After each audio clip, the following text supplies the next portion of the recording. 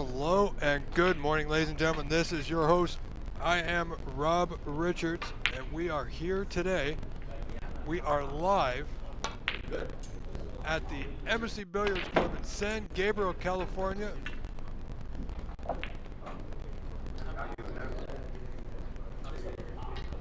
This is the 2025 Embassy Snooker Open.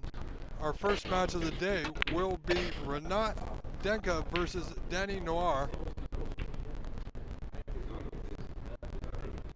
Now, match has not begun yet. Players are just filtering in. You see Renat just doing a little bit of warm-up. So stay tuned, and we shall be underway shortly. Today will consist of the group stage matches, and tomorrow we'll see our beginning of the knockout rounds, and Wednesday we'll get a winner. Renat is a previous winner from last year, looking to retain his title.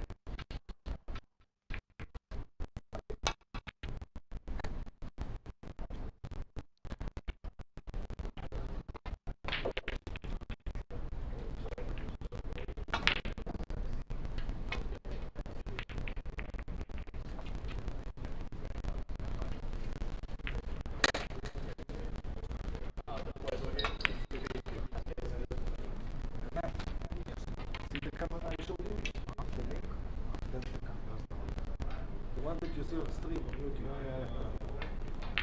The rest.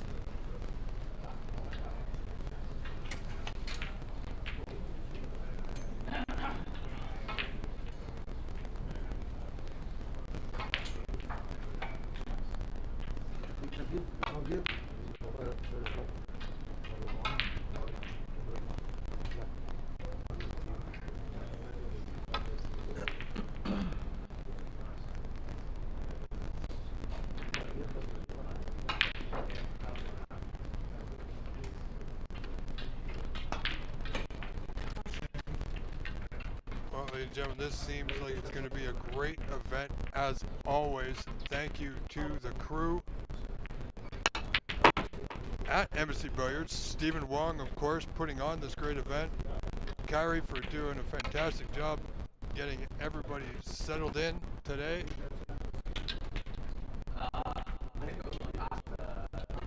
And of course, we are broadcasting simultaneously today on the OBSA YouTube channel and the Embassy YouTube channel. So welcome to everyone.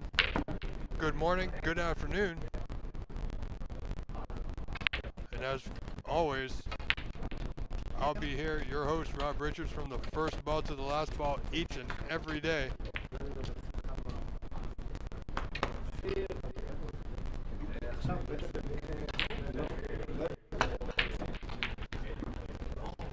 Renat still doing a little bit of warm-up, waiting for his opponent, Danny, to arrive.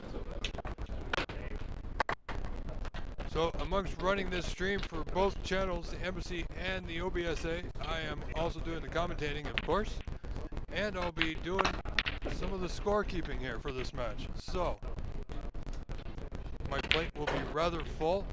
So with that being said, ladies and gentlemen, if you do join our chat, and I do hope you do, and have a great time with each other, I will be popping in there once in a while. I will not be paying close attention to it. So if you do ask me something, I will get back to you if and when I can. So do keep that in mind. Our connection seems pretty good.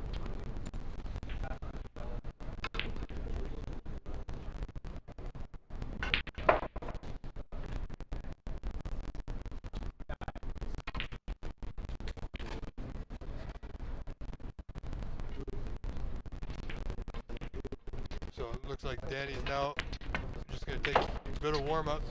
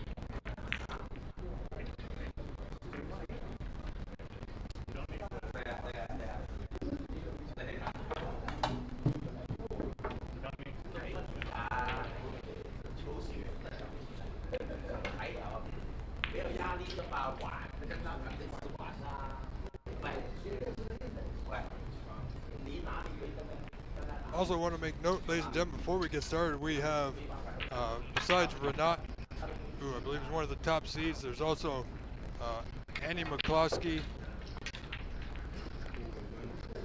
Stephen Lee, and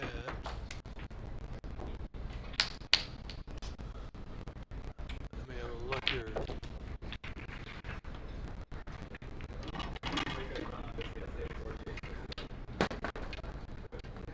So there's Andy McCloskey, Stephen Lee, Renat, Albert Kenny. There's also Charlie Brown, Matt Toshieri, and a lot of other players. Too many to mention at the moment, but there should be some great action here today. Like I said, this is the group stage. Other thing worth mentioning, some of the groups have 3 players, some of the groups have 4 players. Now, what I can tell you about that is the groups that have 3 players will play a best of 5, as is you see here in this match. There's only 3 players, so groups with 3 players will play best of 5, and groups with 4 players will play best of 3.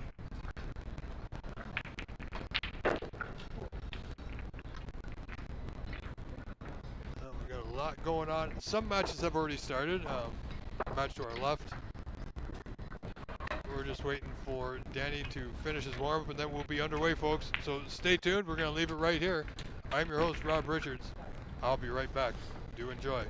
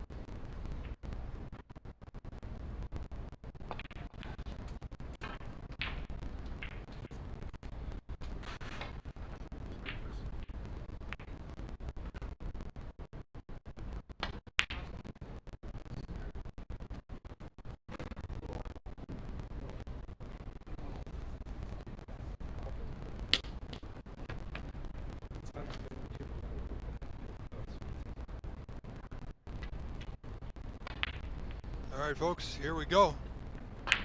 We're underway. This is frame 1. We're not break here to start things off. Got a decent break.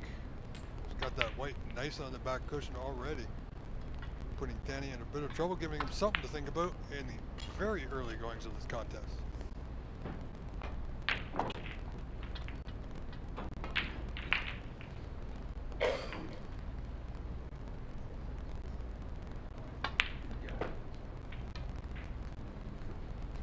looking at a very long right here at the bottom right corner. Tricky. No, just trying to play contain safe. He got the double kick. So very early chance here for Renat in frame 1. Really wants to get off to a good start here today.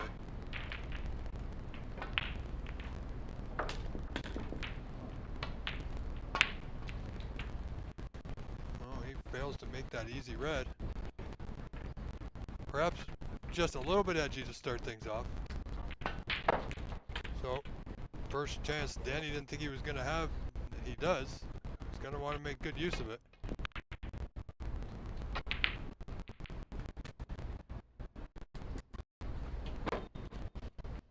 Wow. Not sure what to say about that, folks. Both players missed very easy reds. Danny had an easier pot.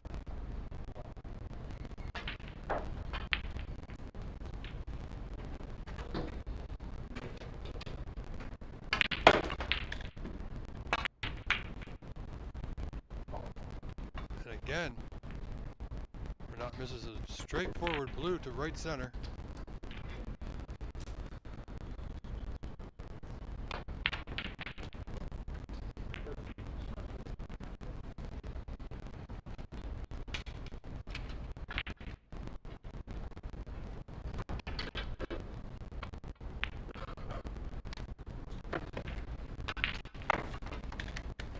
Danny looking to hide that white back in the bulk end.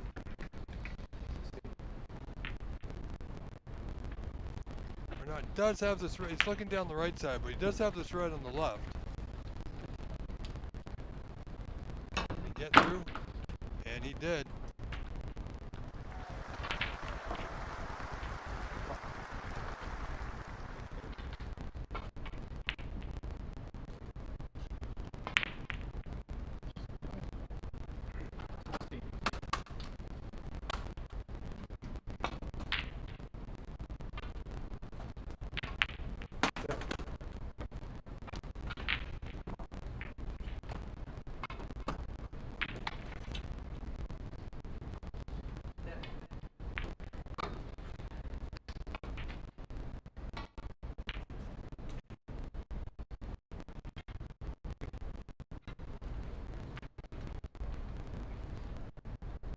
Renat needs to get his stride going, looking to do that here.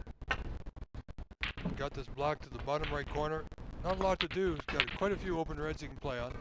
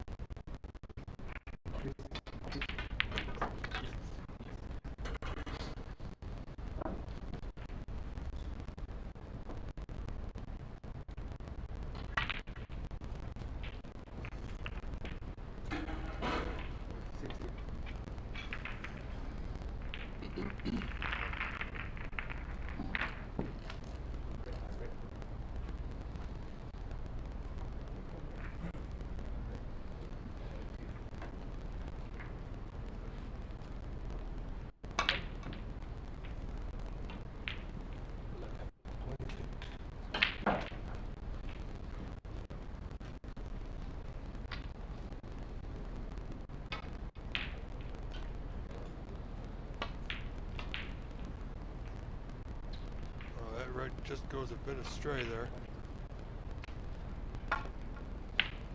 We're not out to a 24-0 point lead in this opening frame. As we're just getting dialed in for the day, folks.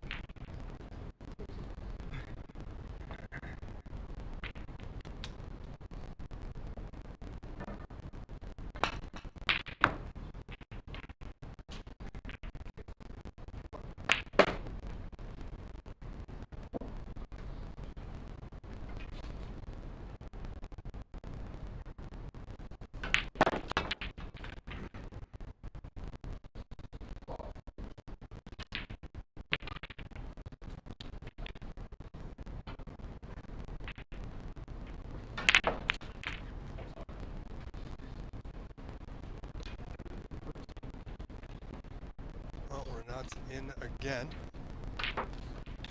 Looking to make short work. Now remember, this is 3 out of 5. Their group only has 3 players. Renat, Danny, and JD, I believe.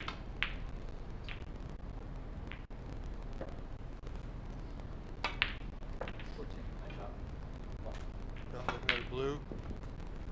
Looking to take quick control of this frame.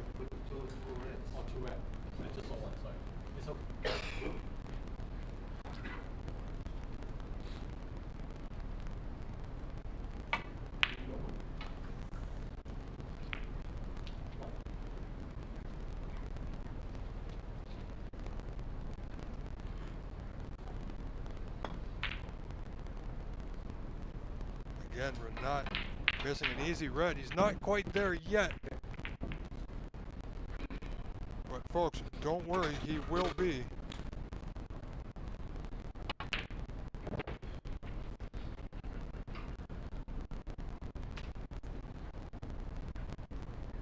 Danny needs to make a move here.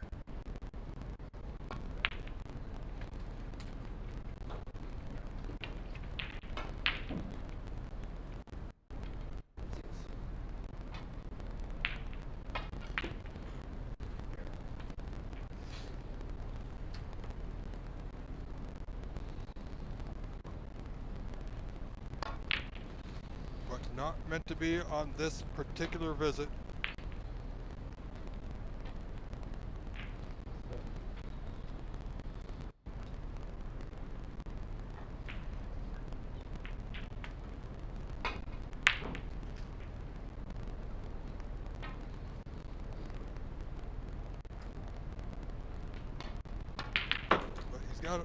We're not backed up the bump cushion. We're not 47-2 in front, 45 to the favor. And he's potted the white. And intentionally, of course.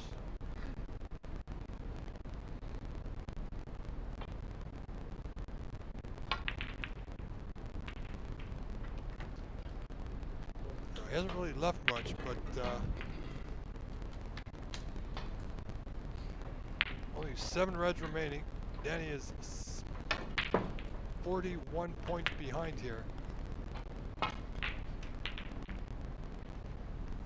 little pacey. That white's going to come right out. He's going to leave that red. The bottom right corner quite open here for Renat. Should be able to secure the frame from this point. If he can get his arm going here in this early frame.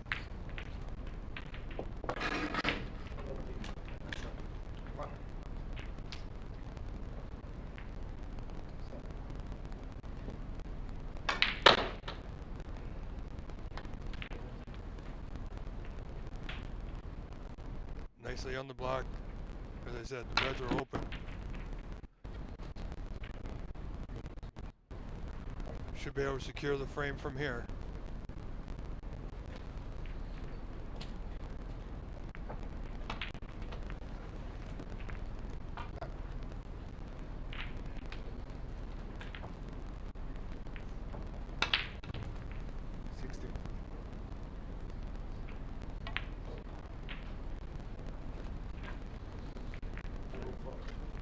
So we're not 63-6, 57 in front. 67 on.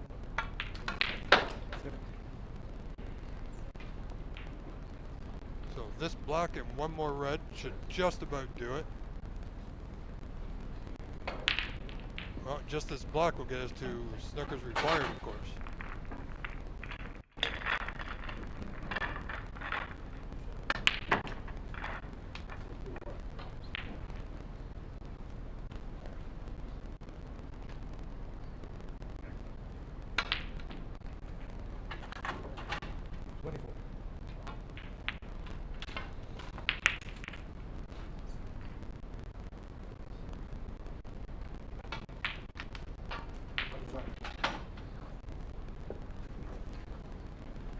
And we are at Snooker's required stage. This frame is just about over.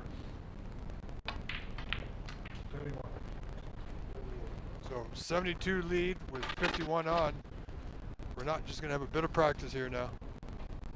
Unfortunately for Danny, there's no way back, but he's going to have another opportunity here in frame 2.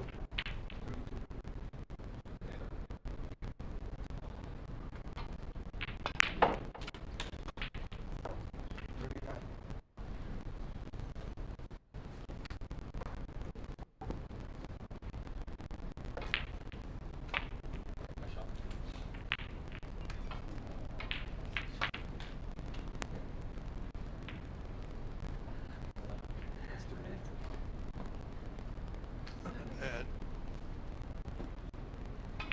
80 points down, 43 on. Danny's having a look at the score. May take a few pots here just for a bit of practice, get his arm going a little bit.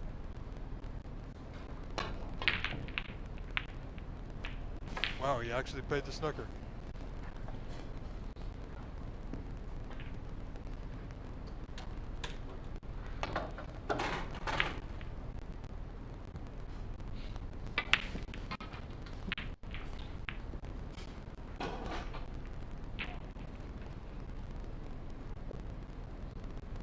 I can't believe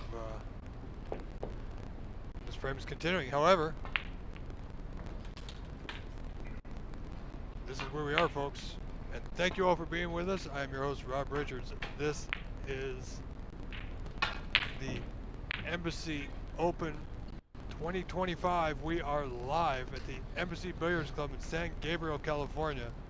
We are live on the OBSA channel and the Embassy channel, simultaneously broadcasting here today.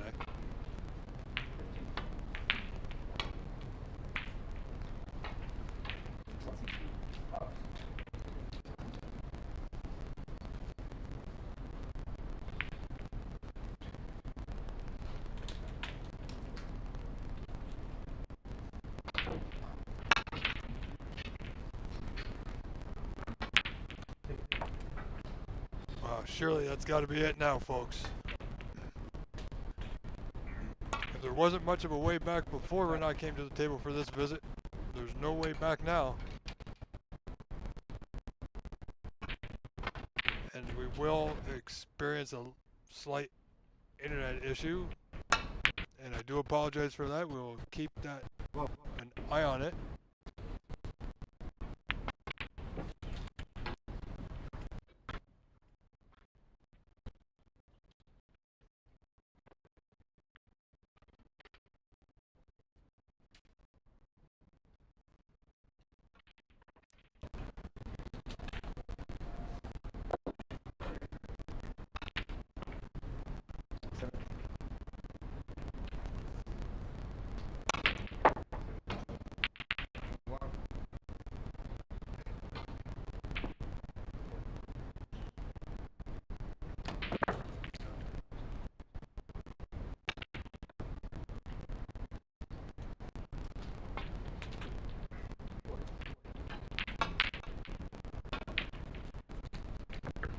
Frame 1 goes to Renat Denka, ladies and gentlemen.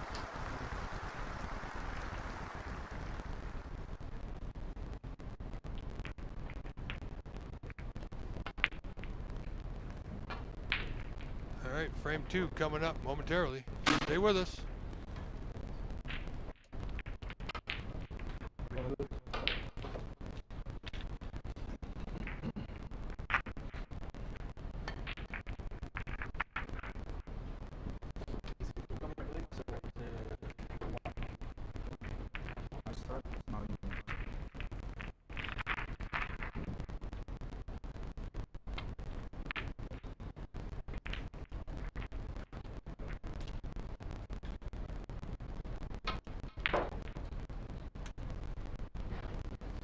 So here we go, frame 2, Danny to break.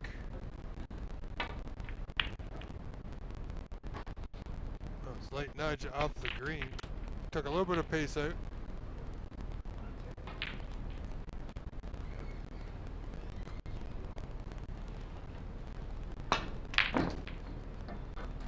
Good attempt there by Renat.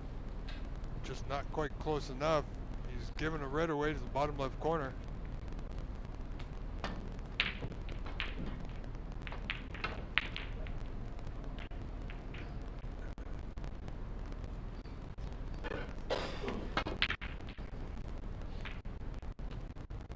Hello, KP, and welcome, my friend. Well, Renat gets a bit of a gift there. Oh, pardon me, Danny.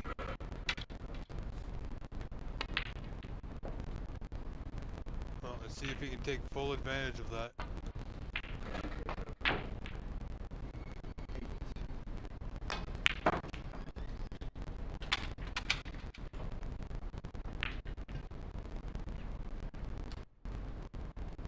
Mid-range red.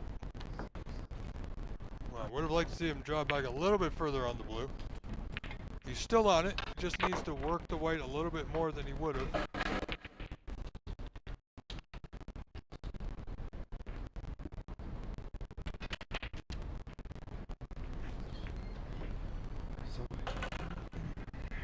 And the blue doesn't go his way, but he gets away with it somewhat.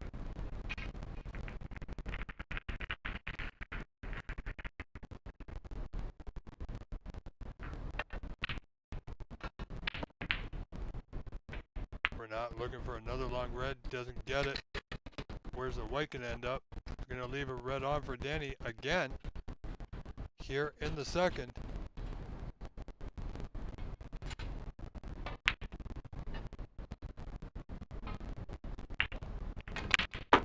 So we might have a little bit of an internet lag here and there periodically, folks.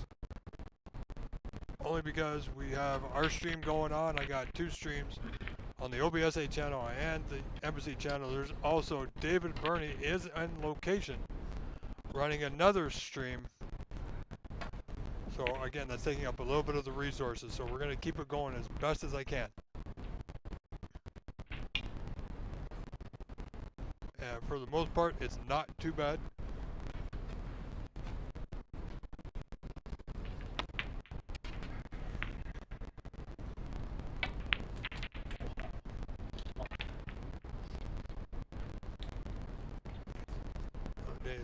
He's got it right to right center, but position is not straightforward from here. Looking for a little bit of drag.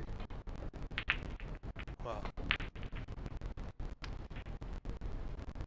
We're gonna need to play that with a lot more pace to get position. So more than likely just tuck up behind the green here, take his 14 points, take his medicine, and see what awaits him later in the frame. He's only down one. No need to push out the boat just yet. Oh, he actually went for the pot. Yeah, well, I'm not quite sure. He either went for the pot or he was trying to get the white behind the brown, but that really did look like he was going for the pot there. However, Danny Noir rather, in the lead over Renat Denka in the second frame, 14-0 for the time being.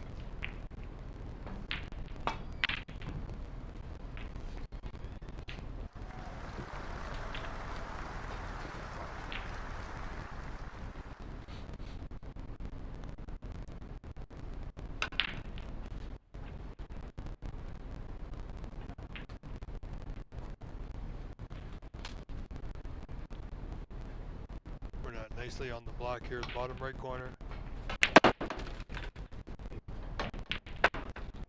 Wow. He was trying to get a nudge on the red, but he was trying to miss that one.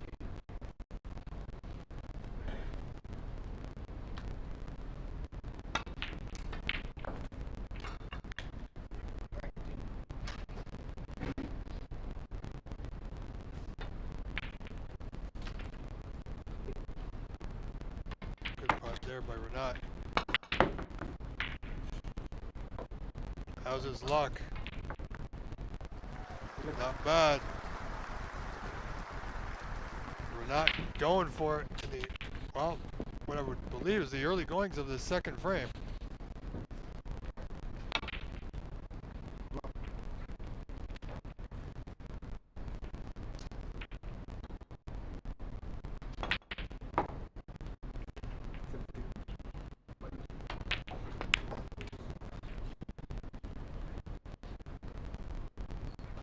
Seems to be picking up his stride a little bit.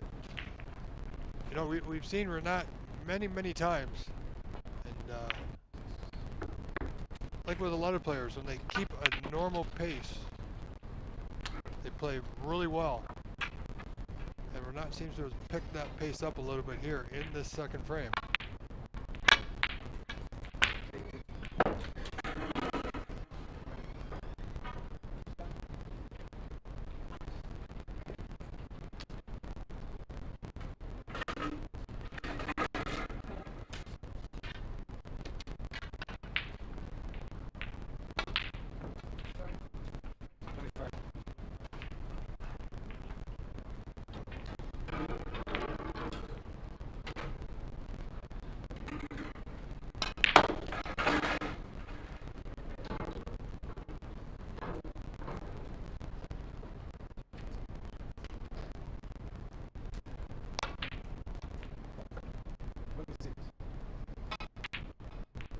Out to 26 to 14, 12 in front.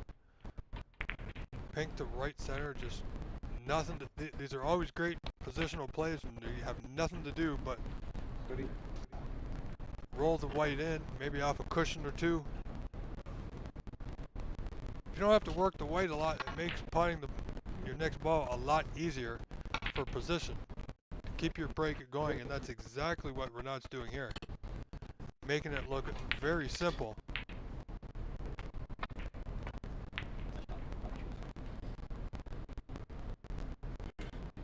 Also, while we have the chance, ladies and gentlemen, our sponsors, Zing Pie, Omen Q's Jet Q, and Arizona Snooker Academy, along with the Embassy Billiards Club, I would like to say thank you for helping with this event this year.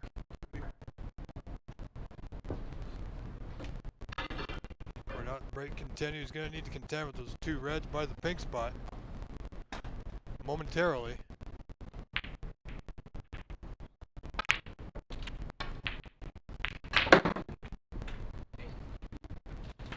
Well, I'm not exactly sure what he was hoping for there. Perhaps looking for a little bit of side to come off the side cushion into those two reds, but didn't get it, so just a safety play here. But with that break of 44, he leads by 30 now, does Renat. 44 to 14.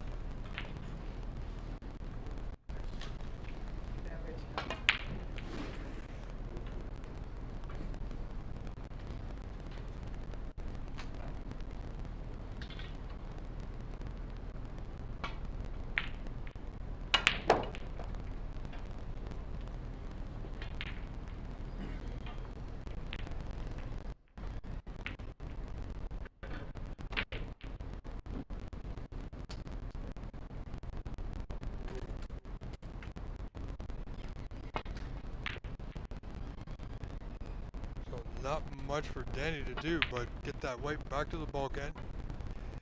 You know, he has an opportunity. Still 4 reds remaining, 30 points behind, but really can't afford any more mistakes here in this frame. Oh boy, where's this red going? Well, let's see, this could be Danny. You know what?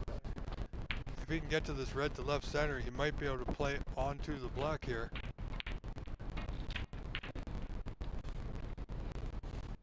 If not, definitely come back up for the blue. Yeah, he could have played the black, but he's hit the white by quite some distance.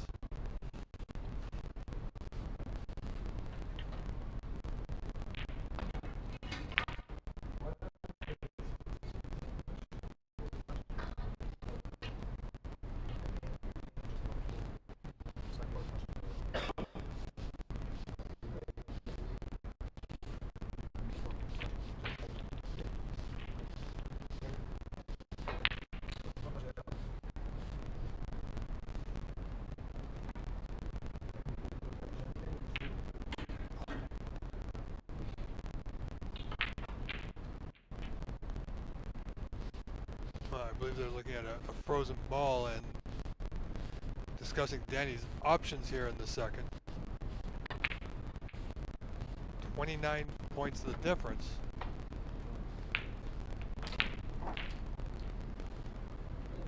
Good play here for Danny. Just come off the, nominate the yellow since he's frozen to it. And if he can, just come off the top cushion. Or, well, he's looking at possibly two cushions, getting that white nestled behind the pink.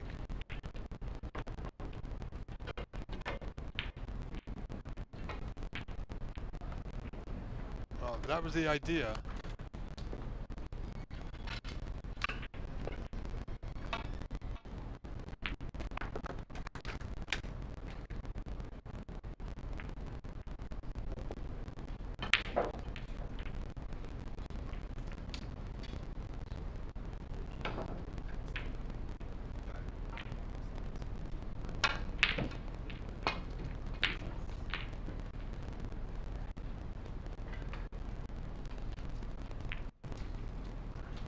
I ate one from before. Yeah.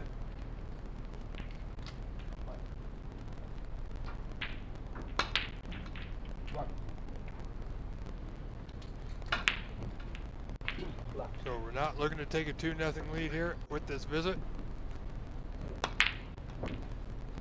Oh, but the block does not go his way there. So only 30 points of difference, still 2 reds remaining. Danny's got a red in the bulk end, he can get on, screw it back off top cushion, left side cushion, should be able to get onto the block into right center. Really needs the high value balls here. Yeah, it's not quite gonna go his way this frame, I don't think, unless it runs safe. But knowing or not, he may just have a go at this red down the right cushion. Well, this time he attempts a safety.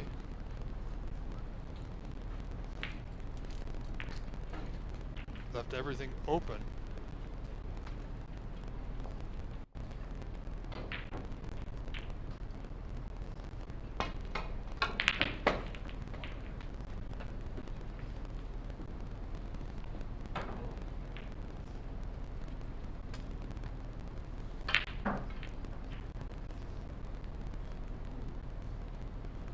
But Danny's on the block. Yeah, he really needed that one. It's unfortunate for him. So 29 the difference. We're not only needs this one remaining red.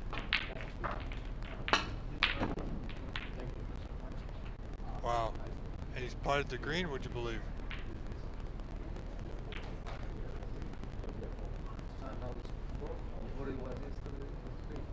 And this may be a free ball. I believe in fact it is, so that's just like having an extra red on the table here. It's going to help Danny out immensely if he can play this right.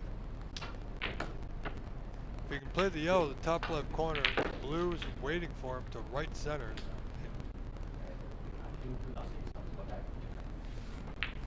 May take the, well, you know, brown might be a little bit off angle here. Yeah, see, he had the angle in the yellow, he just didn't quite play it. As they say, missed a trick, as it were.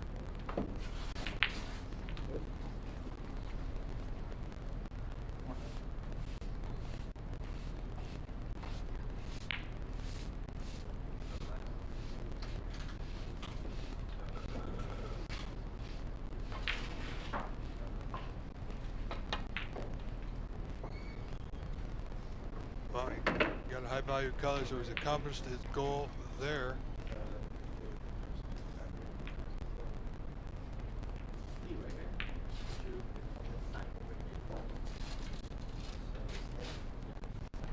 Really needs to make something happen here. This red, straightforward. Not quite sure.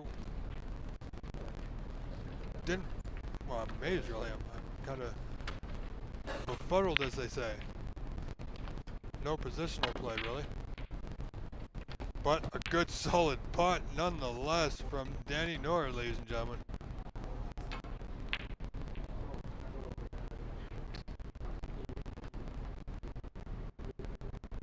KP, no, the draw is not on Cloud Snooker. Not this event anyway.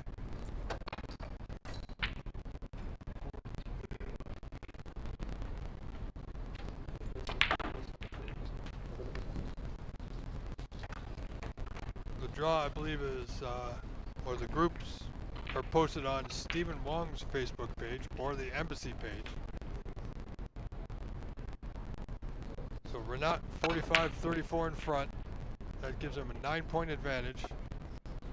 27 on. So Danny is still in it.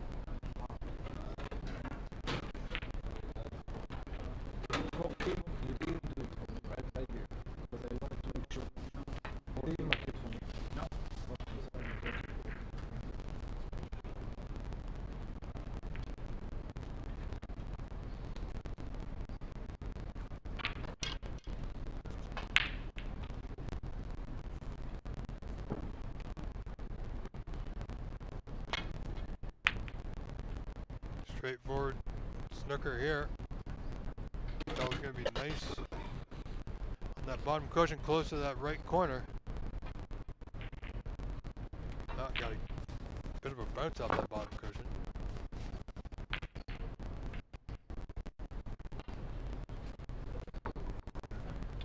Well, he's left it on. This could be Danny's moment. That snooker may have afforded him this chance to win this frame.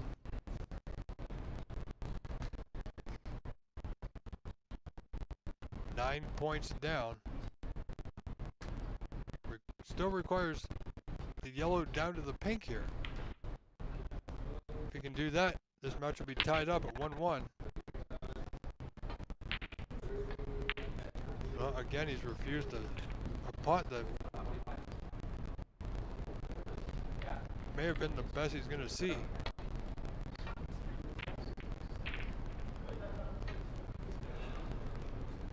So we're not just going to tighten things up here on his opponent. We're not looking to lead 2-0. You know, as much as Renat loves this game, he likes to get the matches over and done with as quickly as possible. Like we all do, of course.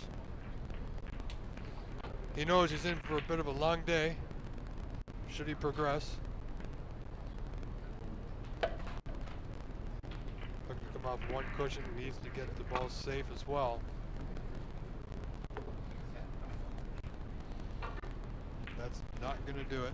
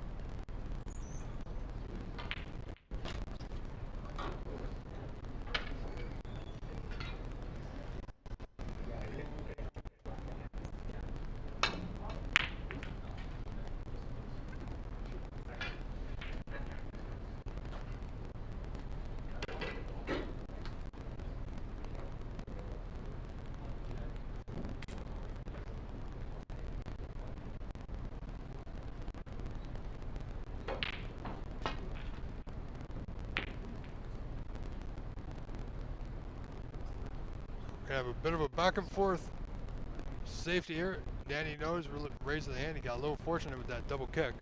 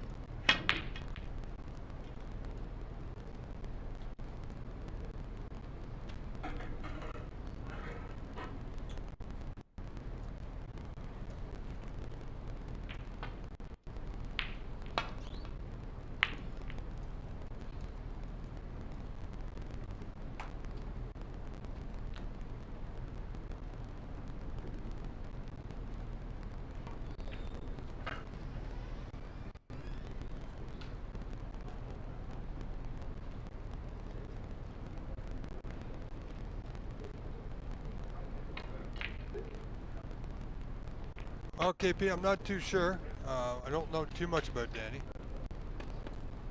Except he knows how to hit a good snooker. That was nicely done.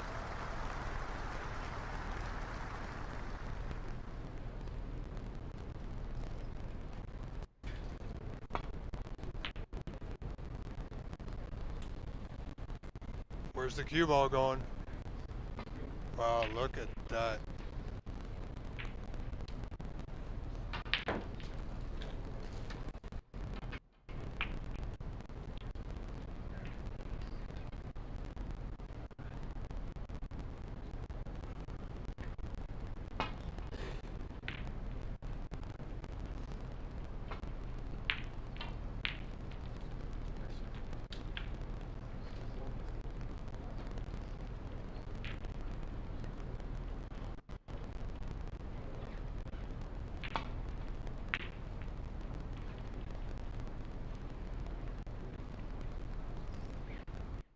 So now only 3 points separate, so Danny's right back in this frame. Looked like at one point he was out of it.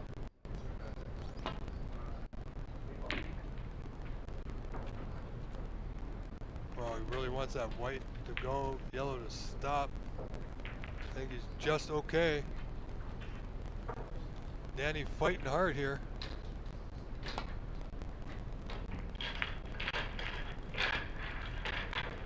Not's going to give him an opportunity. Now, Danny's had a couple opportunities already on the yellow and passed at them. One would think that he's got to take this one on.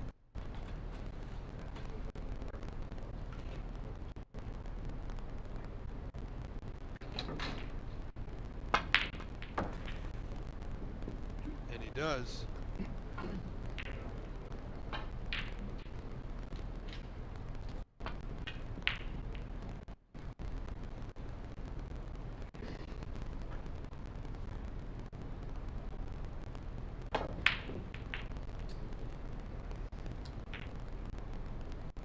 I was going to get a good bounce off the pink to the bottom cushion, or else this green would have been over that left corner. So 1 point the difference.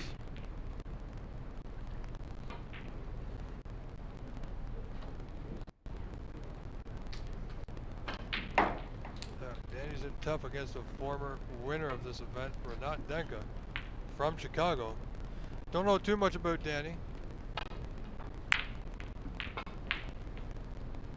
I would suspect he's from the California area, the San Gabriel area.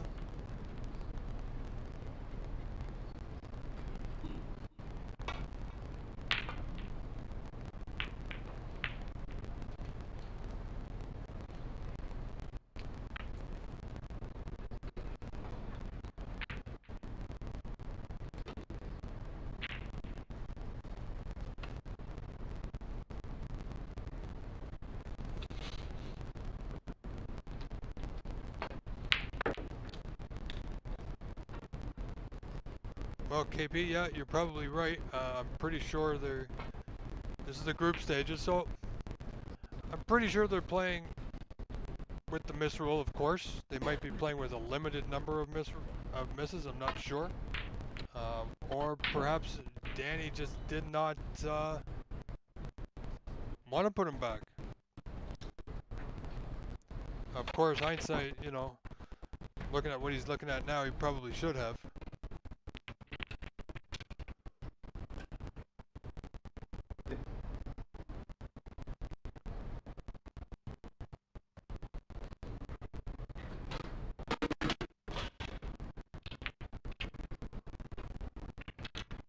So we're not up by 4. Blue will give him a tie. Pink's over that bottom left corner, so essentially it's a blue ball frame.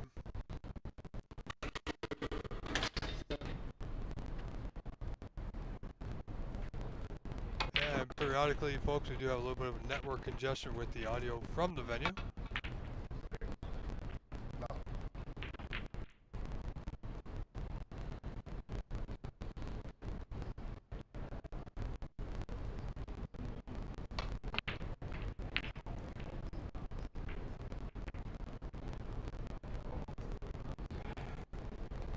There you go. 2-0 for Renat. Not sure why he's playing the block, but just for the fans. So well done, Mr. Denka. Who will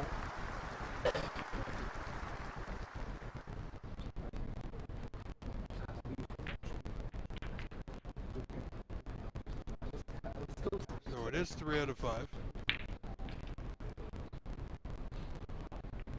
So we should get one more frame, folks. Sorry, let me rephrase. At least one more frame out of this match.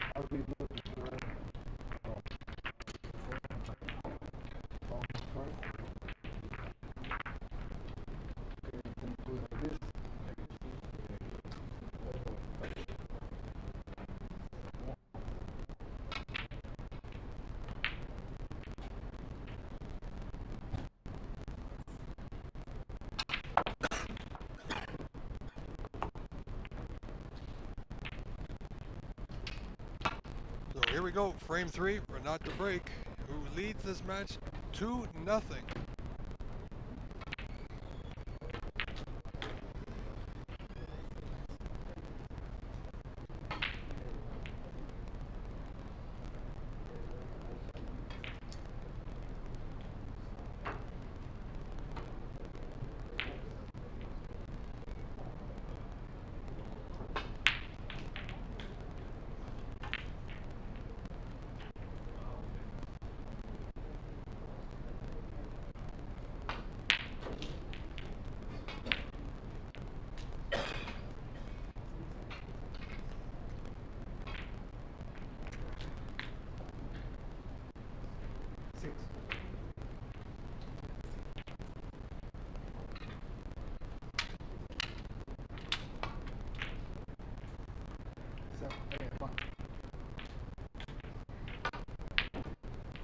You see that foul there is afforded Renat this opportunity here.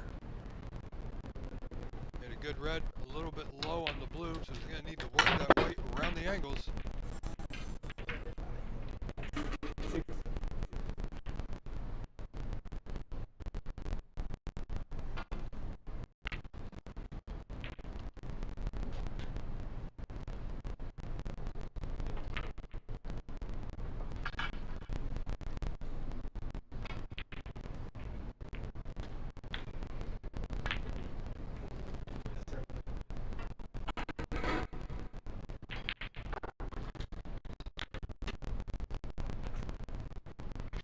Not off and running here. I don't think he has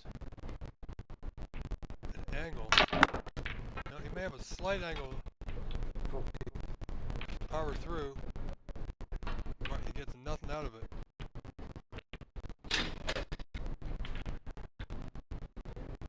Oh, he does have a red at the bottom of the bunch now that I look at it. The bottom right corner. But kind of made a mess of it, really. unfortunately. Tried to power that through with a lot of drag.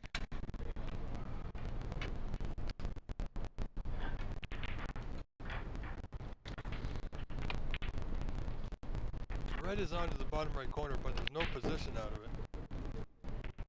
Then he could quite easily drop the cue ball into the bulkhead behind the colors on that top cushion ideally.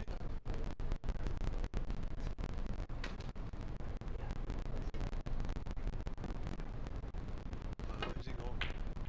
No, he's just playing the white into the bulkhead.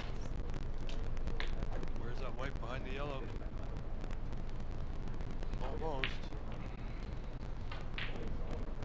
But if Renat has a putt on, he's more than likely going to go for it. Might be hampered by the yellow here. May not take that one out, but the one down the left side is also on. Depending on the angle, he may be able to get onto the pink in the right center.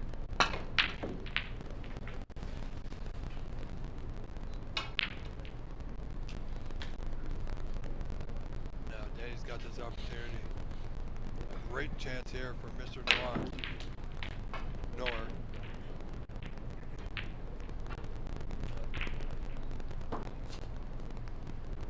He's got a good angle to avoid the bunch. Bit of a stretch.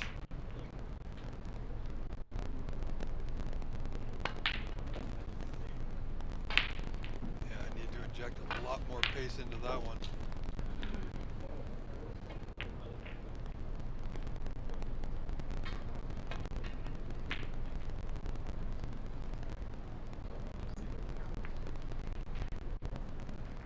Pink doesn't go his way, unfortunately. So we're not leading 20-1 in this third frame, 19 points in front.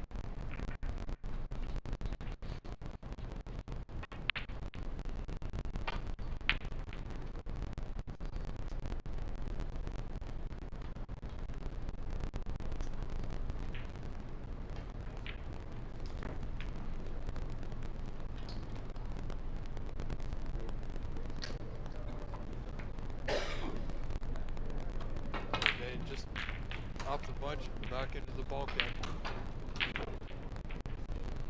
Needed to avoid the yellow. This red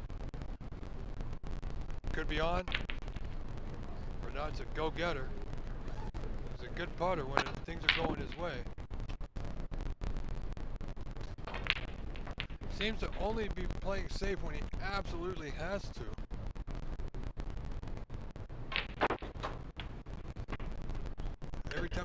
Every time he makes a miss, he doesn't leave much. Certainly not at this point.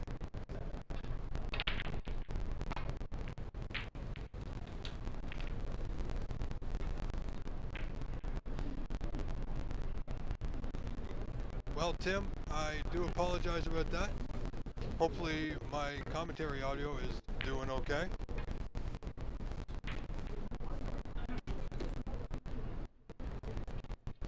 But the audio from the club, I apologize, can be a bit of a miss here and there. There's 3 feeds going. I got 2 of them. Red to right center is there. Good putt there from Renat.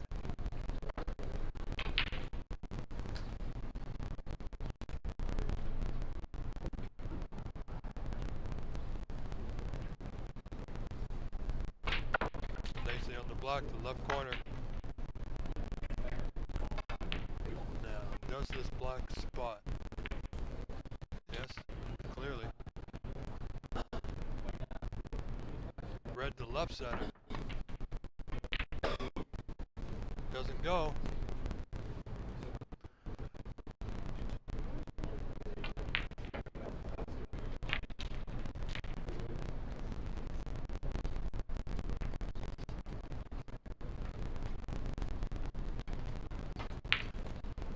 Alright, Tim, thank you. I'll see if I can correct that.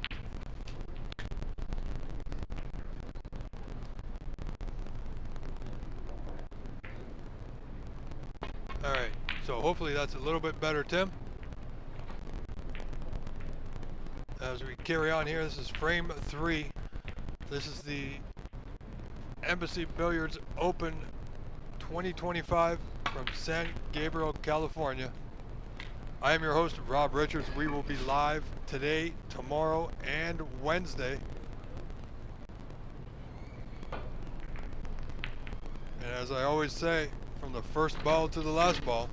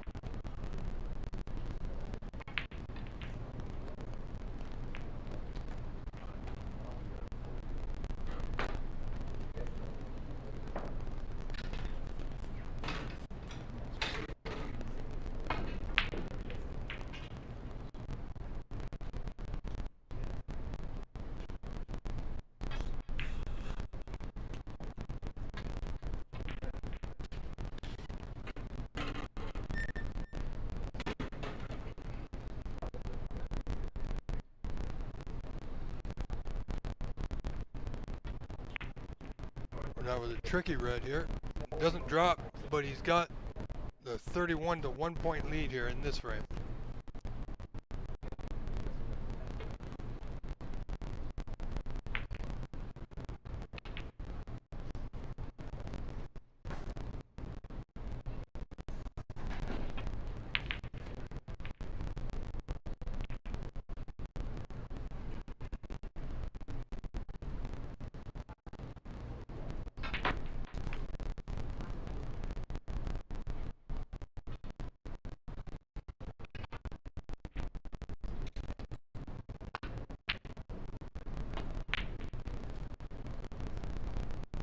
Then he's struggling a little bit here.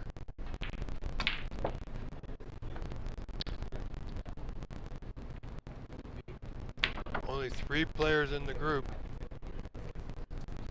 So if he doesn't win this match, he's going to need to definitely win his next match.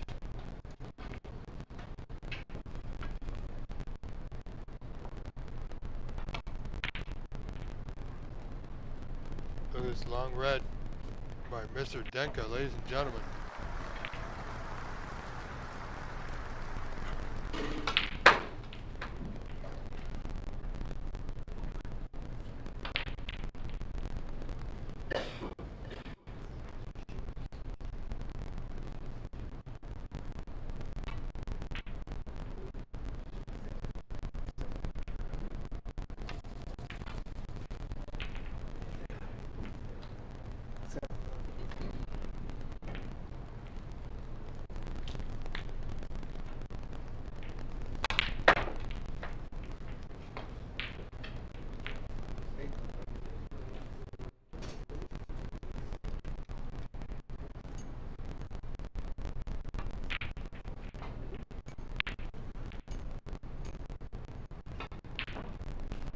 Alright, ladies and gentlemen, as we come to the conclusion of this frame, and possibly match,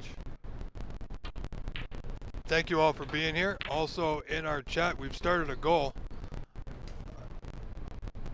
10 super chats if you wish to help and support us. I would greatly appreciate it. Any dollar amount, if you click on the goal, you can help us achieve that.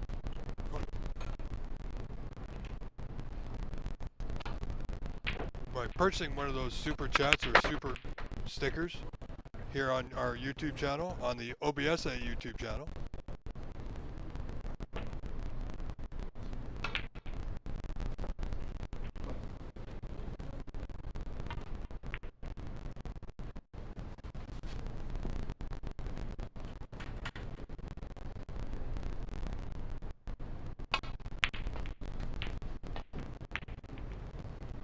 Sorry folks, just trying to correct our score there. It was doing a little bit of a funky maneuver on its own. However,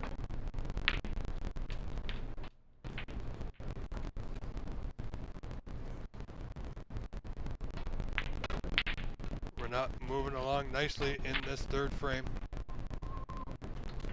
And being a group stage match, every frame counts. If you can't win the match, win a frame or two. Because that quite possibly could be a decider. However, in this group, there's only 3 people.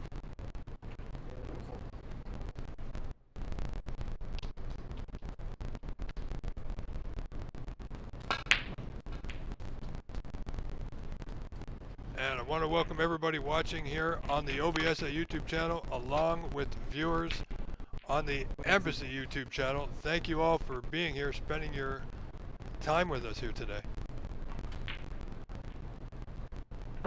And if you're at work, take a break. Tell your boss that snooker is on.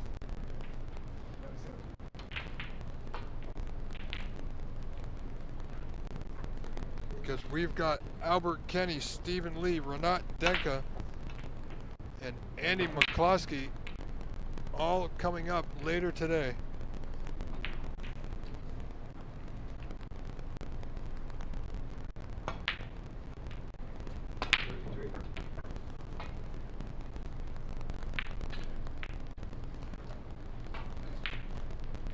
And Tim, hopefully my voice is better now. I've adjusted the microphone volume a little bit more.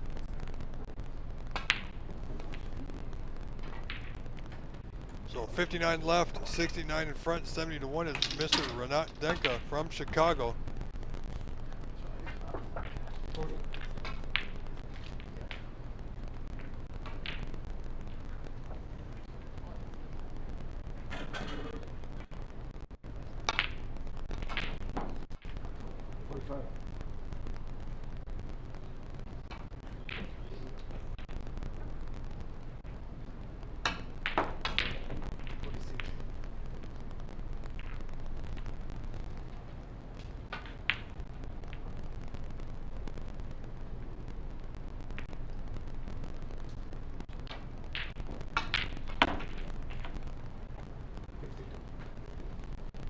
I gotta tell you, we are well into snooker's required. 82 points in front, 43 on this red, right over the right center.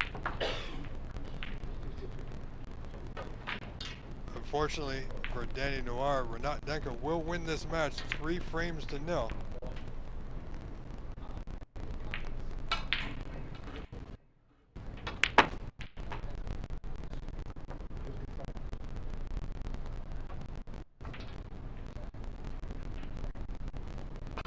Bit of a thin red here to the top right corner.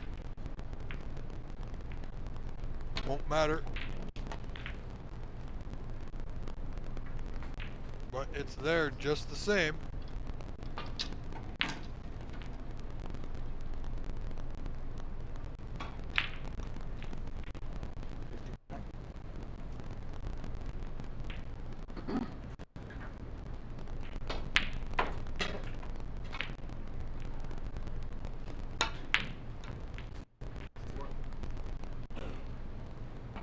Current break 61, you hear Danny announcing.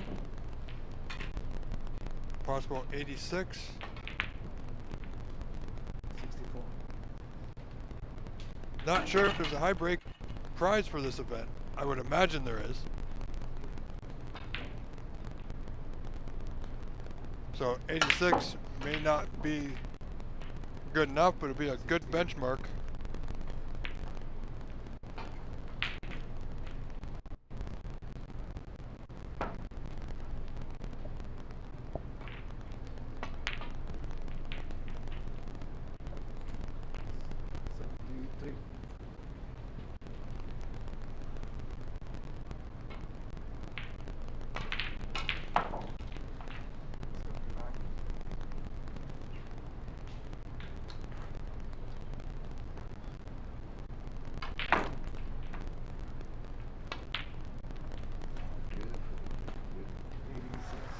Great play, great shooting. So there you have it, ladies and gentlemen. Your winner, Mr. Renat Denka, ladies and gentlemen, will win this match 3-0 over Danny Noir. Now, let's see. Let's have a look. We do have more matches coming up.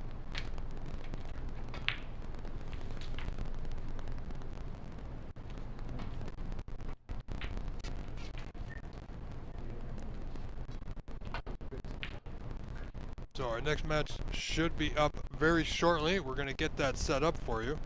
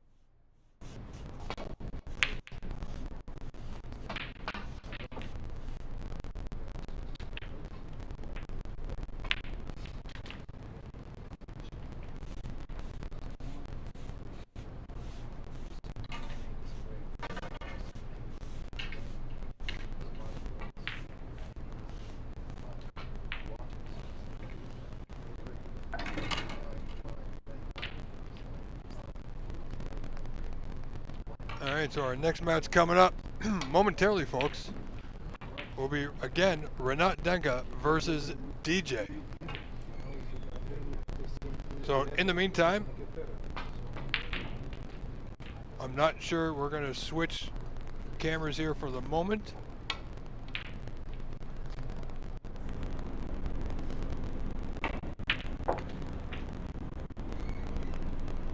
Not sure about the score of this match or who are the players. It looks like it may be Stephen Lee. So we're going to leave it here until our match on our feature table with Renat gets back underway.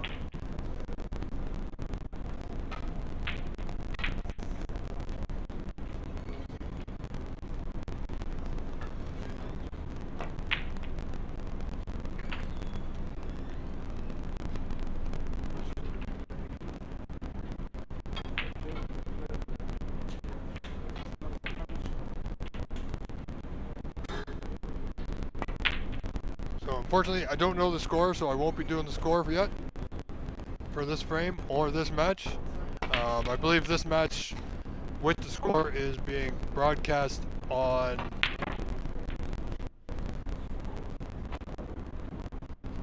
well, apparently this is a warm-up.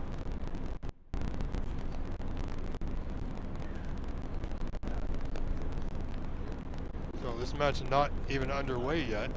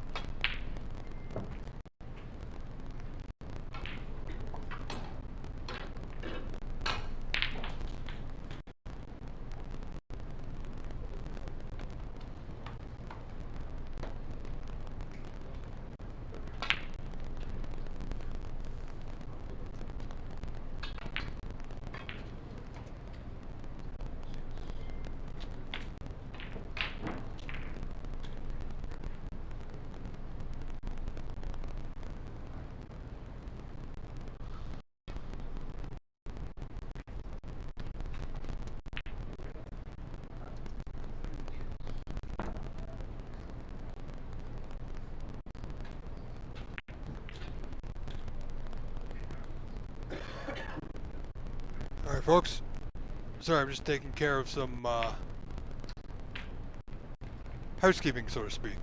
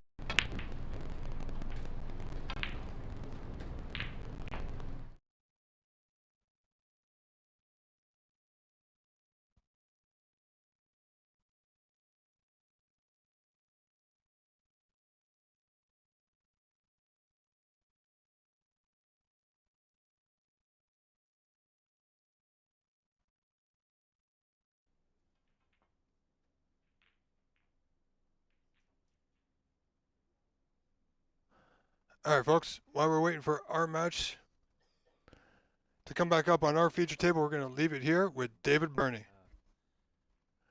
this red, find the gap. Ooh, couldn't find the gap. This could hurt.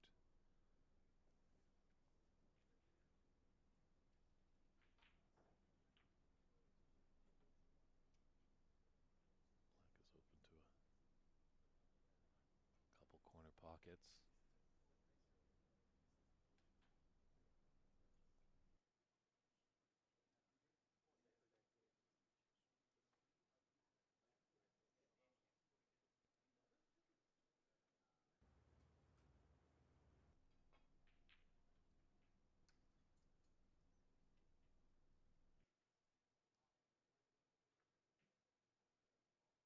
Ooh, can you believe it? It's not a smile of happiness.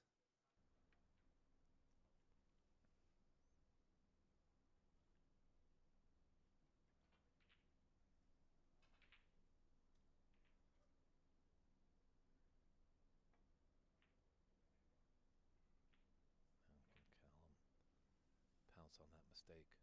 It's a colossal breakdown for Steven. As longer that Callum can stay at the table, the more and more Steven's going to think about that miss. So a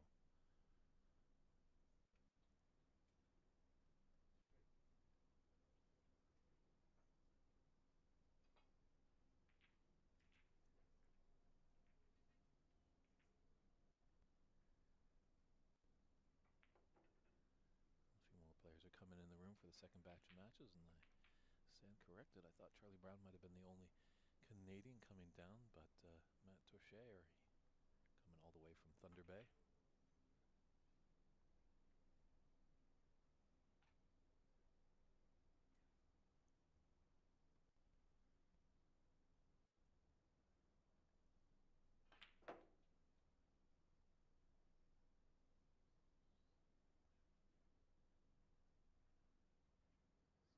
Colin had a big miss there, so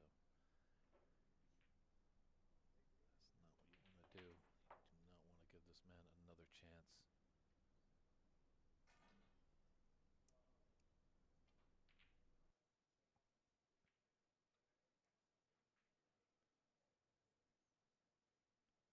So you can see there's last year's runner-up, Albert Kenny, deep in the background there.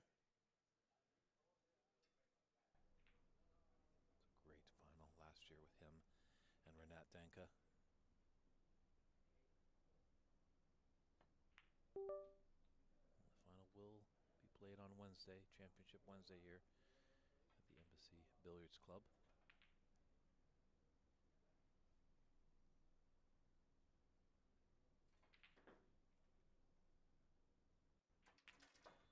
It's been unfortunate. Quite a lot of participants actually pulled out or were not able to make it near the last minutes of this tournament, so it shrunk in size. So day one is all round robin matches, and tomorrow we'll have the last 16 and the quarterfinals leading up to Wednesday with the semis and finals.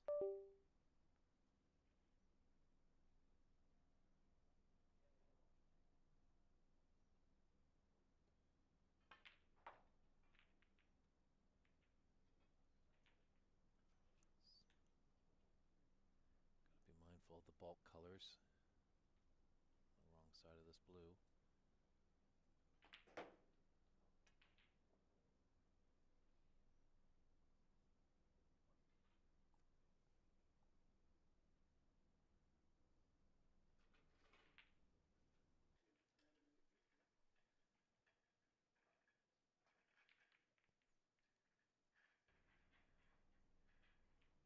This is exactly where he wants to be. Red's open. Black is on its spot. Now he's mapping it out a few shots ahead. Always good to do, but now's your pre-shot routine. Get down and focus just on the ball in front of you. And in this case, it's the black going nicely into the top right corner.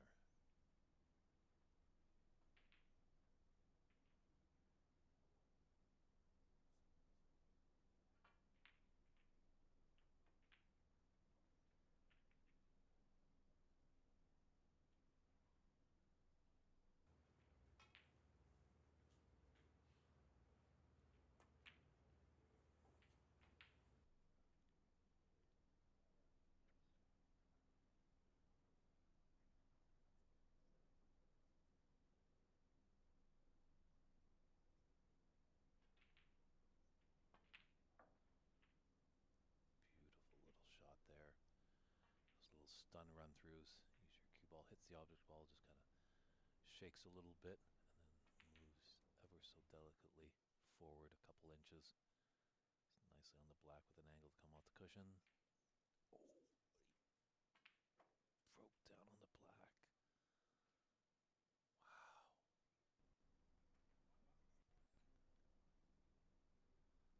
He's just got to be furious with himself going back to a seat. He knew that was a frame-winning chance for him.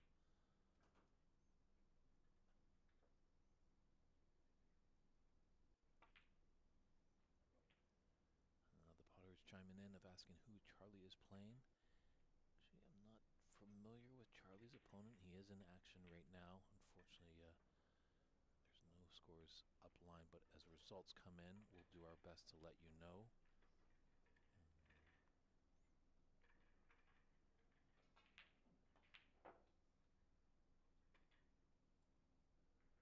It would be nice.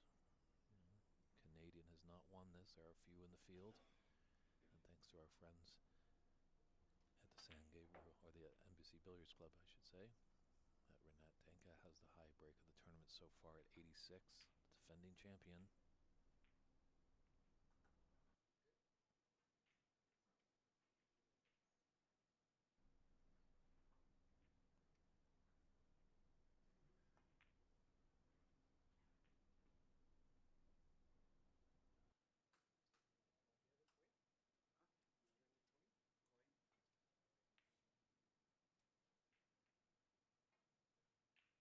Shot there just shows you a little bit of the facilities here at the Embassy Club.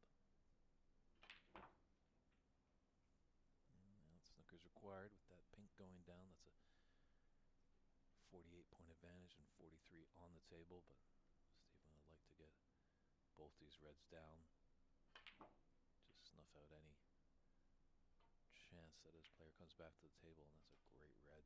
A lot of power needed to be so precise. Great angle on the pink to come back down for this last red. They say he's got Rolls Royce Q action. He's motoring around this table like a Ferrari, a man possessed.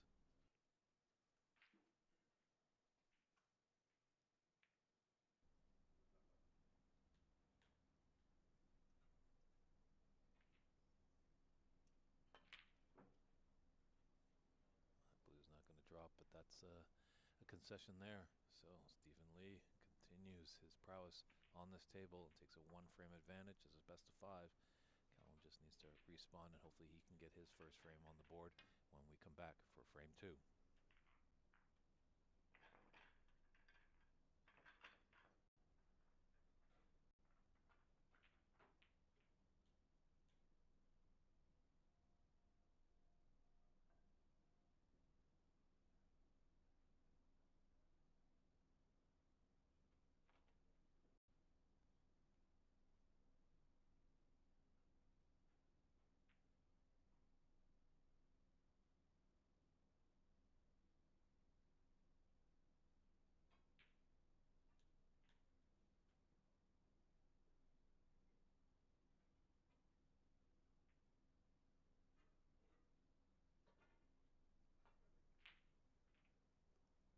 And welcome back.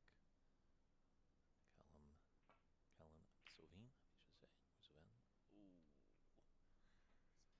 Well, if you're going to submit 4 points, that's probably the best time to do it.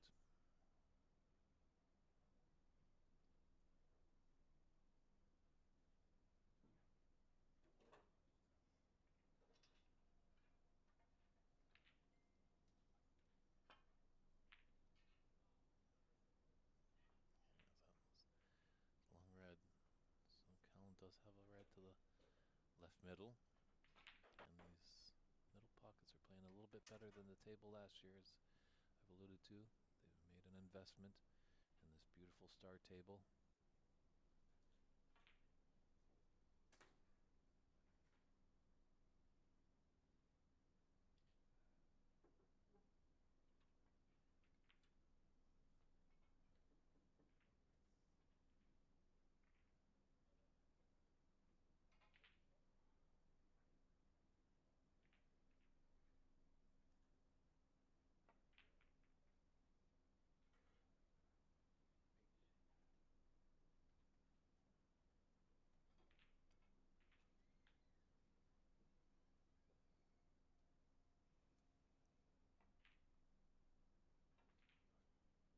This table was involved in the 2024 Shanghai Masters and at the Saudi Masters in 2025. That's where Ronnie O'Sullivan put in 2 147s.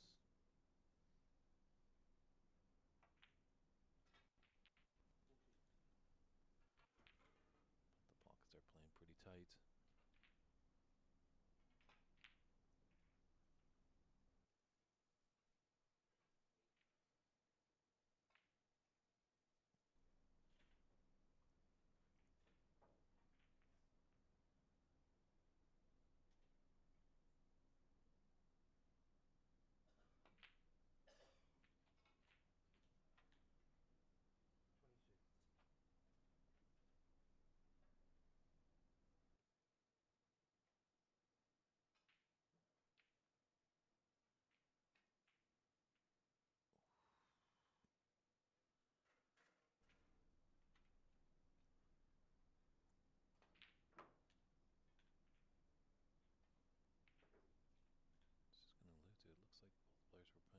swiftly. I wonder if that he's just going a bit too quick for Callan. Just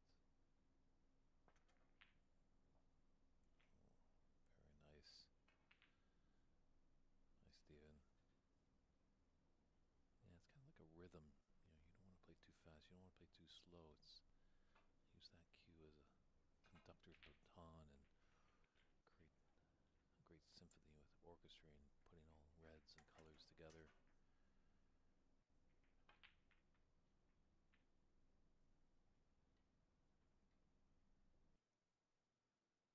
Looks like he's got a pathway for this red, as we can see there.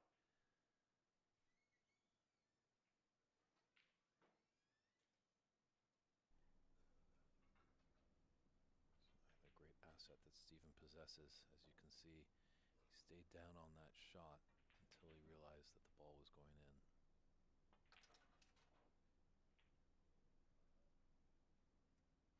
So often we see with the amateur players, they pop up like a Pop-Tart, wanting to see if their shot goes in, but popping up might have a little bit of movement before you come through the shot with your cue.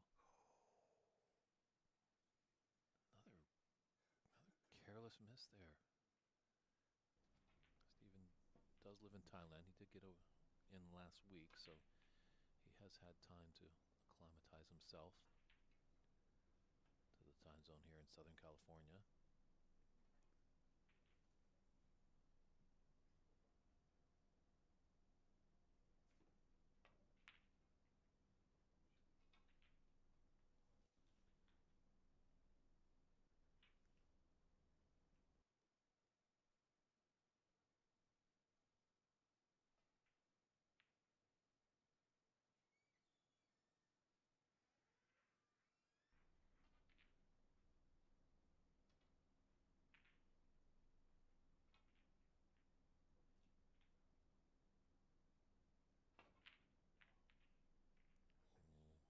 Missed that by a country mile.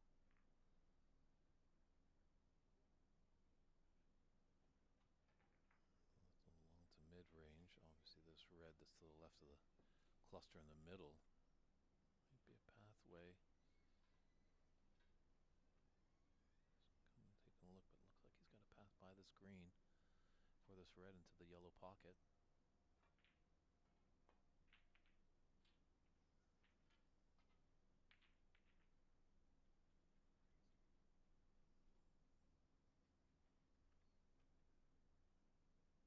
These guys certainly are taking on their shots, playing a little bit more aggressive, not refusing many pots.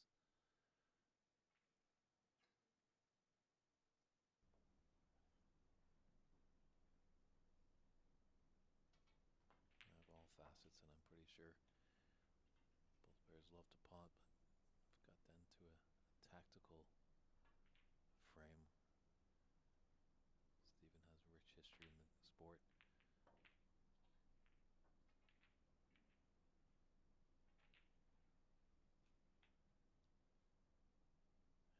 just got the angle to slide by that red, tap it in the opposite corner, or is he going to go into the pack? Opening him up. It's looking good. Just got to keep focused here. Great chance to take this second frame and put him into a commanding lead, 2-0, with only needing one more frame. But we can get ahead of ourselves. He cannot. He's just got to focus on one shot at a time when he's at that table.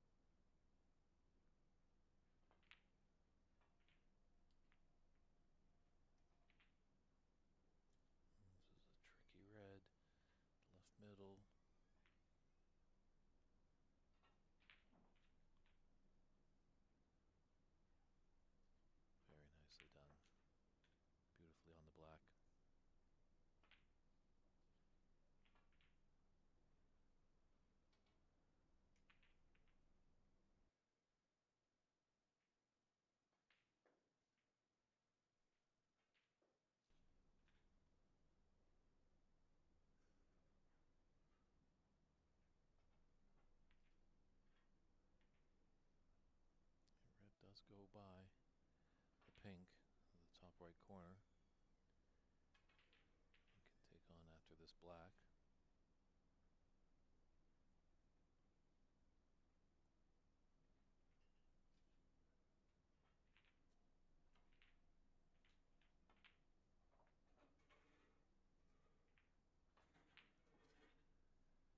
Like Jesse tried to open up those reds.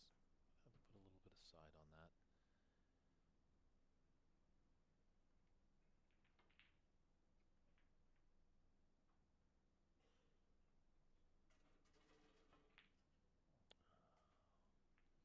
Just queuing over those reds made it that much more difficult, but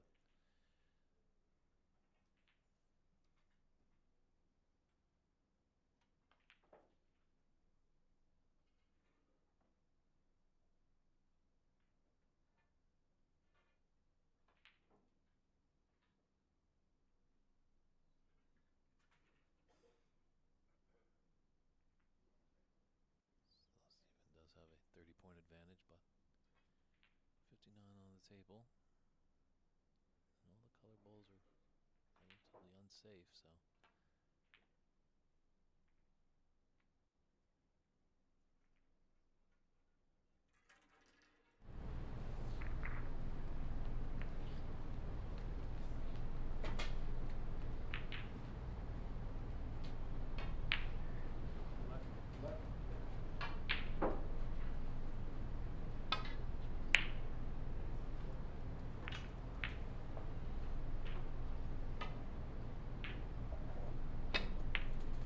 All right, folks. So we are back. We got another match here going on a different table. We'll get that score up for you momentarily.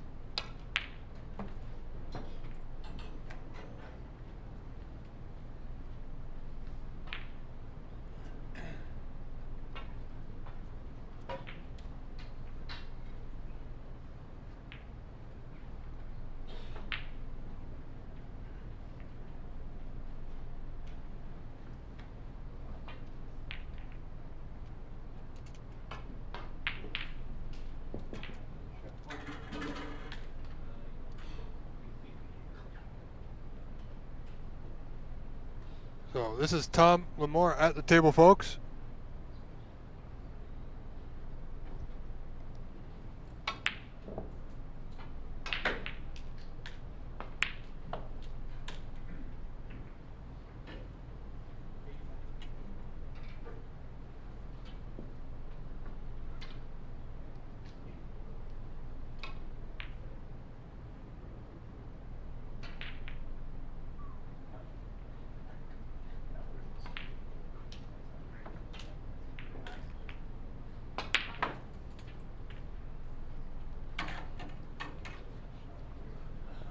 So here we go, Tom Lamore in early in this first frame.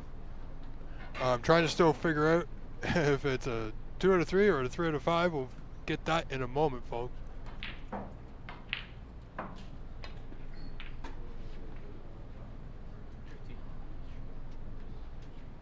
While we're doing everything else at the same time.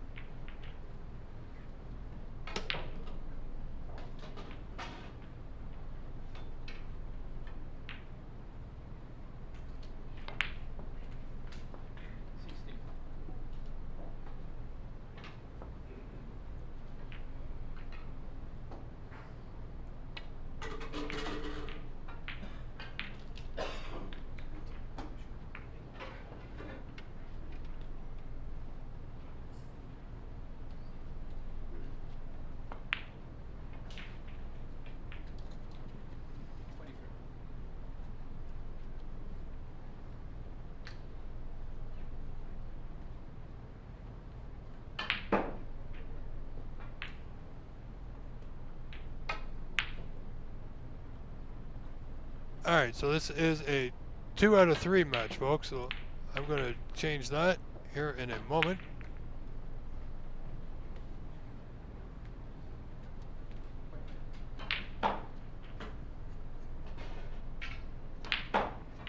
So, may have missed a pot or two, but I think we're good with the score. Tom Lamore leading Adam 23-0 here in this first frame. Their groups matches are best of 3.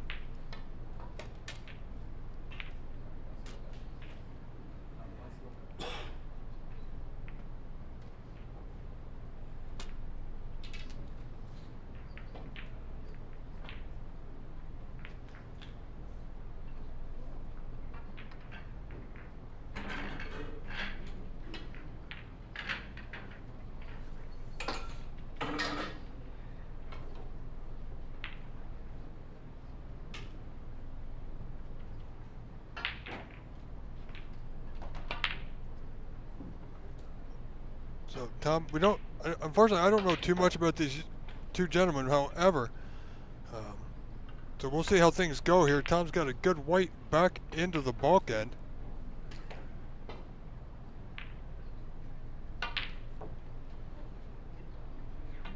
We'll see what Adam here in the white shirt can do. He can come off the left side of the bunch. It'll open the block for sure. Oh, he did hit the red very faintly.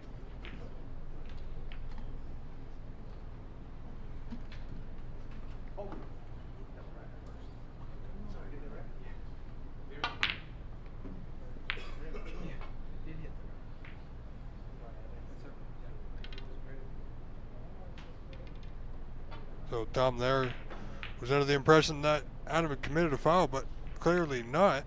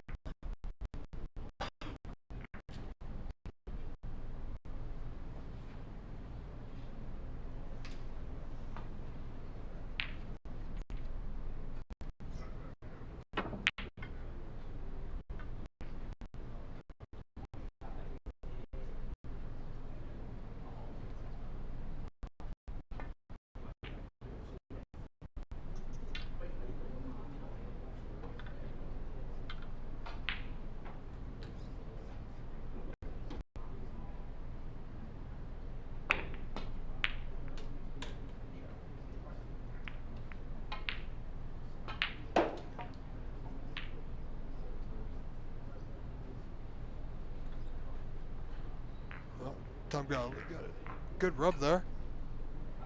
If he can pot this difficult pink, looks good. Oh, just about, but no.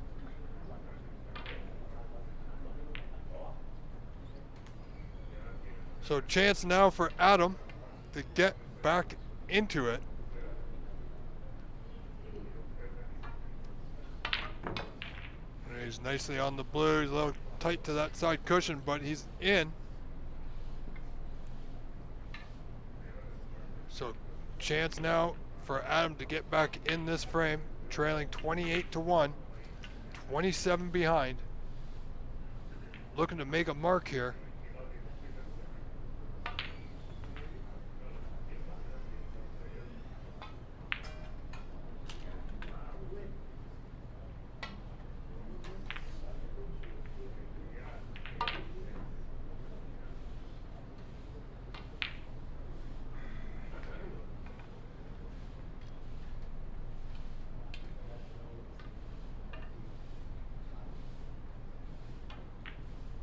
Pink's, oh boy, would you believe it? I don't think he believes it, but unfortunately only able to score 6 points. Has he left a red on? I don't think so.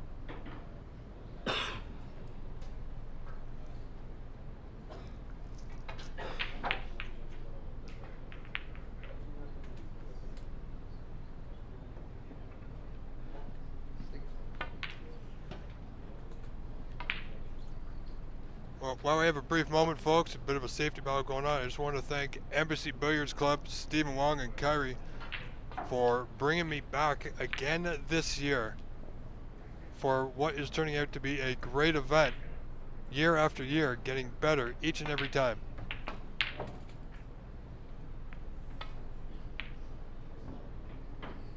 So once again, it's an honor and a pleasure to be here for you, each and every one of you. Hope you're enjoying your day.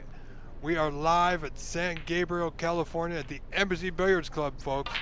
This is the 2025 Embassy Open Championship. And we will be here for the next 3 days, where Wednesday we will conclude, will we have a winner or a new winner, or will it be repeat by Renat, who definitely has got all the tools to do it. He won this tournament last year. He's won the US Open here twice. So it seems to be a favorite room for him.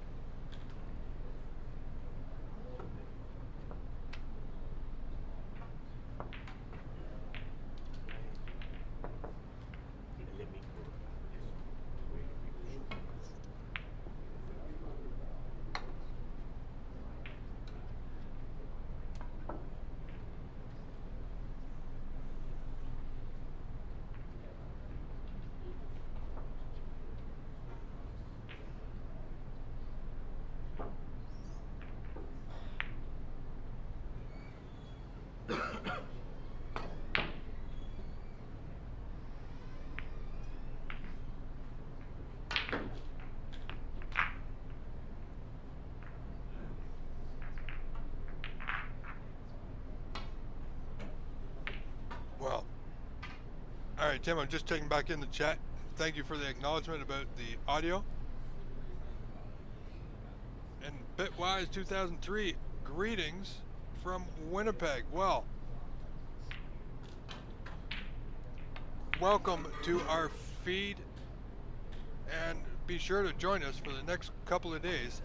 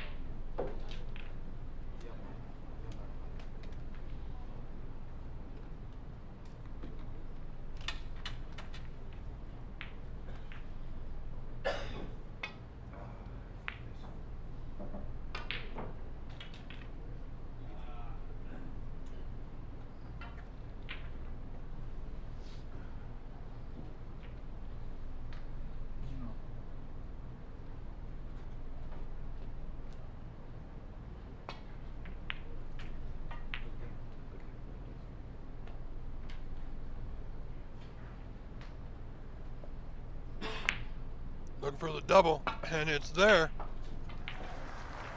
So Tom Lamar creating nothing but opportunities for himself. He's got the nicely on the green. So that seemed to work out a treat for him. Green to the top right corner. Should be able to increase his lead somewhat here.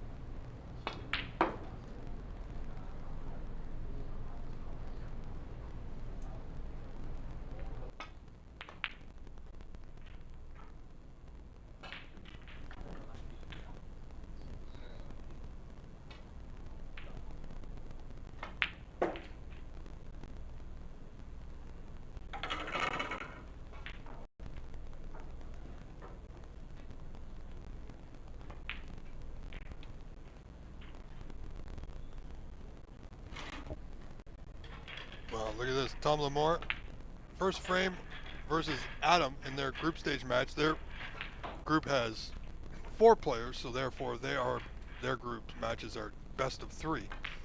However, this first and important frame, of course, as they all are, Tom leading 38-12, 26 in front.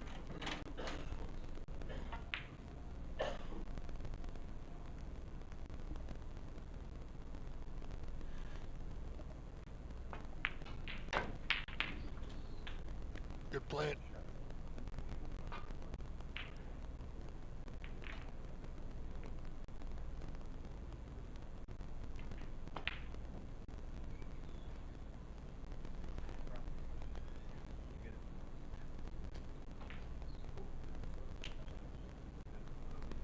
So just going to touch up to the brown here, leave things nice and tight.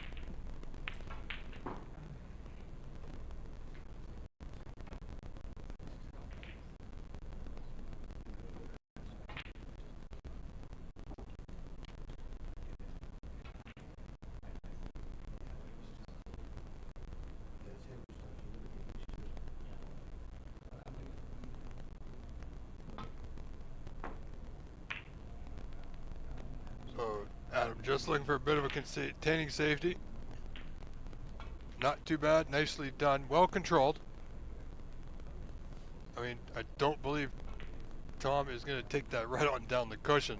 However, you know, he's got a chance here. If he plays thin off the right side of the red by the block, it's quite possible he can get the white back into the bulkhead behind the green and open the block at the same time.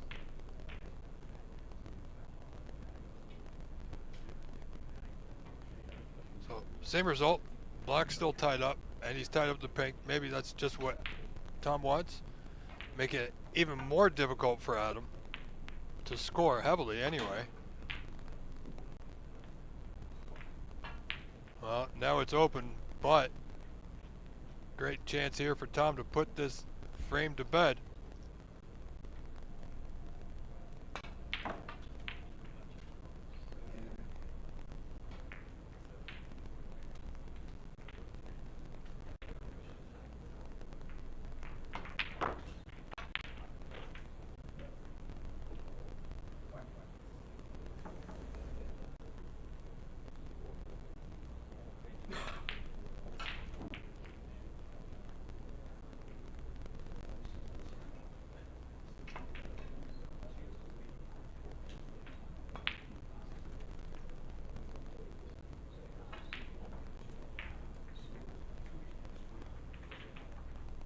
So it gives Tom, well, 35 in front. Unlucky where the whites ended up, would you believe it? It's about the only spot on the table, folks, that you won't have a pot on.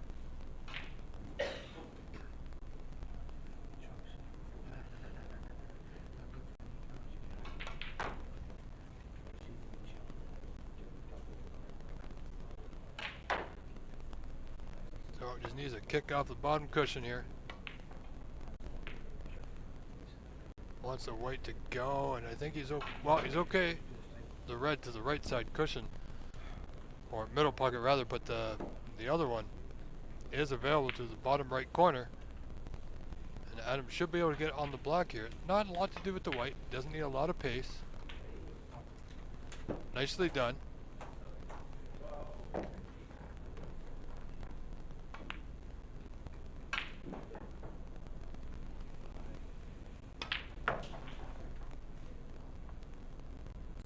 Got reds waiting for him. Won't be bothered about the one on the bottom cushion just yet. He won't even be thinking about it at this point.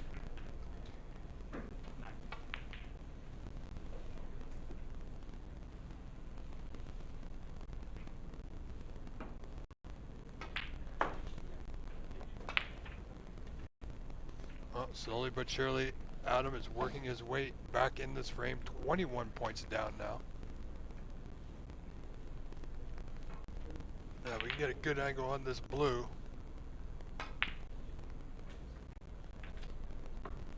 Well, I believe he was trying to get back on the block there. That was a big ask. I mean, the blue is still on to that left center, but the pink is going to be in his way for position on the last red. So, good, well played snooker, of course. Goes a long way in securing frames when you're behind. 20 points down, 1 red.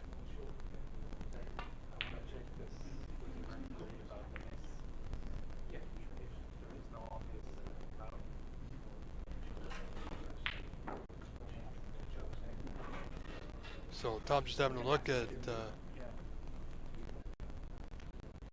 see if there's an out, but if it would be called a miss.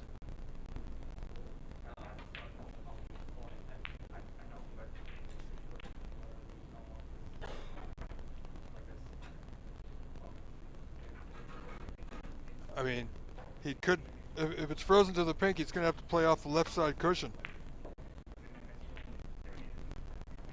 He's got to make an attempt.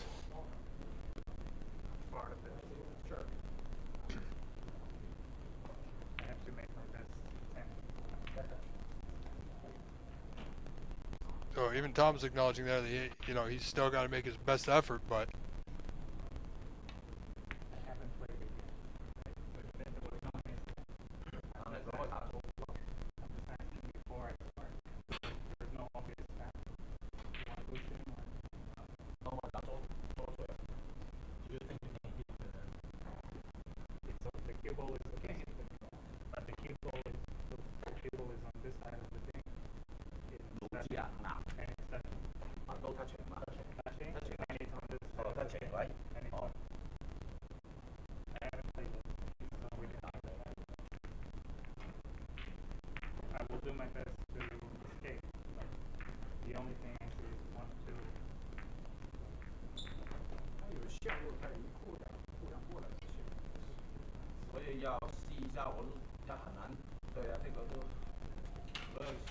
so depending if it's direct line, he's gonna have to play off that left side cushion.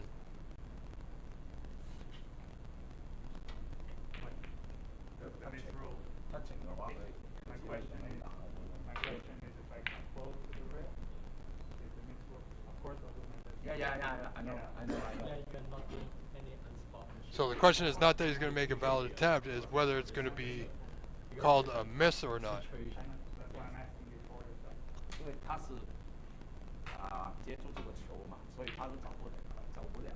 Can't go forward, can't go back, so he's got to play left.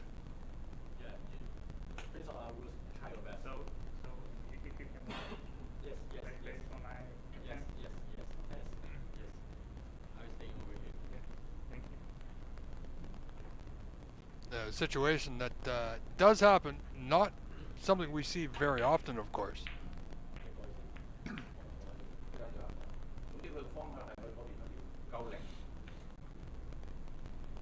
It's almost like Tom has to play the white right into the cushion.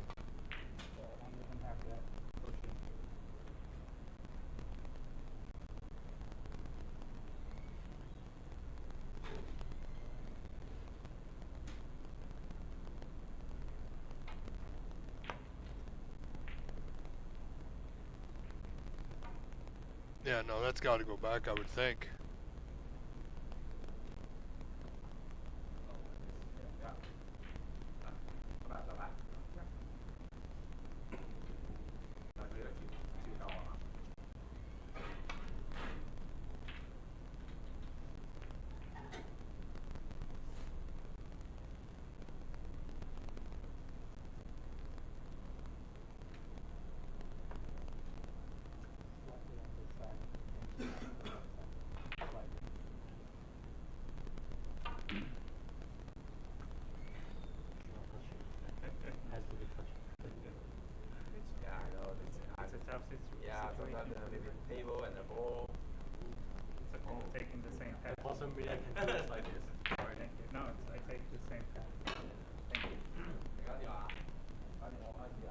So fair play to Tom.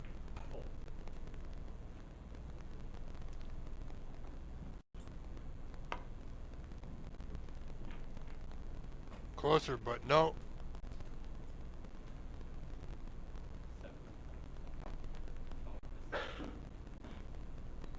And a miss has been called, so again, white's going to go back. By our tournament official here, Kyrie.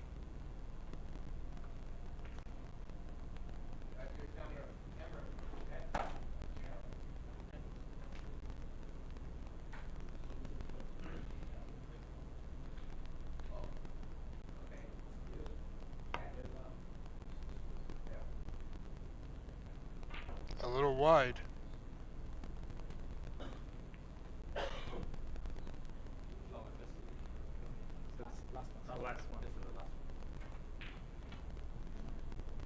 Okay, so the foul and miss rule, we just found out there's a limit of how many times it can be called a miss. That the white can be put back, and I believe it's, well, 3.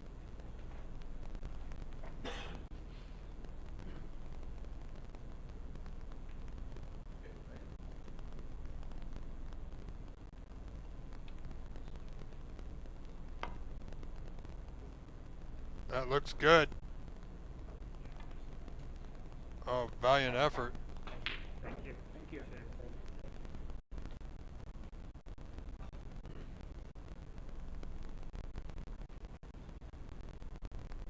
So there's the difference. 1 point separates them, folks. 47-46 in favor of Tom Lamore.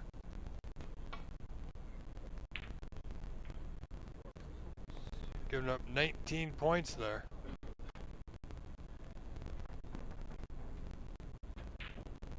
Once again, thank you to our sponsors for helping out with this year's event. Zing Pi, Omen Q's, Jet Q, and Arizona Snooker Academy. And of course, the fine people in San Gabriel, California, Embassy Billiards Club, Stephen Wong and Kyrie, for once again bringing me on. Truly appreciate it. And it's an absolute incredible time that we're having here today. And it's only halfway through day 1. Not even halfway. So we still got a long way to go today. And 2 more full days coming up.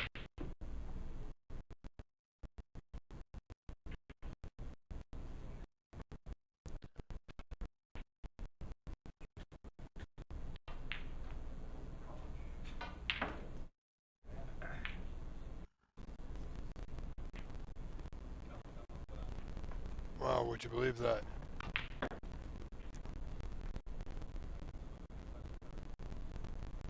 Another foul puts Adam in the lead, and now he's got a free ball to, as well as a bonus.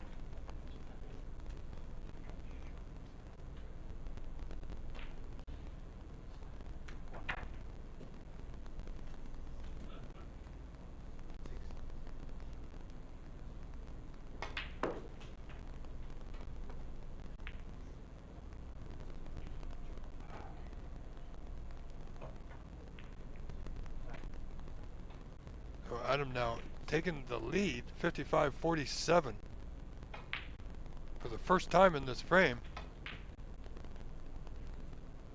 Wow, you really need to capture that red. Is he going to get coverage? Yeah, he's gotten away with one big one there. How quickly the table can turn. And you see Tom, one of those players, using the graphite cue. Oh, he's not going to foul again. Look at this, folks. Almost. Kibo seemed to just die off that bottom cushion a little bit. Thought he was going to get right in behind the pink, and that would have been a treat for Tom.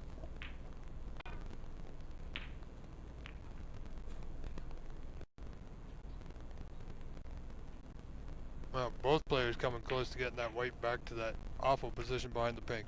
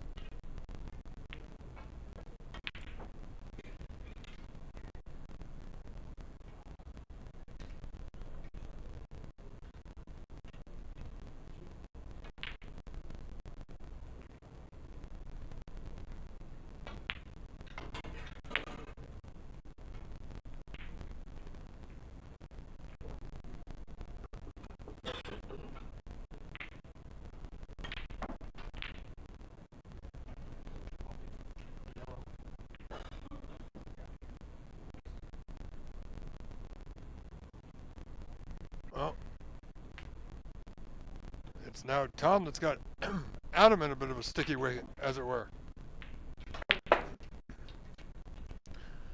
Well, ladies and gentlemen, I've been mentioning this event for a couple weeks now, so thank you all for being here. And as just a note, coming up this Sunday, I'll be bringing to you live on the OBSA channel from Burlington, Ontario, Shooterville Snooker Club. It will be the OBSA Ranking Event 3.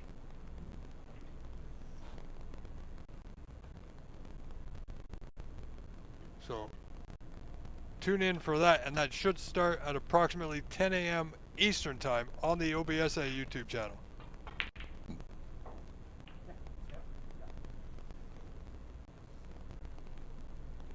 So I gotta tell you, most of these points scored by both players have been from fouls.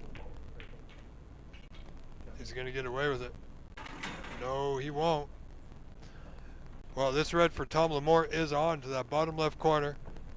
Should be able to have enough angle to get on the black. If he plays it right, could be smooth sailing. It appeared to be rather straight. Well, to us it looked like he had a slight angle, but you know, the players have the best views, of course.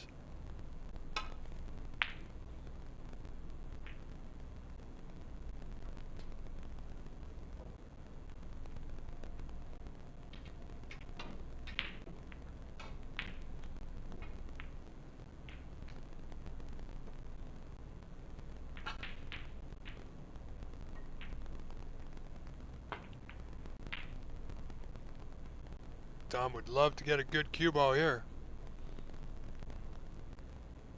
Well, he's not so sure about the cue ball. Well, he's gotten a good one there.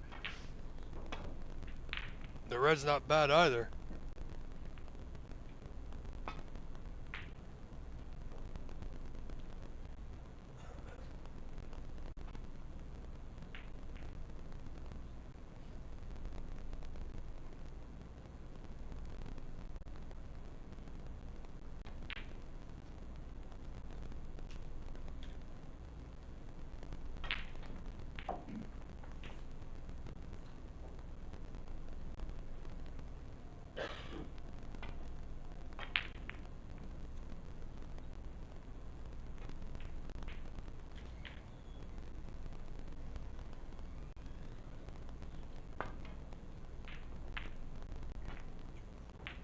Oh, good, Rob. Look at this. He's got the return. But it should be easy enough. A little bit of right-hand side. A little swerve around the pink.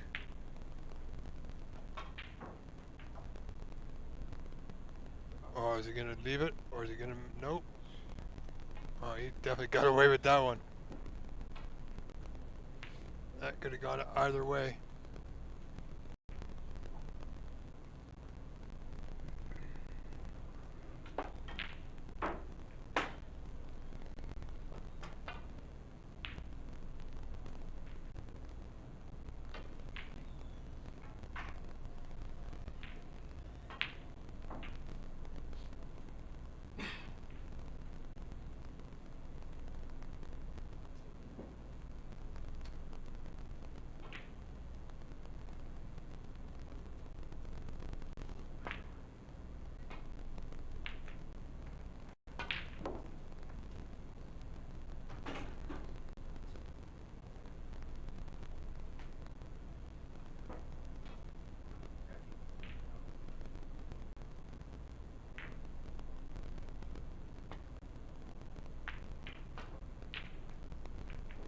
Look at this shot Adams played.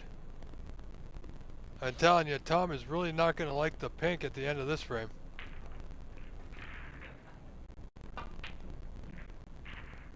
He's seen more of the backside of this pink than I think he cares to.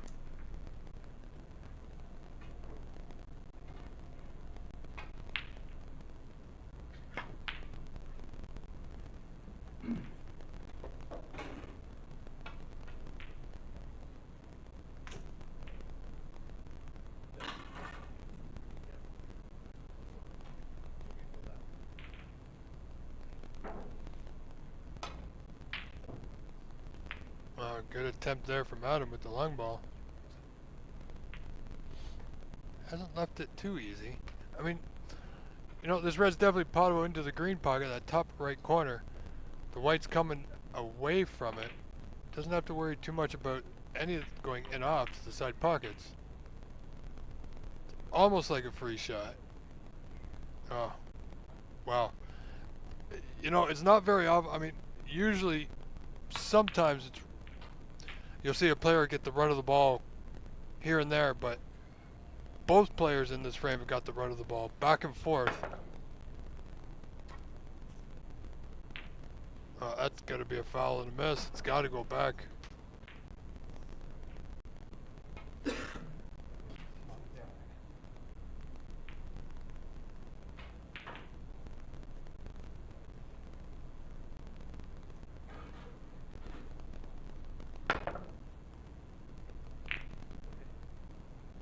Nicely done. So this frame with that foul all tied up 55 apiece. This is the first frame best of 3 in this group stage match.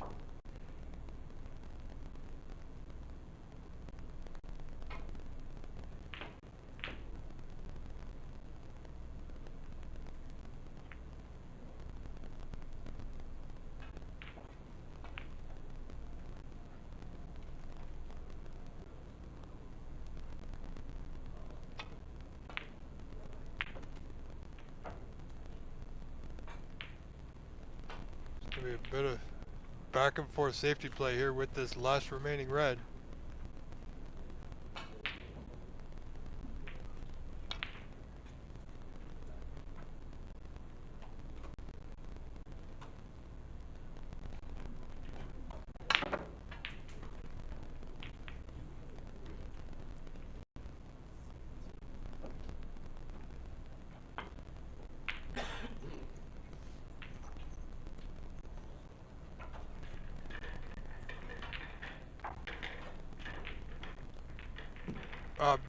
Playing into a cushion is not a double hit because, I mean, it could be a double hit if you double hit the white, but it's not automatically a double hit. And where that white was, he wasn't frozen to the cushion, he was only frozen to the pink.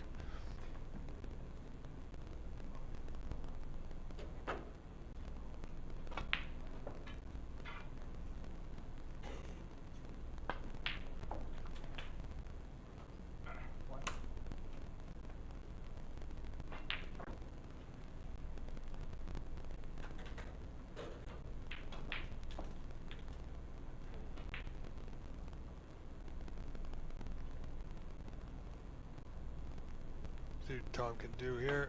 Can he get on the yellow? Nope. Good effort. Didn't have a really quite the angle, but look where he's got now. Likely, I mean, if he can just stop the white dead cold, he's going to put Adam behind the pressure again.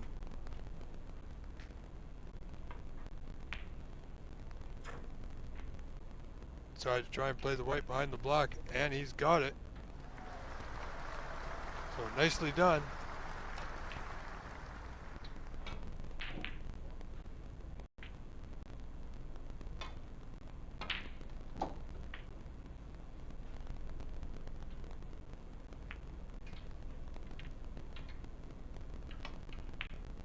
White will go back.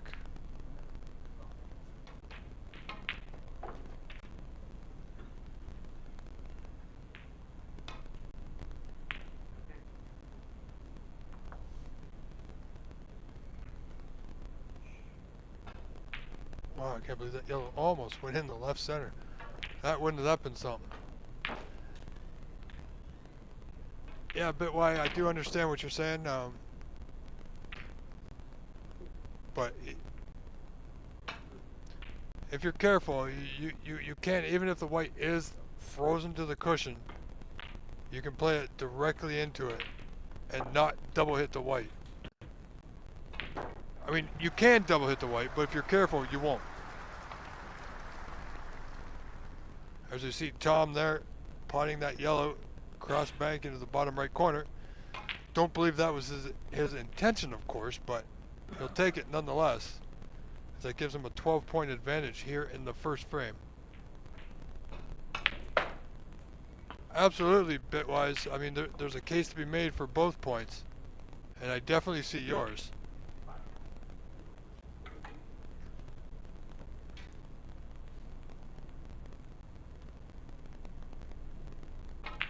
So another good pot from Tom. 15 in front, just requires this brown, quite hampered over the black. Risky that was, but came out okay in the end. So Adam needs to be a little cautious here.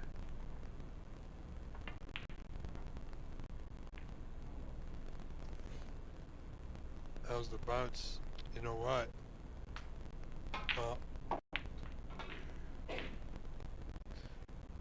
Adam may not like his next one, by the looks of it. Could be snookered behind the pink here. That brown back up in the bulk end.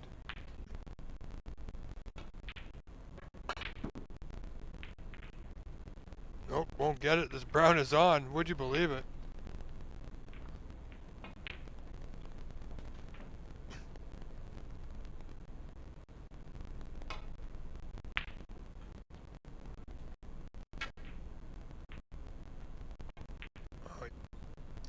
Adam didn't like the pot, didn't get the pot rather.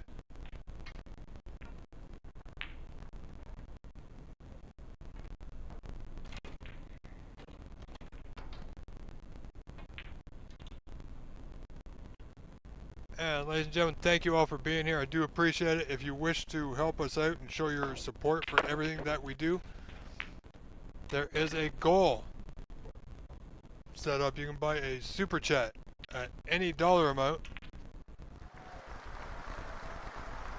Or at the bottom of your screen, there's a white box with an S in it. If you click there on the OBS at YouTube chat channel, you can purchase a super chat or super sticker to help show your support and appreciation. We thank you very much for being here. As you see there, Tom did pot his frame ball. It gives him a 19-point lead with 18 remaining. So, of course, Adam will come back to the table. There'll be no snooker on that attempt.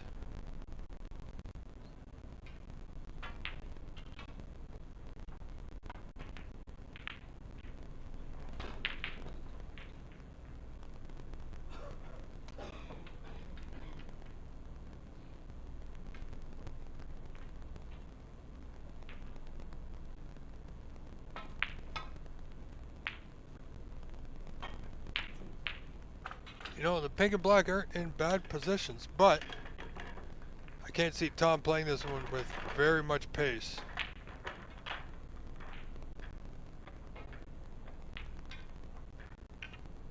Because if he doesn't pot it, it's going to be coming right back down the table to the pink and black area.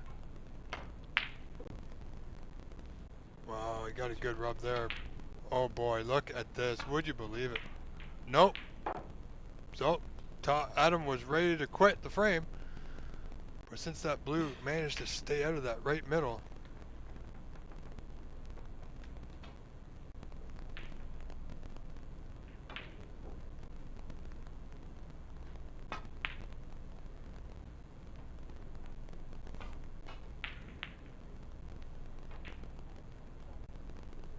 I was surprised on Tom's last attempt at the blue in that top right corner that he played it with that much pace.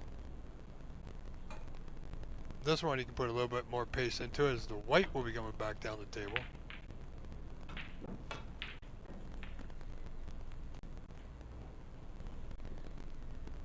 Wow, look at this opportunity. If he can get it past the knuckle of the left center and avoid the double kiss. Now he's got a shot. You know, snookers are difficult on its own right at times, but when you're playing a snooker, you kind of want to use the cue ball. When you got to get the object ball behind, that makes it even more difficult. So much so that Adam didn't even take that opportunity. Because he knows that given the opportunity, he's got to make it a good one.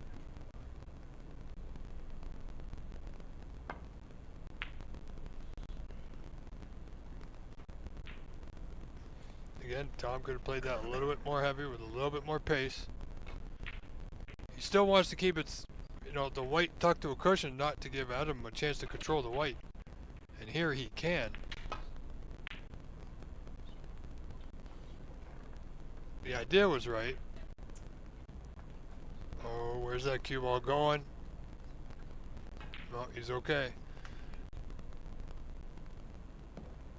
Adam's got to be thinking to get that blue in or over a pocket somewhere.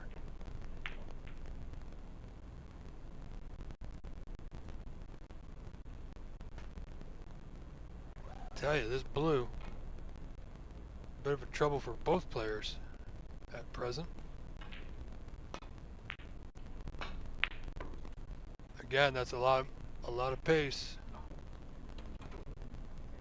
Would you look at that crowd? Oh my.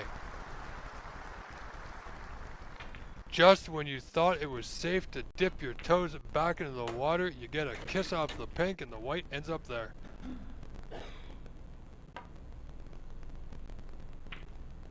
Alright, good hit. Deserved to hit that. Wasn't expecting to be snookered there. But now, Adam's got the blue on the right side of the table.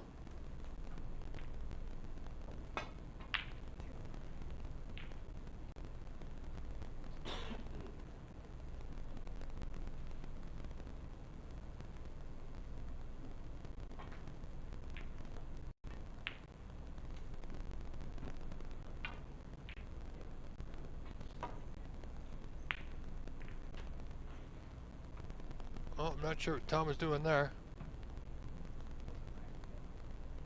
Well, it's not a bad spot. Can't see much for Adam. Might not get a snooker, but he needs to get it safe. Yeah, that's gonna end the frame right there, I believe.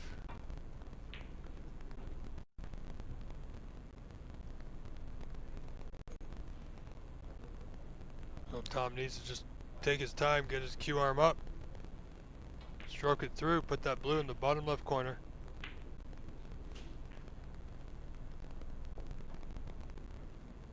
Frame conceded. So frame one goes to Tom Lamore, ladies and gentlemen. Stay with us. We're not cutting away. We'll stay right here. Frame two coming right up.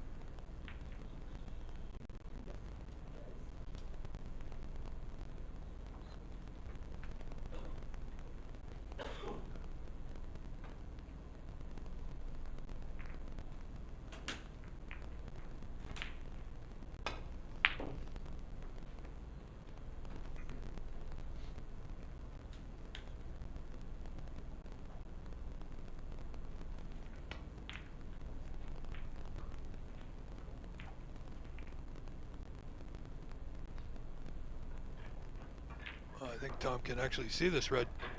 You know, you might be able to cut it into that top right corner.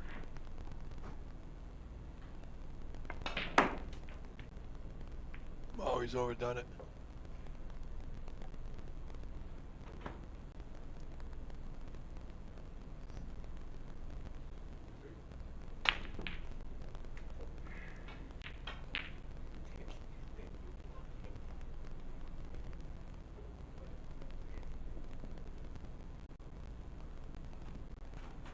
So it's a thin one, but it's right over the pocket. Wow. Surely he didn't expect that from Adam.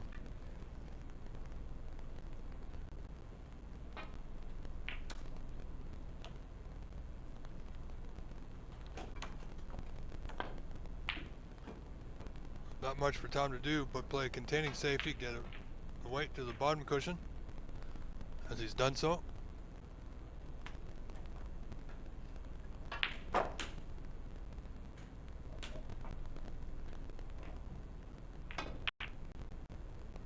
Well, the reds are going to start to open now.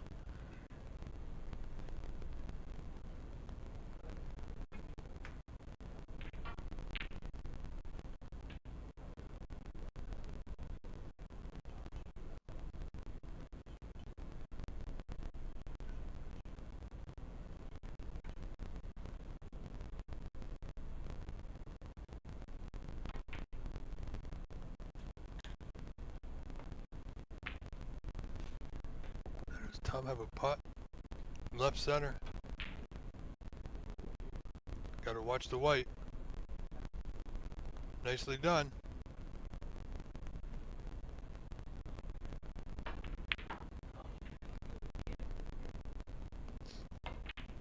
Blue to right center. A couple reds in the bulk end he can play for here. Wants a little bounce.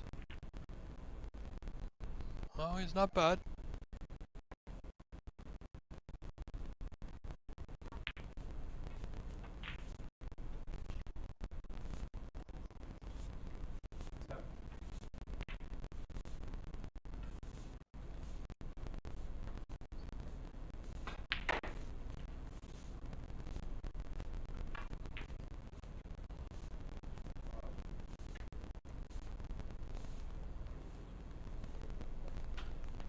A little bit of a lag there, folks. I do apologize. Keeping an eye on that.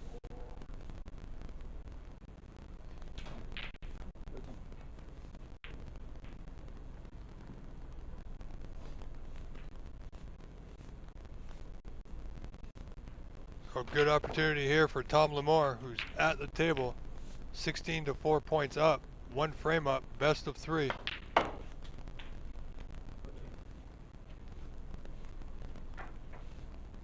You know, with that angle, he could have played for the pink, gone off the bunch of reds, opened a few more up. Didn't need to do a lot with the white. As it stands, he's still in position here on the blue, to right center. Needs to come all the way back down. He's gonna make it.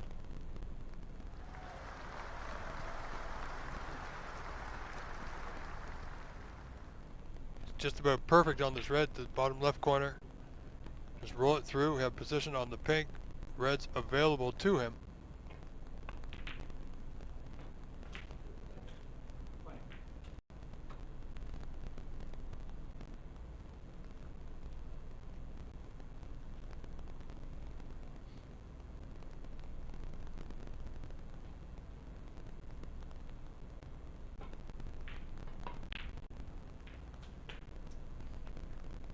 Yeah, a little heavy.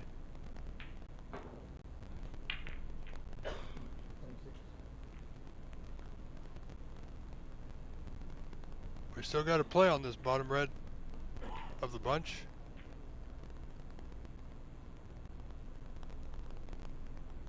Might be better off play with the up for the blue here. 27. Now does the blue pass the green? Not so sure it does. It'll be blue to right center. And it's thin. It'll be hard to control the white though. One thing he can really do is manage the pace.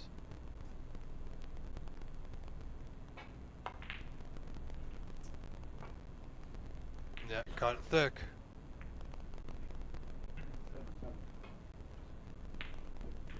He's left a possible putt for Adam.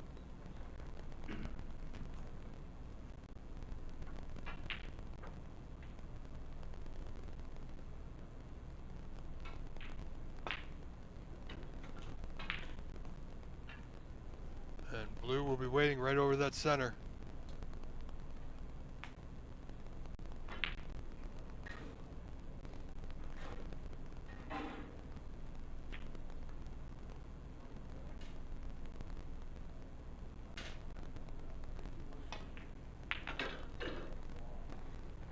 Wow.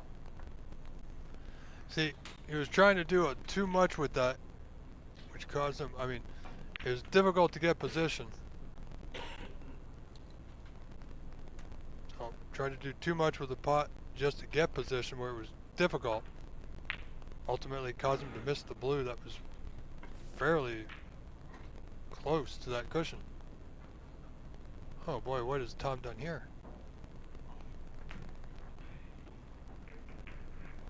Wow. Surprising.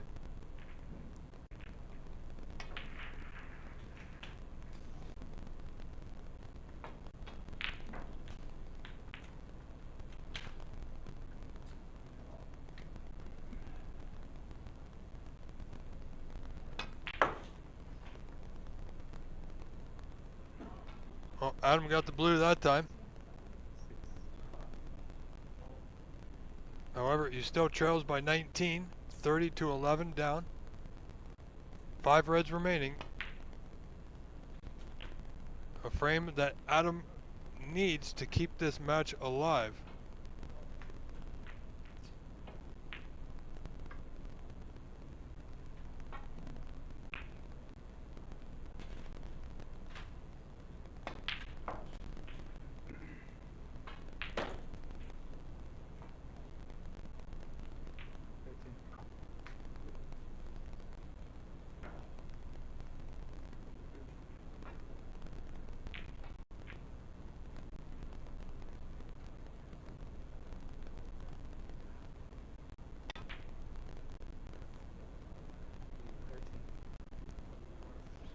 Well, he's now within 12, so he's still in it, keeping it close. Sometimes that's all you can do. It was a miss, a near miss. But with only one open red, 3 other reds are well, they're on the cushions really.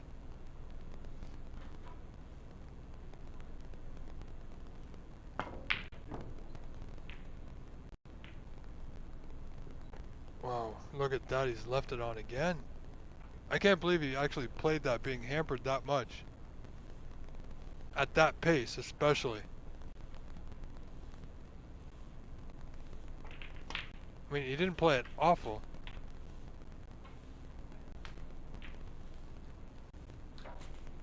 Could have played it better, but he didn't play it too bad.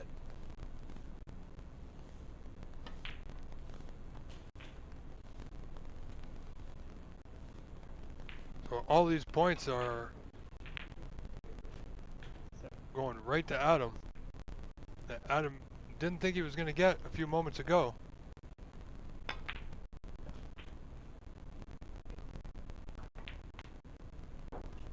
He's now made it a 4-point game.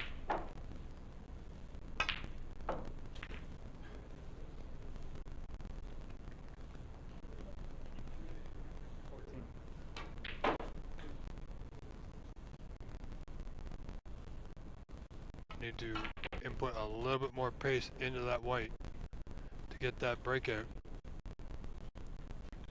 And instead, no, that red will carry right to that top cushion. I think Tom was going to have to play off the right side of it or play the red near the left corner. Hasn't even looked at the red in the left corner.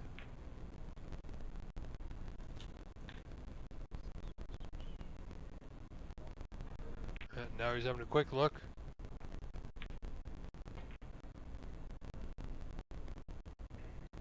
He's got to catch this one on the right side of the red, super fine, super thin, to get the white out of there.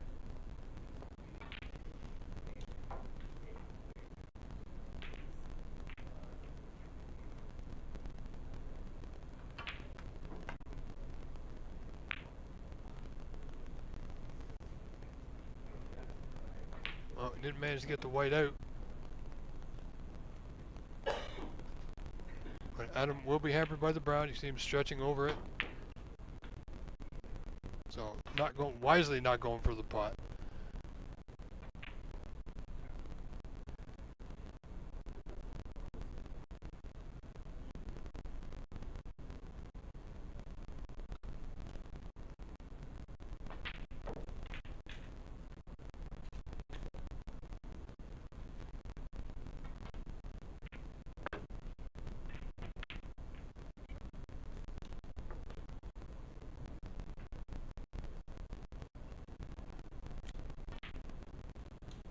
Good out.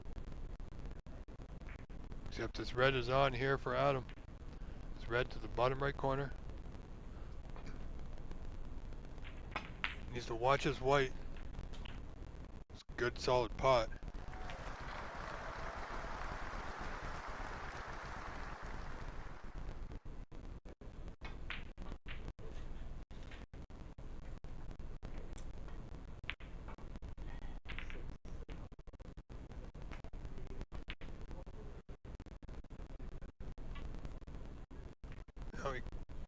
Now that white's going to travel. A little bit of a slow lag here, folks.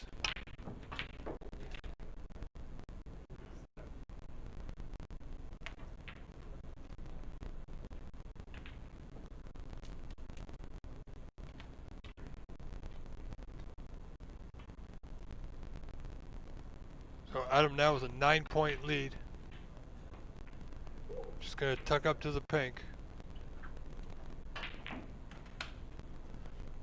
So Tom back at the table, 9 points down, of course, 27 remaining here in this second frame.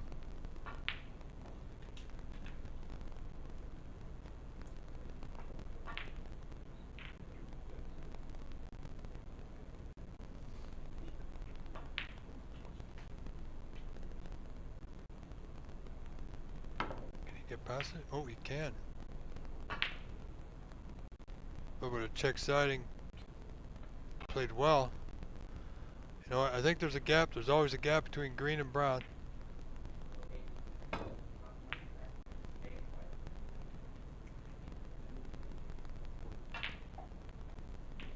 Wow. You know, if Tom can see the left edge of this, you know, he might be able to play the pot, but get the white back up to the bulkhead.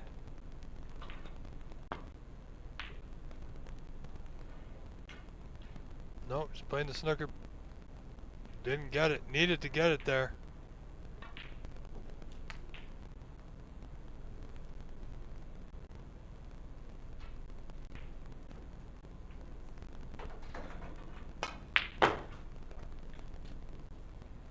Well, solid pot.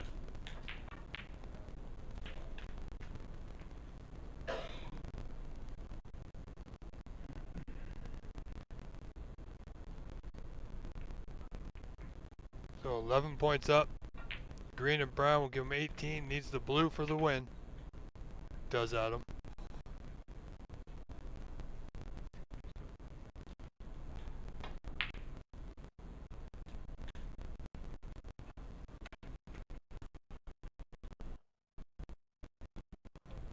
A little bit of a slow lag, folks. I apologize.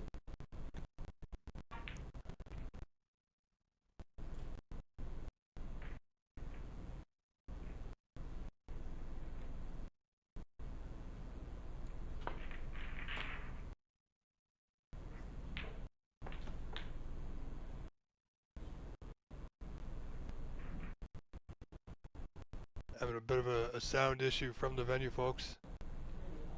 We just have to be patient. It should catch up with itself here in a moment.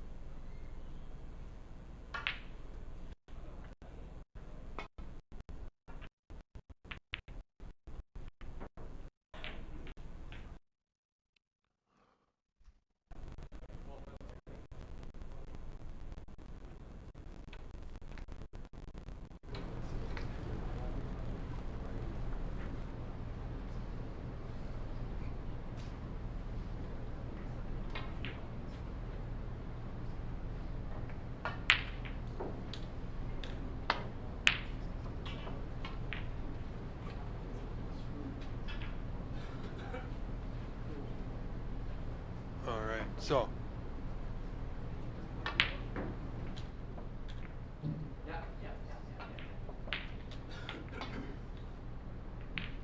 A lot of safety battle going on here, folks.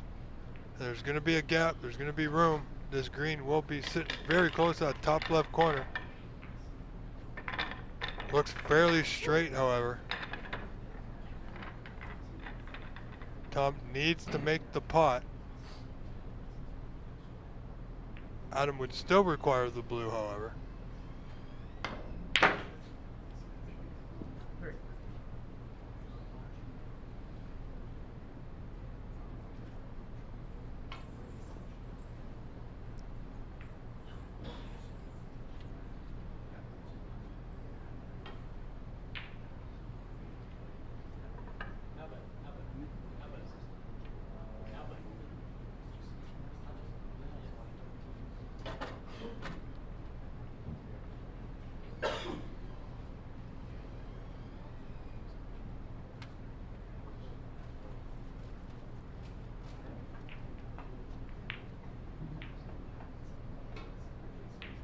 Not much time to do there. Didn't have a pot on, so just getting the brown into the middle of the bulk cushion.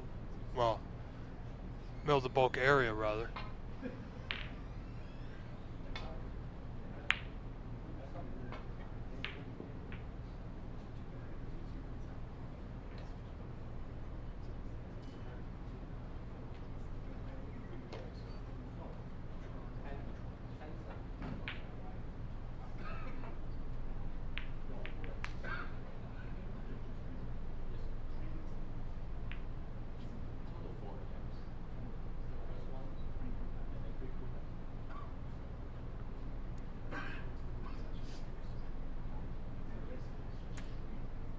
I believe he's got a snooker here on Mr. Lamar.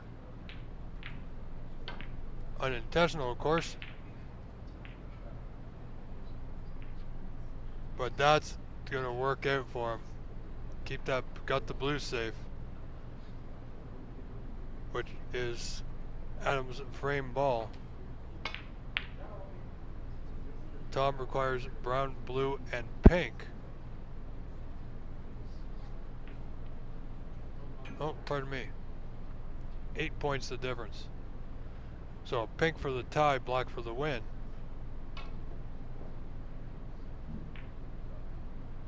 Tom's got a bit of work to do here in this second frame.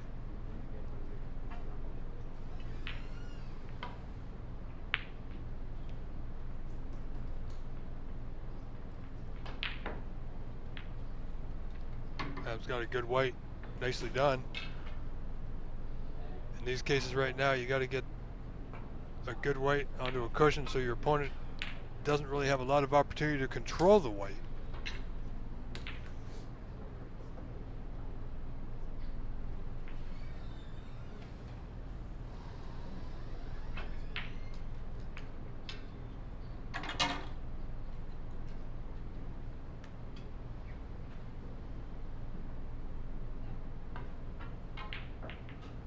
Wow, this brown's going to be very close to that top right corner.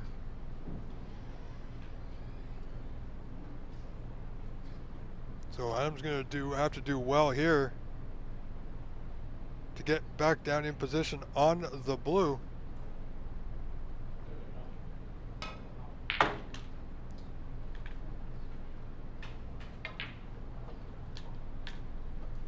See, a lot of players play that with topspin, thinking they're going to go forward, but when it hits a cushion, the cue ball generally dies. So if they play it with bottom, or drag, get more action out of the cue ball.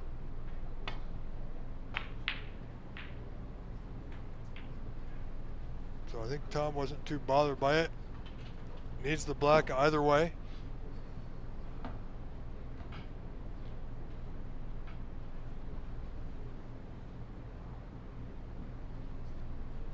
You know, it's a little crazy to go for this blue in the bottom left corner, but if he does, and if he gets it, it's going to be a match winner, of course. But I can't see him going for it here. Play the white behind the pink off the left cushion.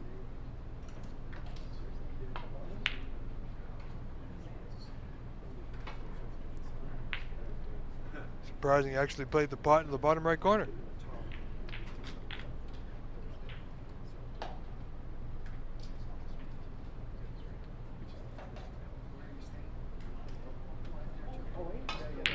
Wow, when you play at a pace like that, you really don't know where things are going to end up.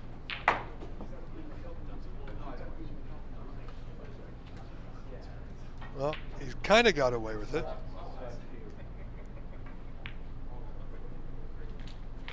Tell you, when you take a shot on like that, leaving it into the hands of fate.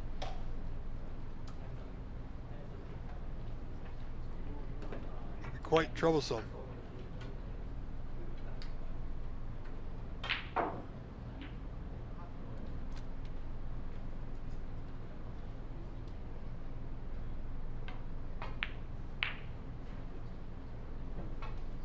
Wants the white to stop. Well, let's see how close that blue is. I don't think it's on the cushion.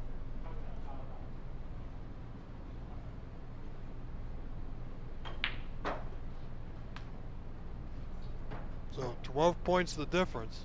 This is frame ball for Adam. This blue is sitting right over that top right corner.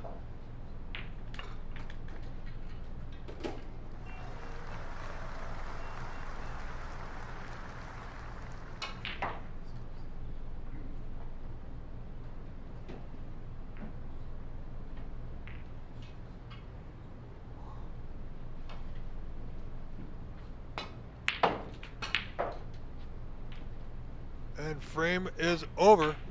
So frame 2 goes to Adam, who's now tied this match up 1 frame apiece. So we have a 3rd frame decider, folks.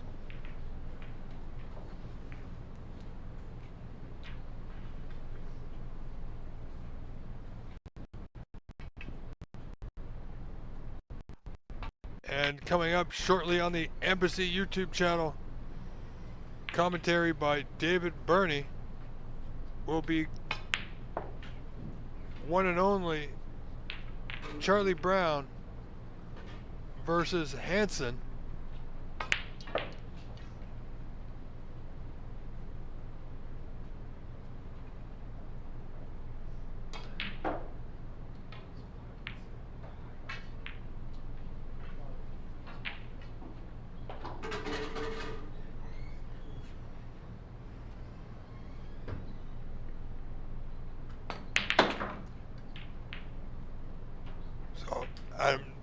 Thomas stepped away for a moment.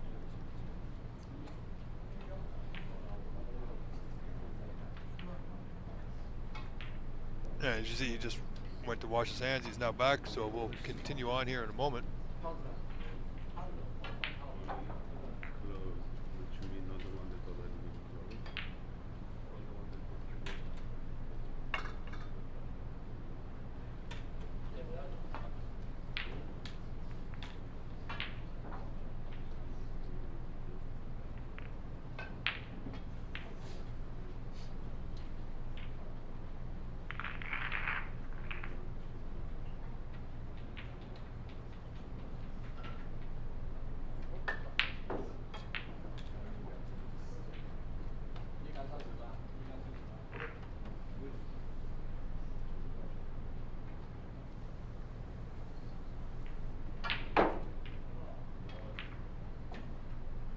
Well, here we go.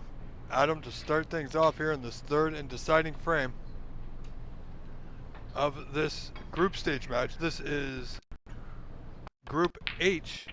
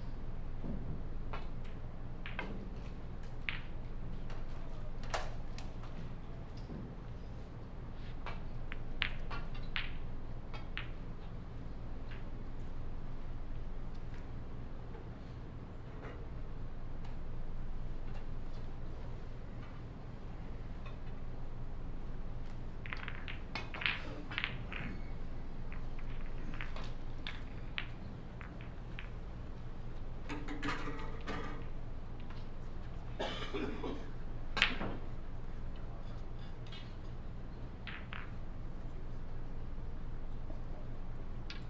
we've still got several matches to go, folks, for the day. So if you're just joining us, welcome. I'm your host, Rob Richards, and we are live today from San Gabriel, California at the Embassy Billiards Club. This is the 2025 Embassy Snooker Open. Thank you to our sponsors, Zing Pie, Omen Q's, Arizona Snooker Academy, and Jet Q, who've all come on board this year. We'll be here all day today from the first ball to the last ball, tomorrow and Wednesday. So today, tomorrow, Wednesday, and Wednesday we're going to have a winner.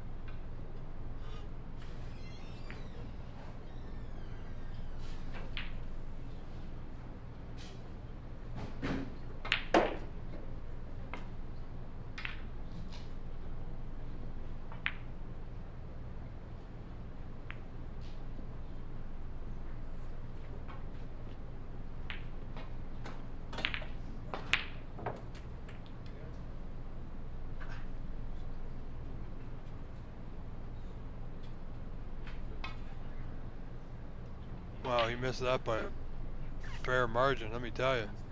Definitely going to go back.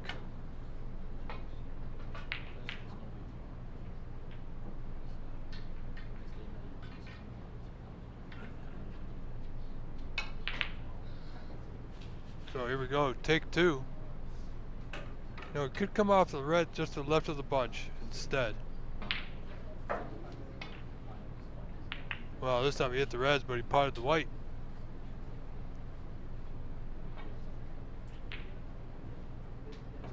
Tom will take that 8 points with ball in hand. Nothing on, but a good opportunity to put his opponent, Adam, in a bit of trouble. I'm sure it's not the start to a third and deciding frame that Adam would have liked to see, but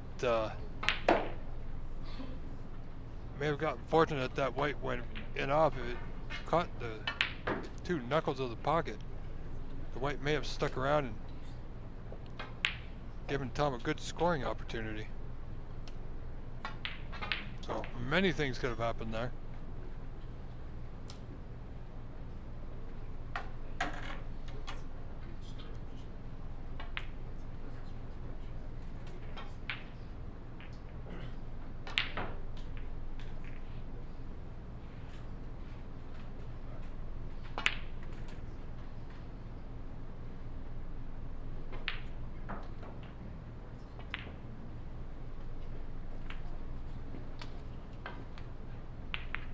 Not much for Tom to do. He's got a good white. He's going to get coverage on the long red. I think he will. And he does, so nicely controlled white ball there.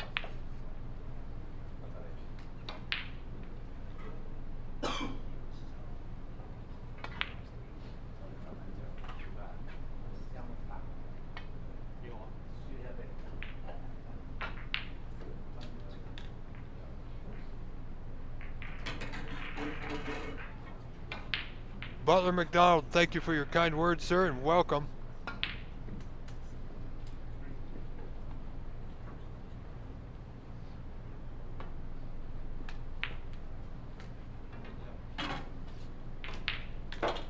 Bitwise, I am not actually in California. I'm still in the GTA here in Canada.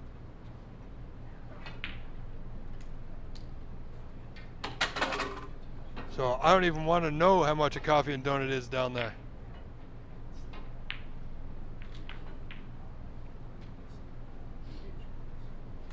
Wow, good pot there by Adam.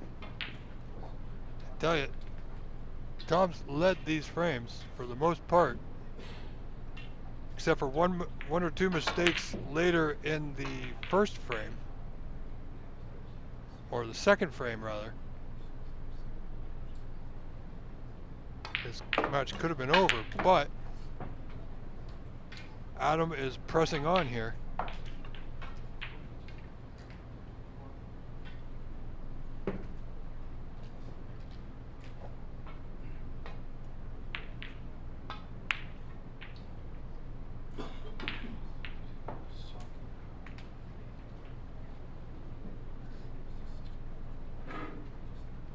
BT Wise, thank you very much, sir. I truly appreciate it. Very generous of you, sir. Thank you very much for your support.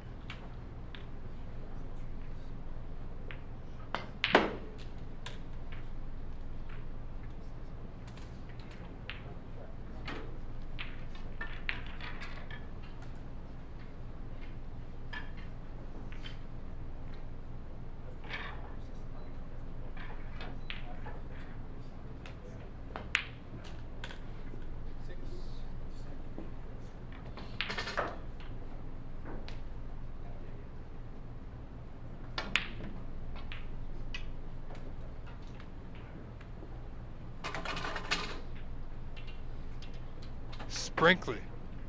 Well, we'll see. I'll definitely look into that.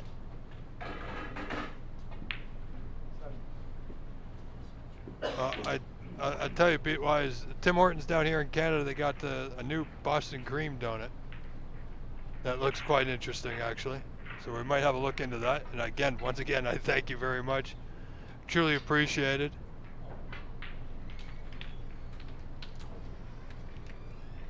Anyway, I wish I was in California because it's bang cold outside here right now.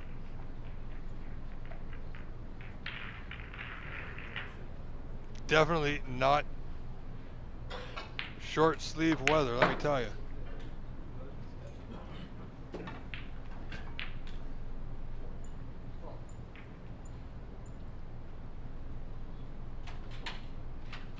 Yeah, it's like a Boston cream donut. It's like a white donut, like a vanilla donut with Boston cream filling and like a biscotti topping. Something like that. But I digress. See, now I want one. Anyway. Perhaps after we're done streaming, I'll take a little bit of a stroll down the street. Stretch the legs and go there, so make use of that. Thank you.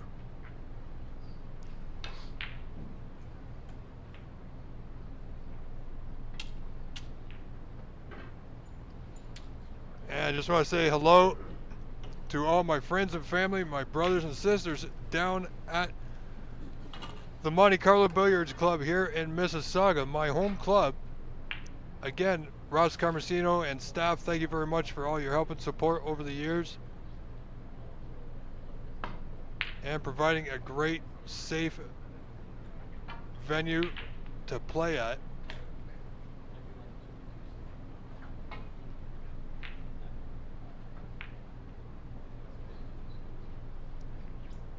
Another 6 bits? Sure.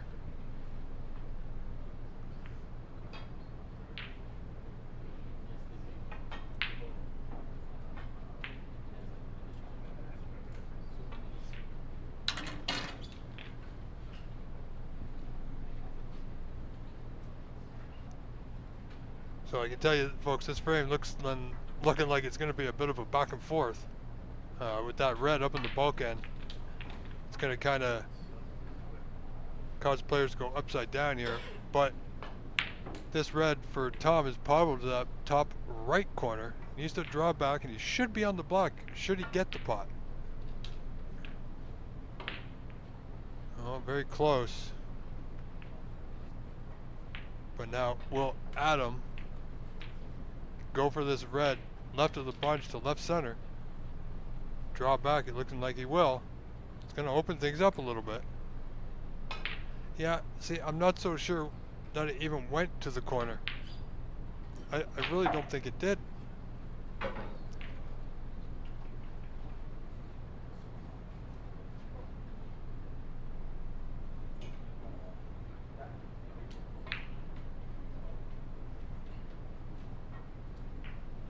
So here we go. Tom up 20-4, looking to build on that here.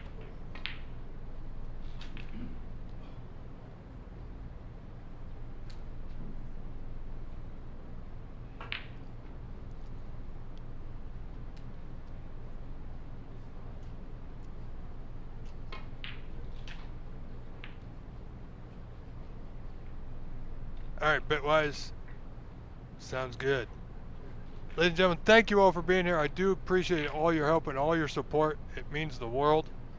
I do this because I love it, but I also do it for all each and every one of you. It's a lot of work, but if I didn't like doing it, I certainly wouldn't. I'm truly committed to bringing you the best possible stream with everything that's given to me. If a match goes down, if a match finishes, I look for more to bring you more snooker action to keep it rolling until we have nothing to give you for at the end of the day, pretty much.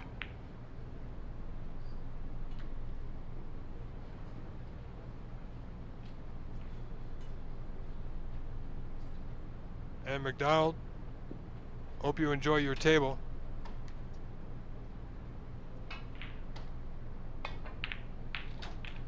Oh, look at this. He got the black out, but he's left a red over the left center. Things are not going Tom's way, or Adam's way, rather. Tom needs to put a good contribution together. Would like to see him well, I'm sure he would like to see himself put the frame out of reach. Is that white going to make it to the blue? It's going to be tight, and it will.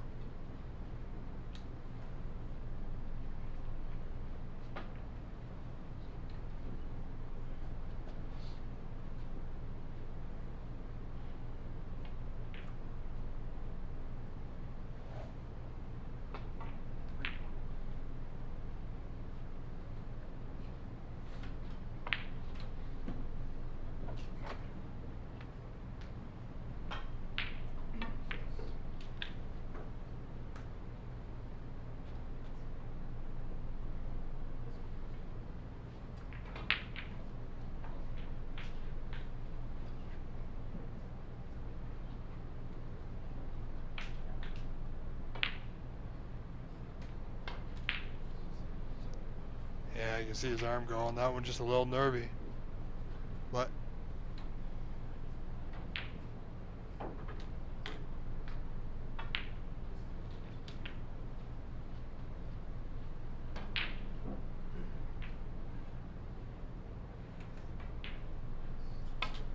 wow, good putt there by Adam.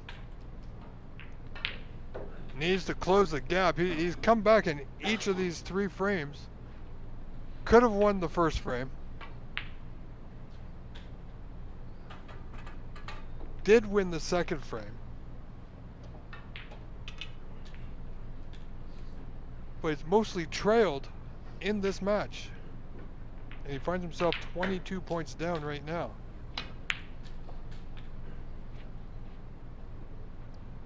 So 27-7 now, 20 points down.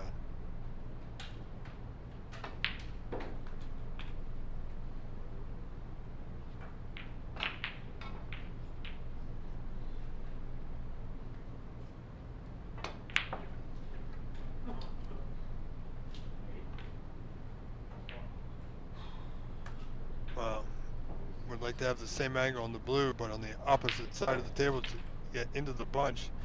He can still get there from here, but he's going to need a little right-hand side. Come off a cushion or 2 into the reds. Yeah, he doesn't want the break now, and he didn't. Kind of poked at that one. Those ones there, you got to make sure that you stroke them well. If you don't go through the white, as Mr. Galletti would say, you're not going to get the pot. You got to go straight through the white. Concentrate on the pot first and foremost, because if you don't get the pot and the breakout, there's no point. So Adam really needed to make the pot there first and foremost. Could have secured the points, played safe, and wait for his opponent to bust them out. And he's got a decent safety game, does Adam, so he needs to think a little bit more about what he's doing.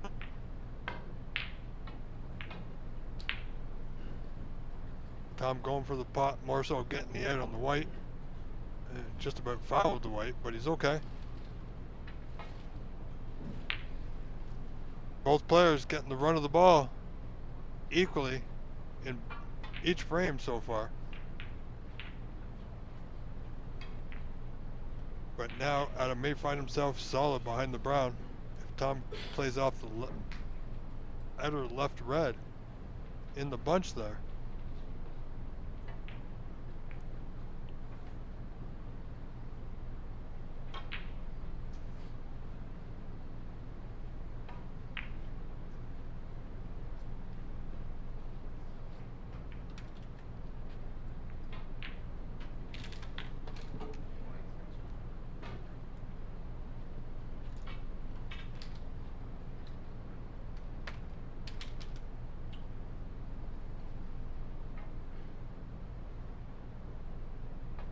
Adam, a little hampered here. Difficult spot to be in. Oh, and that red is just held up. Last time he played that, he pushed the red right over the left center bag.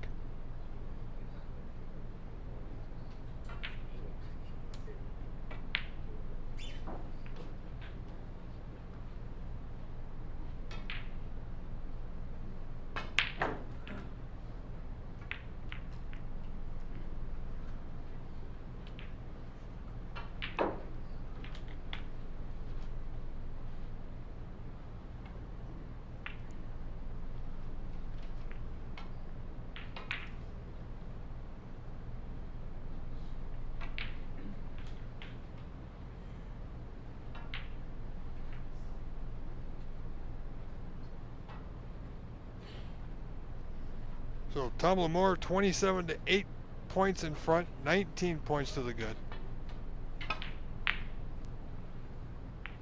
You know, I'm not sure what Adam is doing with the white on that side of the table. Could have played it without the siding and been closer to the yellow-brown area.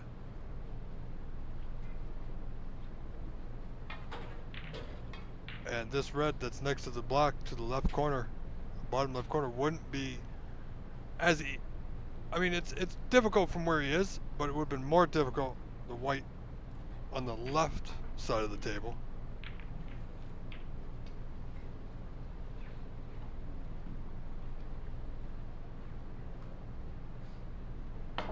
Oh, big attempt, big swing. And black is in play. Adam's got a great opportunity here. This is the chance that every player is looking for in a frame when they're down, or not.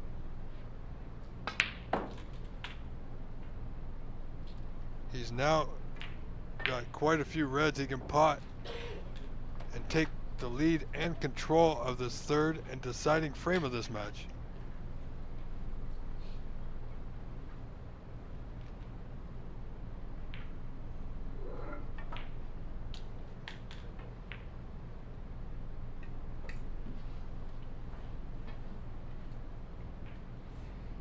Yeah, this is I bet he did, but I tell you, this is a big moment in this match for Adam, that's for sure. His fate is now under his own control. He's got to forget about the points.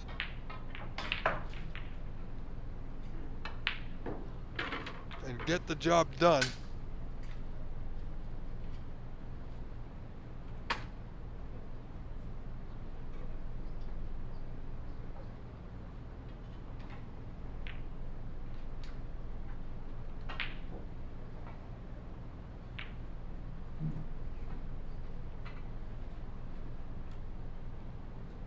Oh boy.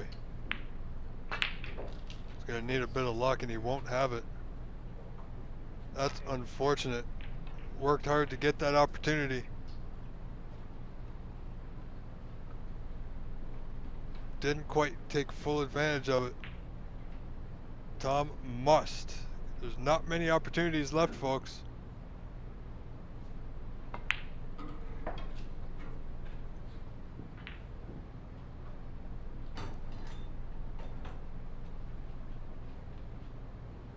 Position here for Tom could have been much better.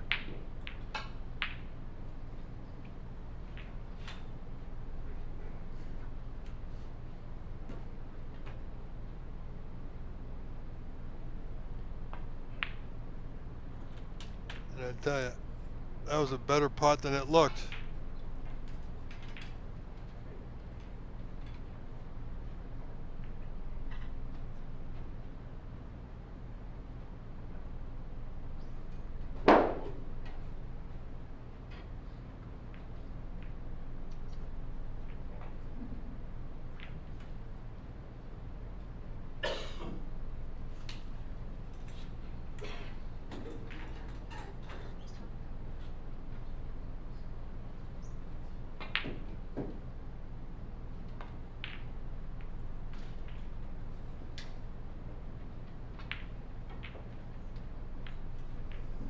See what Tom can do here. Certainly overplayed that one just a little bit. But still got a putt at it. Needs to float this block into that bottom right corner. And it looks good.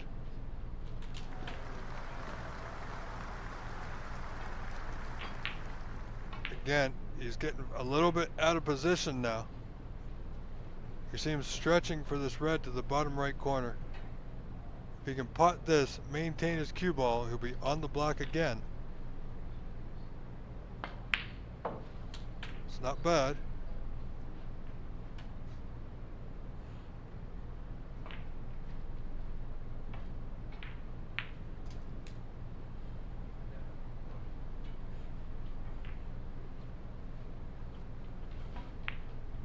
Another good one. Wow. See there, that was a smart play by Tom just to cinch the block. Didn't try and play position, because look at the reds were. And two, the block was thin and difficult on its own. So, chose wisely. Had he tried to play position, it would have made the putt even more difficult. So as it stands, Tom Lamore with a commanding lead, 51-16. So 35 in front.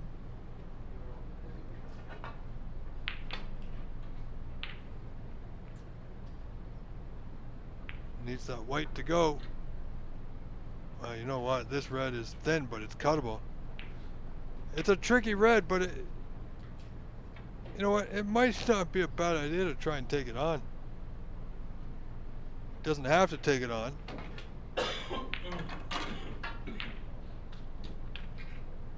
Depends on the exact angle. From here, it might look possible with a touch aside.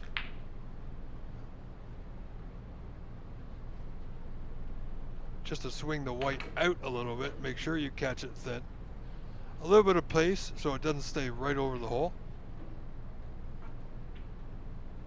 Yeah, see, he doesn't like the long ones either. I think he's got to play this one red in the bulk end. Either he plays it in or he plays it safe.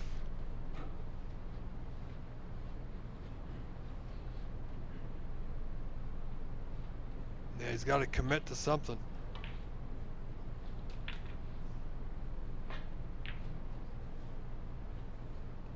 Yeah, good choice.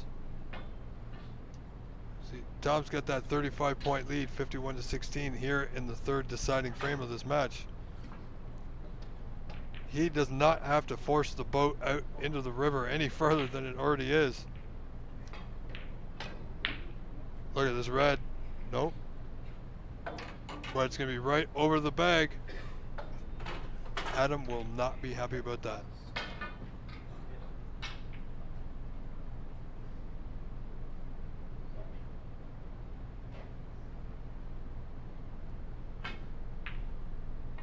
Two reds open. The two reds he needs.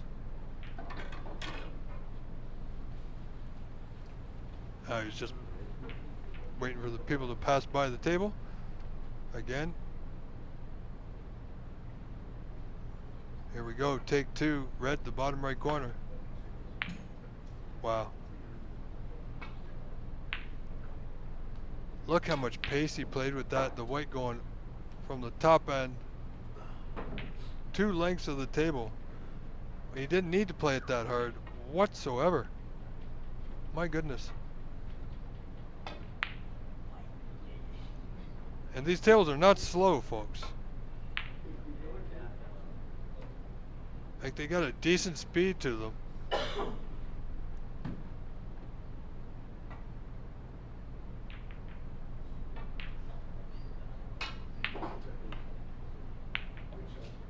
So Tom back at it again.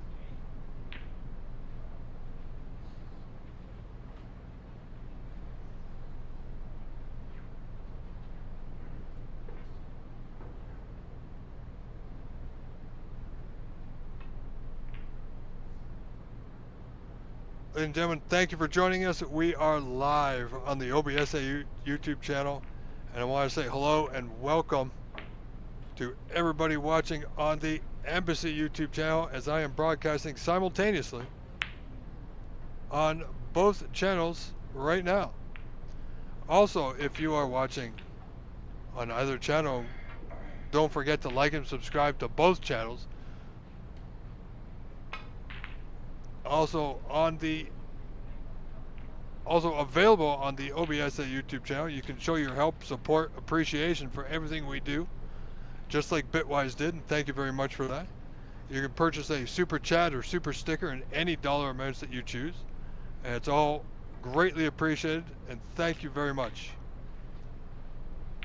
So if you wish to help us out and you're watching on the Embassy channel, quickly switch over to the OBSA channel, make your donation, show your support, and then jump right back if you wish. Thank you very much.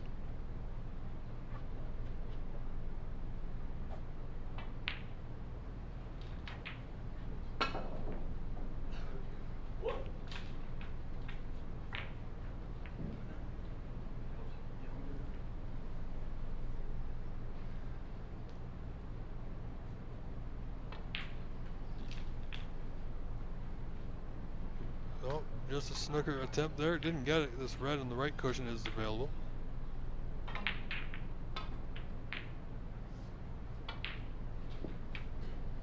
So 36 the difference now. Tom Lamore in front over Adam, doing everything he can to hold on to that frame, or the lead in this frame rather. He only requires one more red.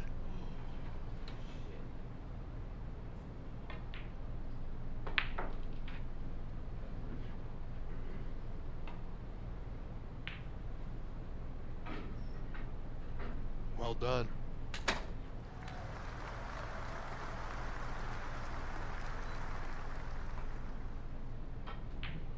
Also, ladies and gentlemen, coming up this weekend on Sunday, November the 23rd, I'll be bringing to you live another stream from Burlington, Ontario, Canada, from Shooterville Snooker Club, the OBSA ranking event number 3. And remember, we've still got the Shot of the Year event, which means if it's on tape, it can be a candidate for Shot of the Year.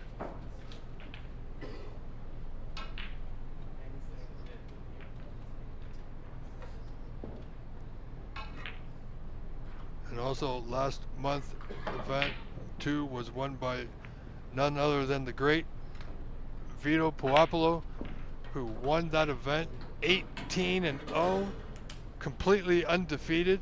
Every match he played, 3-0 victories all straight through, and including the final.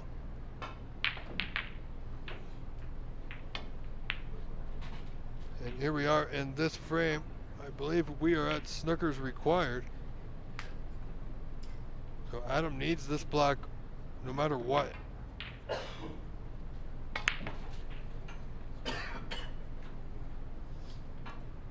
So 36 the difference, 35 on.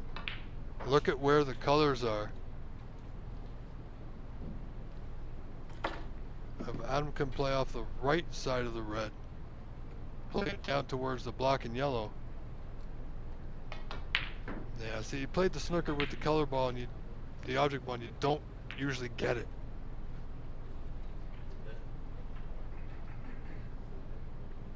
Makes things more difficult that way. Needed to play the white towards the colors.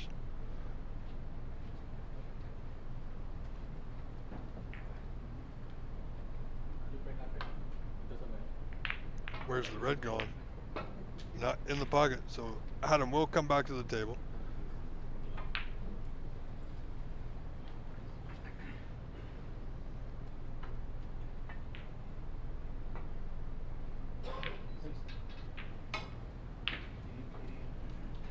This looks good if that red holds up, but it won't. This red's potable. Great attempt. Adam looks up to the heavens, smiling a little bit.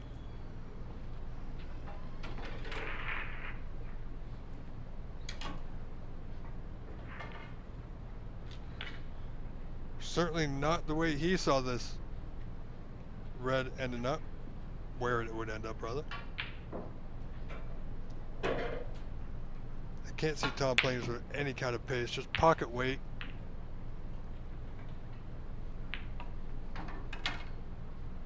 Nicely done. And there you go, frame conceded. So Tom Lemore is your winner, folks, by a frame score of 2-1. So in the meantime, we got more snooker action. However, we don't have anything on our main table, so we are going to go now. We are going to go live to the Charlie Brown match in Hanson, currently in progress, with live with David Burney, folks.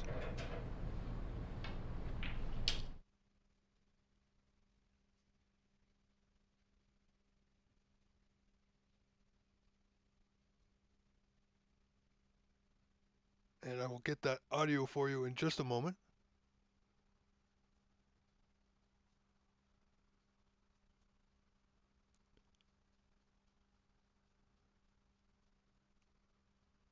Snookered him on 7 of the remaining 8 red balls.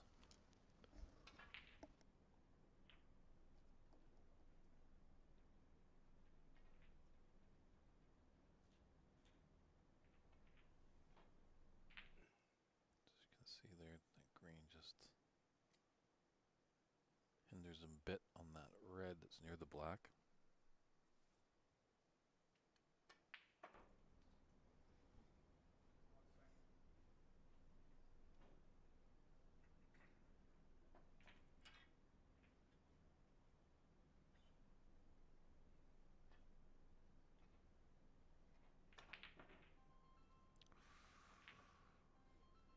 Which it wasn't hit. Maybe distracted a little bit by a cell phone that went off. There's lots of great seating here at the Embassy Billiards Club.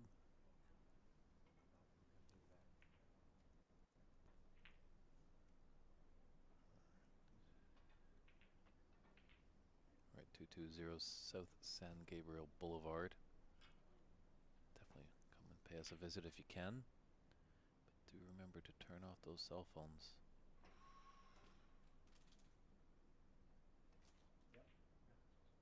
Starting hard, he's just missing it by a millimeter. So attempt number 3.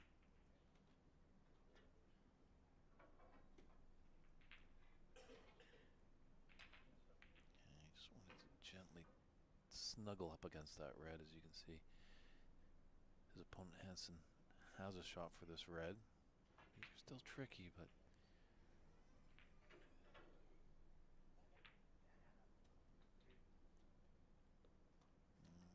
didn't move a muscle until that red ball found home at the bottom of the pocket. Great technique there.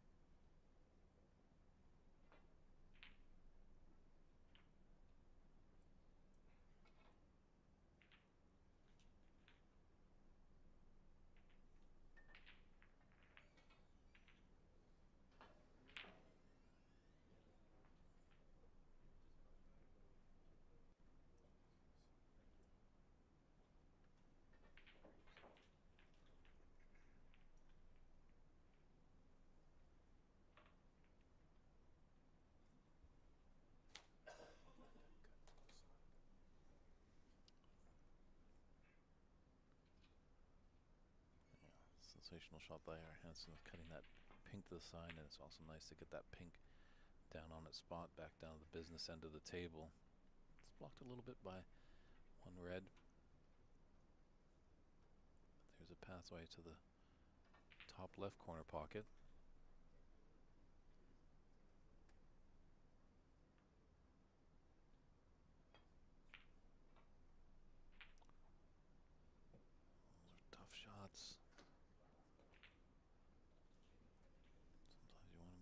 play it a little softer.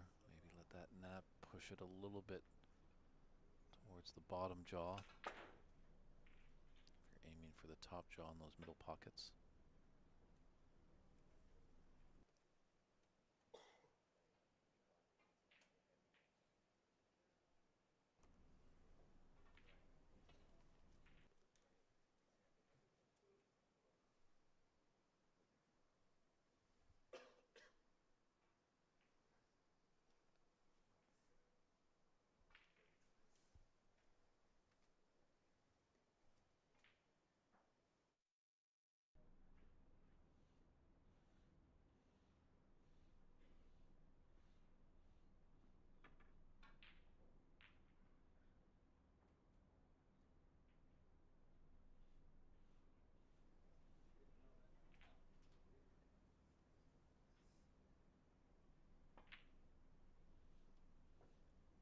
Ooh, that was a pretty big miss there.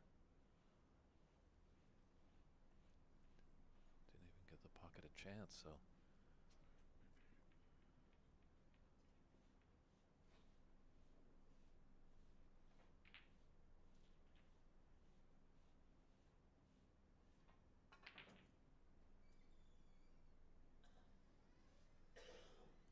I don't think there's a pathway for that pink between these two reds.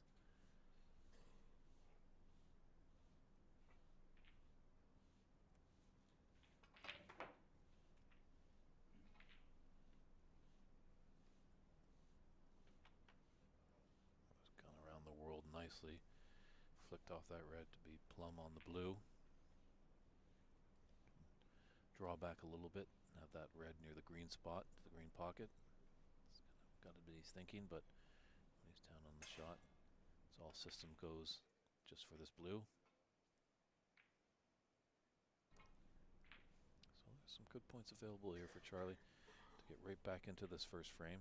It's been a bit scrappy. Both players have faltered a little bit.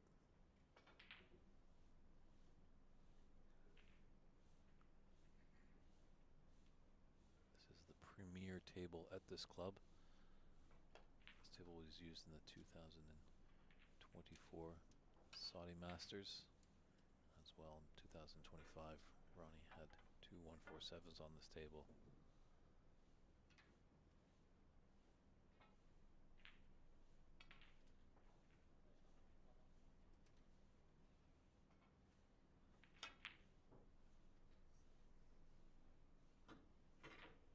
That looks like our good friend AJ, Arsalan Yami. If that's your handle there, Arsalan1229. Things are going well down here. And I'm pretty sure Albert and Charlie are feeling those good luck vibes that you're sending. Anyone else wants to do that in the chat, feel free to put your support for either of these players or other players in the tournament.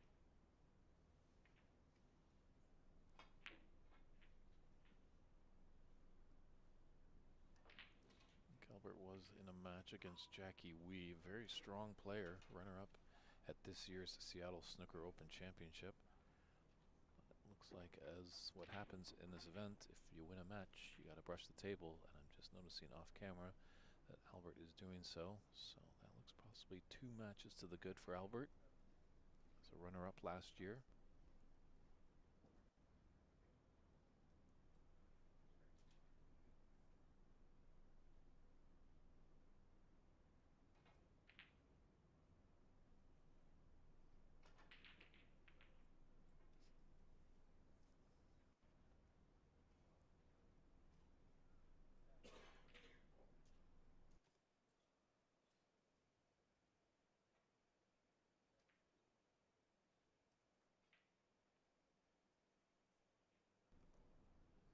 He developed the black too.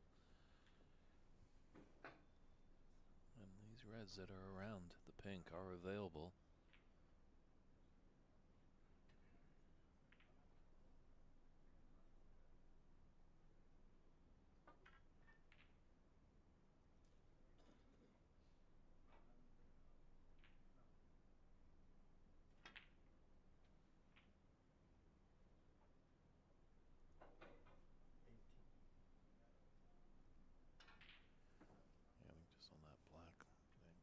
tough. He might have had to put some check side just to straighten it up.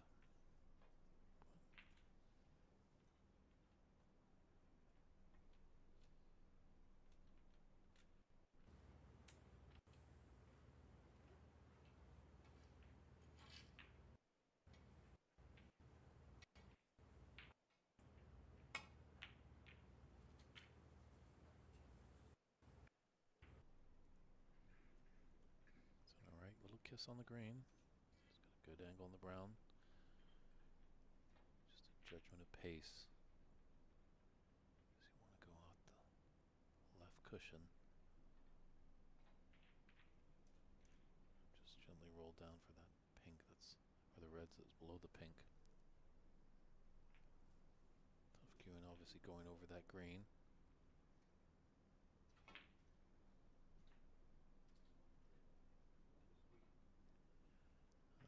Arslan1229 is asking about the draw being posted anywhere. I believe if you're a friend of Stephen Wong on Facebook, he has put up the groups of who is all in each group, but updated results don't think will be updated until the day's end. Obviously, if we find any results, we'll do our best to get you that information. I do know that Renat Danka so far has the high run of the tournament at 86, the defending champion.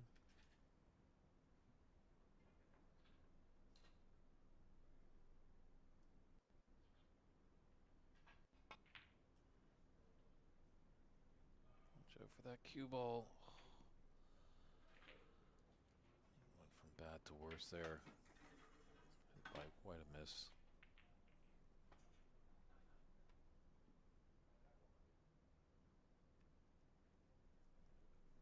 So when the cue ball goes in off, his opponent has the option to shoot from anywhere in the D.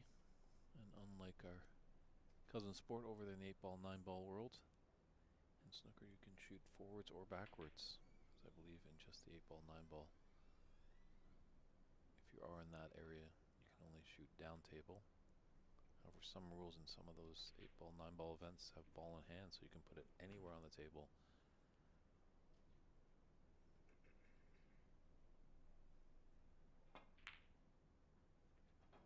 Very nice long red there. Just ran a bit too much for the black, but Charlie could be in a bit of trouble here. Gentle roll up behind the black. And the only time you can have ball in hand in a snooker match is when they play the snooker shootout. Certainly an exciting form of snooker. 10-minute frames, 15 and 10-second shot clocks. Really, life could change just with one frame.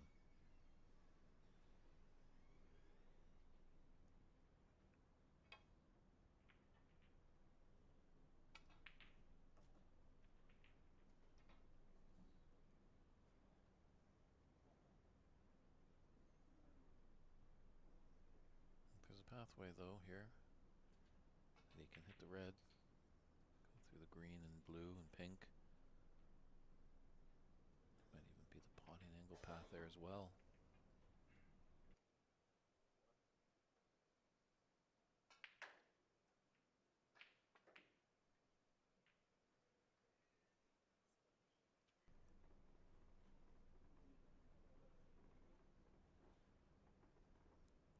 Arslan as well just inquiring about the qualified draw can be posted at day's end with the match timings. I believe that is the process. Obviously when all the results of today's action will conclude, because this is the round robin with the unfortunate low number. They did have a high level of entries, but a lot of players for some reason or another withdrew.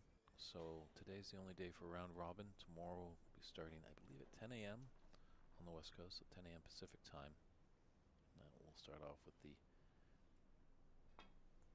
last 16 and then the quarterfinals, and then on Wednesday we'll have Championship Wednesday with semifinals and finals.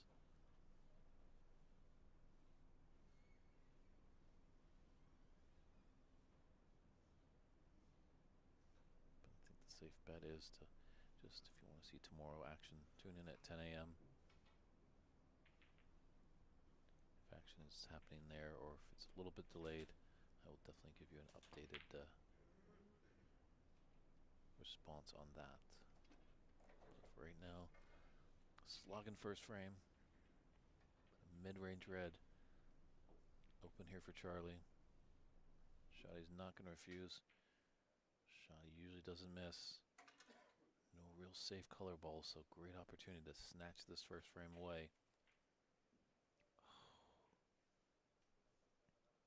Curse of the commentator. But fortunate how things resulted.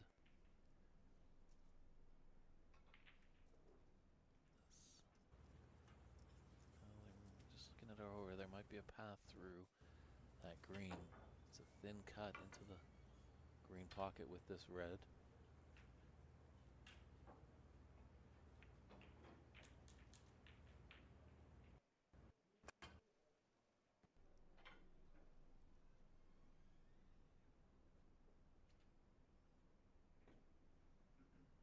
Seems like there might be some visitors to the table. Both players swatting over there. Maybe a fly has come in.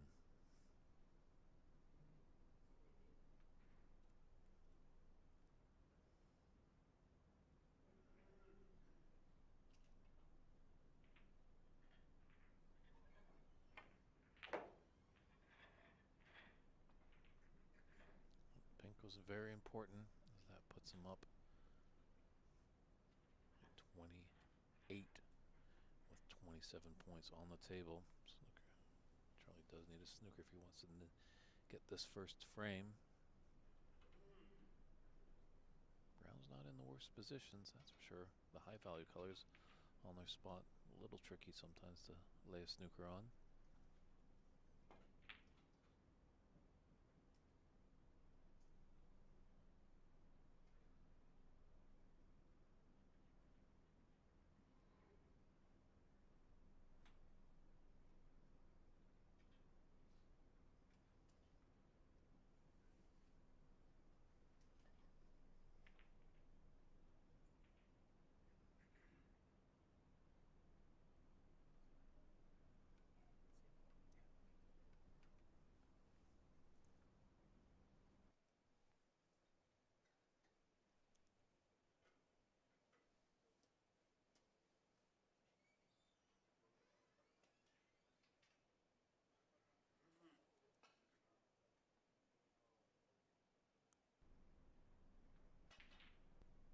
I don't think he's got the cover on that black going towards the yellow.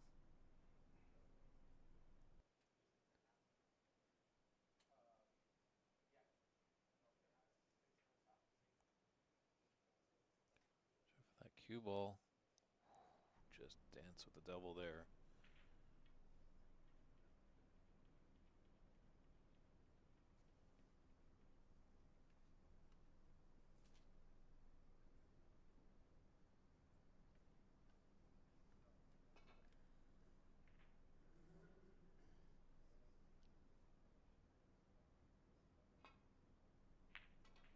Potentially as well, Arsalan, if you're still tuning in, that the Embassy Billiards Club Facebook page should have results at day's end of who's moving on and who's going home.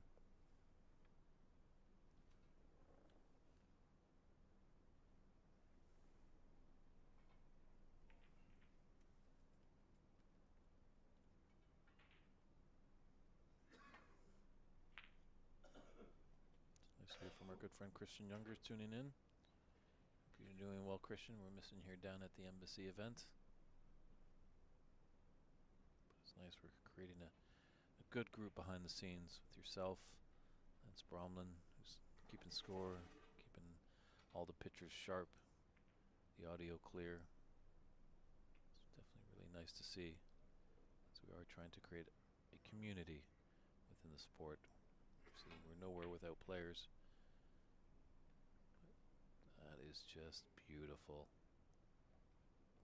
What a shot there by Charlie. Obviously, if that yellow went in, it would have been colossal for him.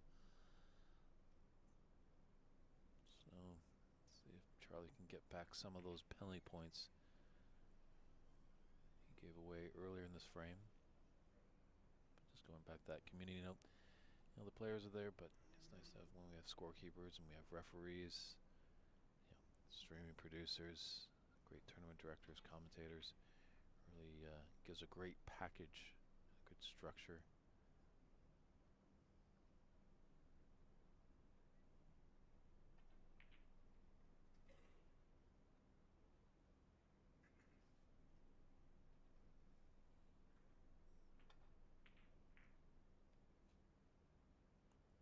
So actually just talking to Stephen Lee for today's matches, and just, there's a lot of people who this is dangerous.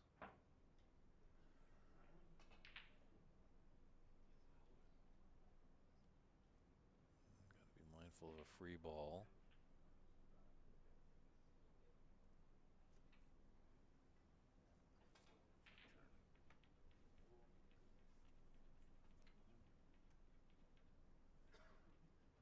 He's having a good survey of the table.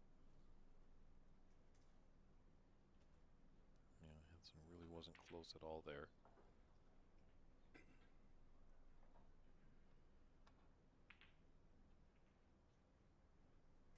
It's all there for Charlie.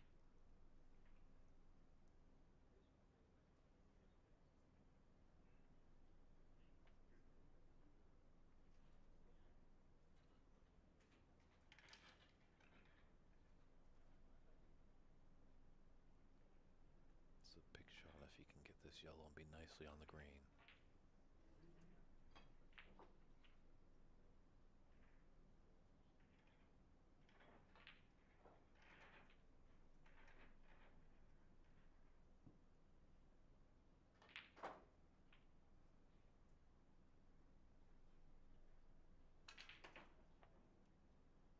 Is there a path there for that green to go by the brown?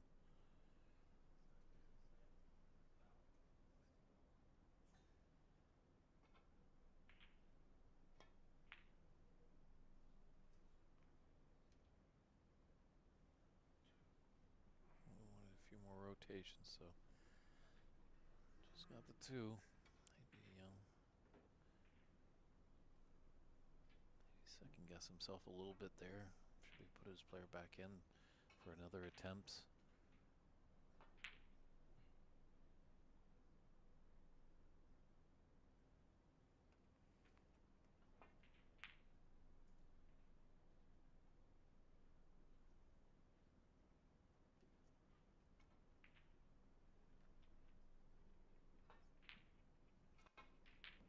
So 22 points in this first frame, 25 on the table.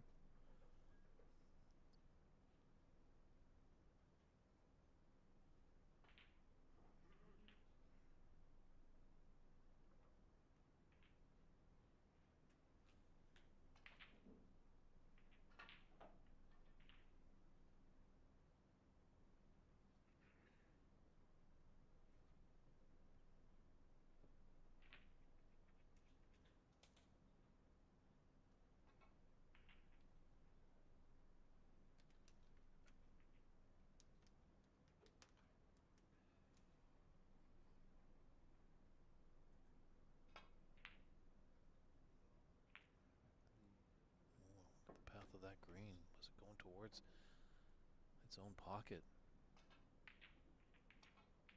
As he baited Hansen to take this green into the right middle. Very tricky shot.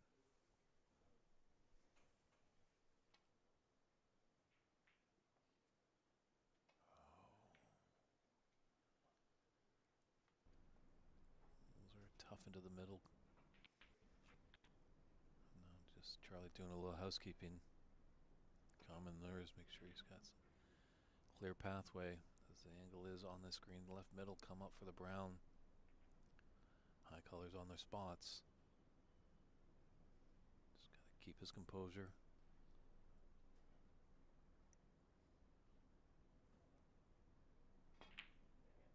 Oh, these middle pockets. Coming back to haunt both of these players. The first match we did today, I thought with the new table, Middle pockets were going to wreak havoc for these players as they did in last year's tournament. A lot of times those middle pockets refused balls.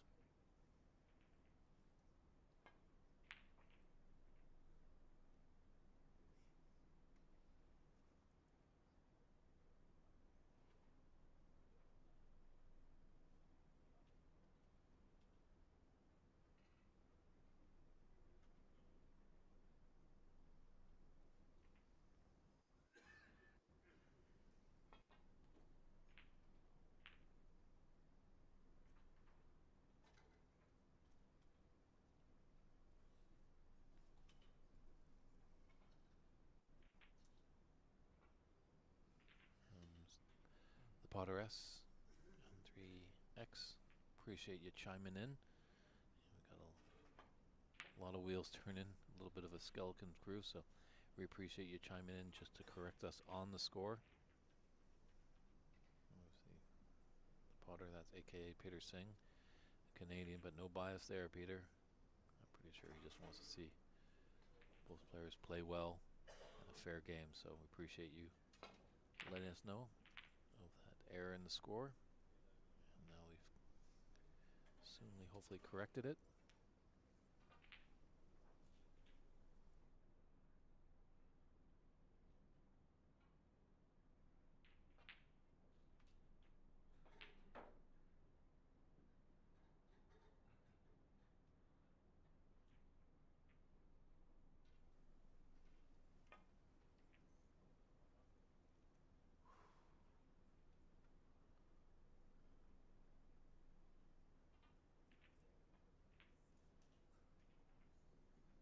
Just putting his hand up, that was a thin snick on that green and rattled around in the jaws of the pocket, shot out.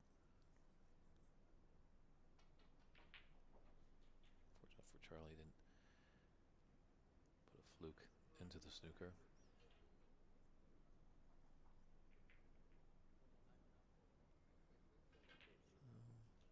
Coming down the wire a lot of time in the amateur game. So often than not, a lot of these frames come down to the colors.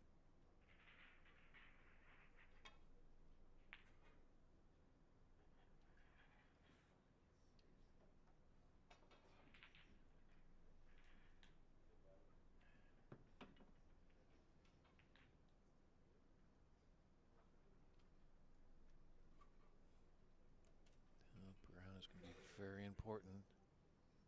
Hansen needs green and brown to put us into the snooker's required stage. So if this green goes, he'll just have a slim 21-point advantage with 22 on the table.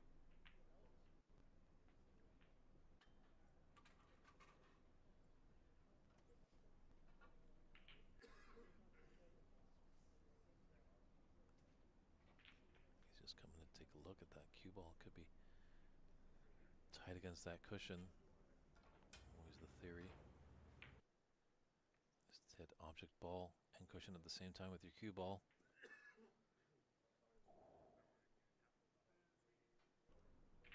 Certainly gave it a shot.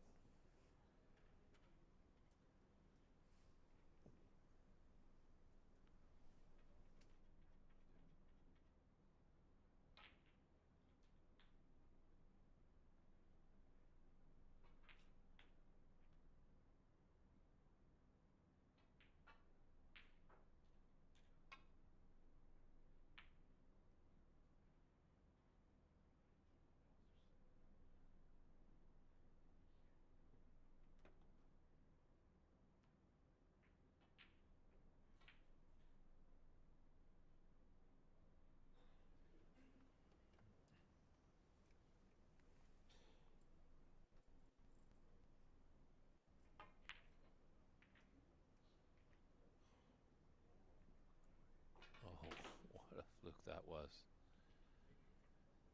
Those are tough to swallow. Not sure why Hansen was putting his cue back to the table. He saw it drop.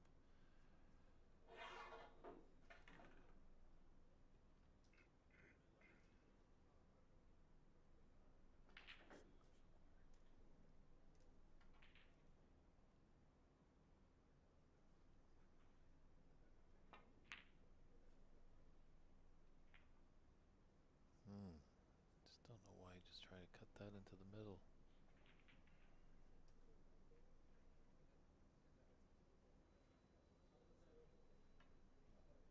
So 25 ahead for Hansen and 18 on the table. Charlie does need 2 snookers. It's not a bad effort to start, just ruled a bit too much. But black is in a beautiful spot for a snooker. So just a little patience. Oh, wow, he almost knocked that black in. That would have been colossal damage.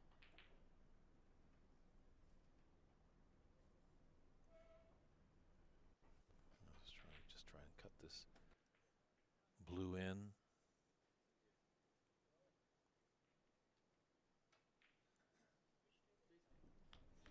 Oh, sir.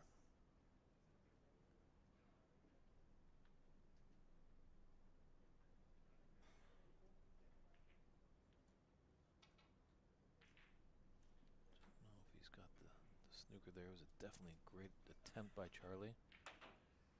Just tough to tell from their angle.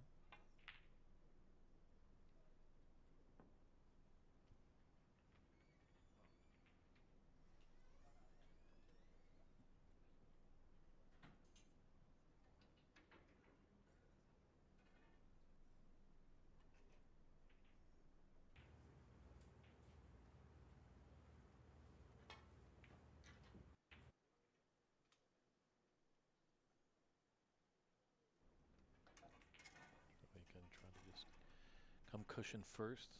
Cannon into the blue and hopefully put his cue ball tight behind the black. Unsuccessful here. Hansen, I just try and roll it into the yellow pocket from here.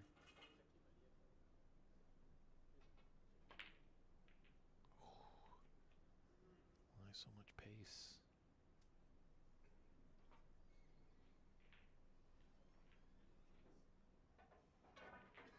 You roll the blue up near the yellow pocket. It's a lot tougher of a snooker for Charlie trying to get. He's going to hit the blue with his cue ball, bring his cue ball back down to either be behind the pink or the black.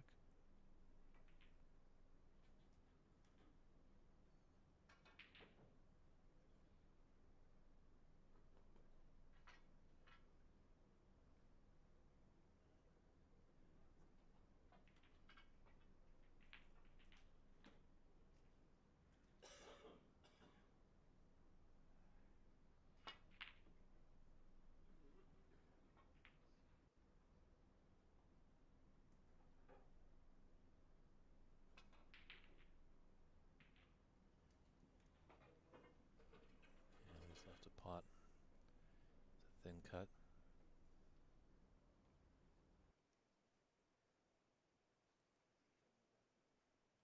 I do apologize a little bit for the score. New scoring system that we are trying out here might have a few glitches in there, but it's going to be a concession there. So Charlie Brown is going to be up against it here. Hansen's take that first frame, and we will step aside and be right back with frame 2.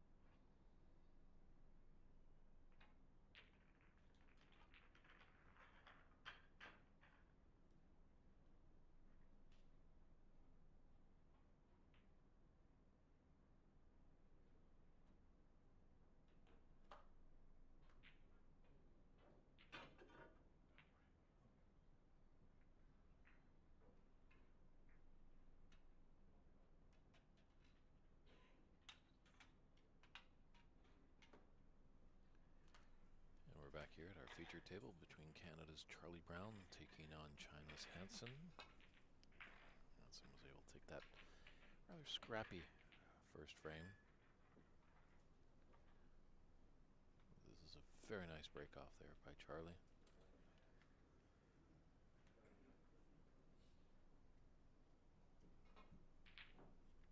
Not sure if there's a path. I don't think there's a pathway by that brown. For a red, top right. Even so, taking on that long pot is risky, because if you're to miss, you're leaving your cue ball down there. There's a few reds that are open, so still not an elementary safe shot here too for Hansen. Dumb shot, the Cliff Thorburn special. Come off two kitchens and clip off a red.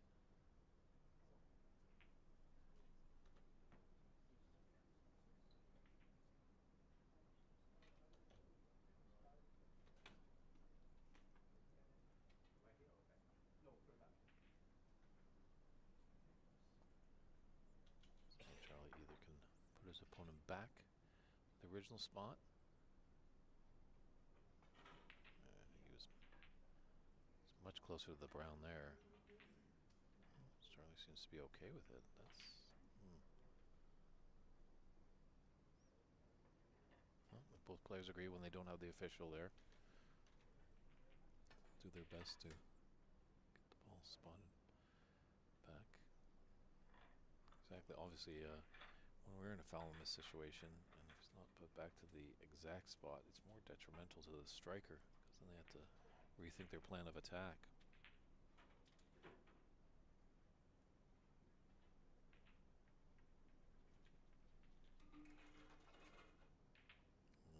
This is a pretty big miss by Hansen.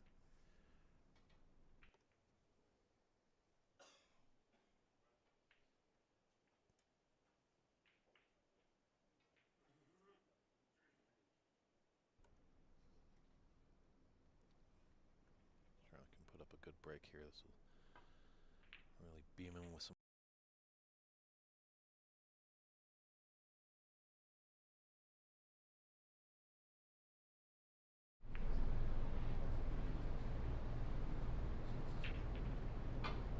All right, folks, we are back. This is Tom Lamore, and I'm just trying to get the name of his opponent here.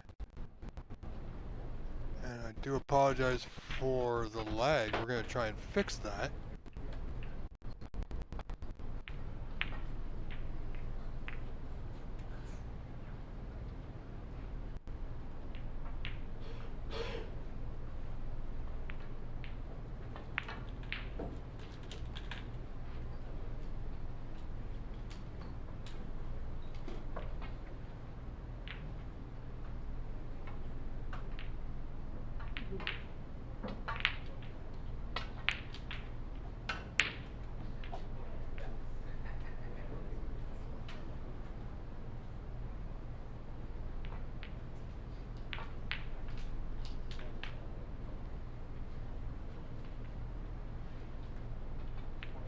Also going to try and do the score as well.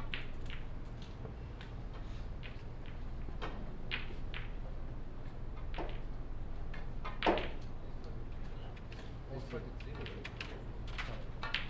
as soon as I can get this gentleman's name, I do apologize to him.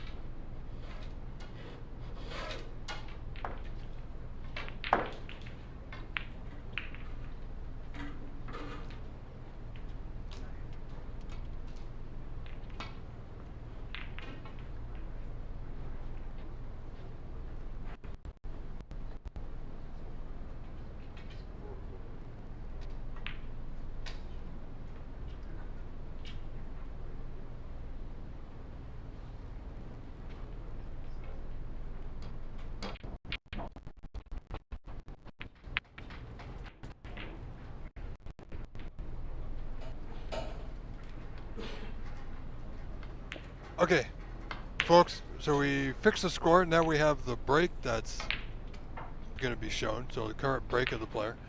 I believe I have the correct score. My attention was turned away momentarily.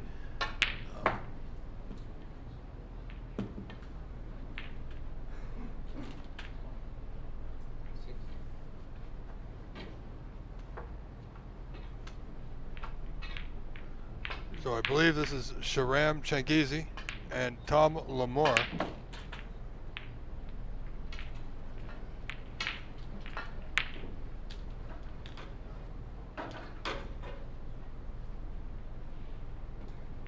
We're going to do a little bit of housework here.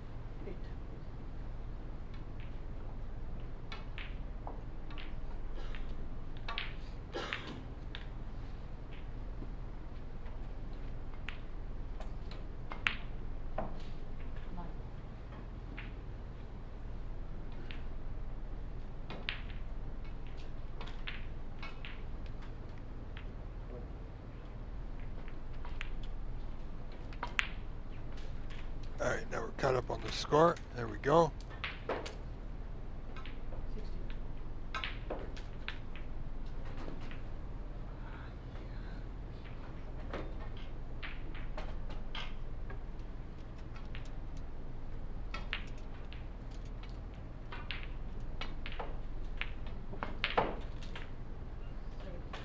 Looks like Tom's got his potting boots back on.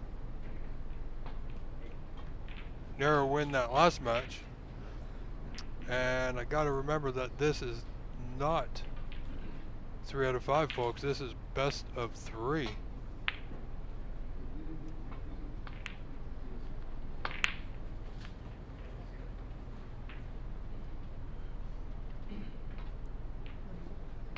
Tom Lamore with a great chance to put a good score together here in this first frame against Sharam.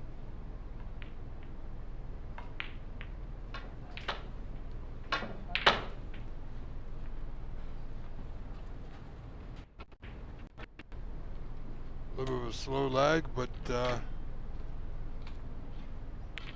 that's the best we can do with this feed on this camera anyway.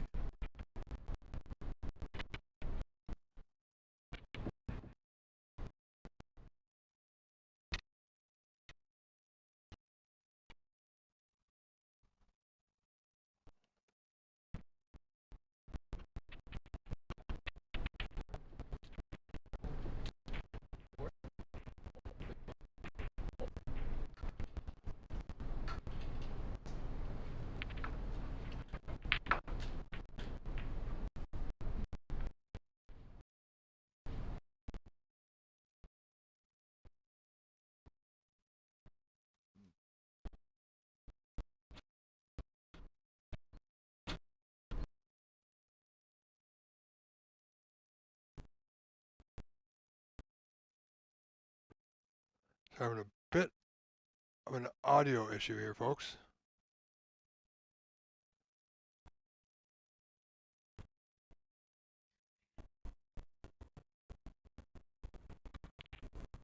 All right, folks, bear with me. We're going to switch cameras, and we'll come right back.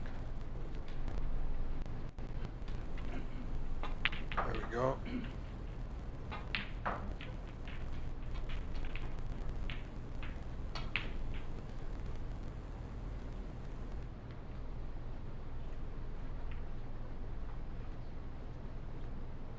May have missed a pot or two while that lag happened there, so we'll see here in a moment. we need to make an adjustment, we will.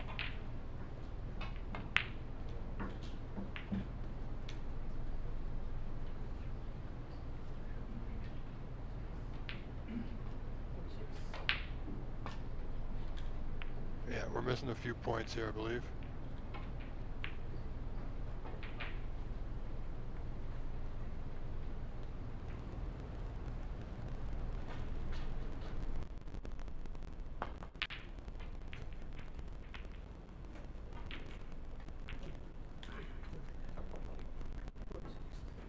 So 46. So we got to add a few.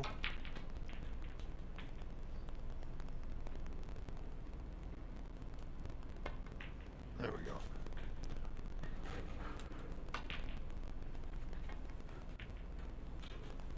All right, so we have a correct score.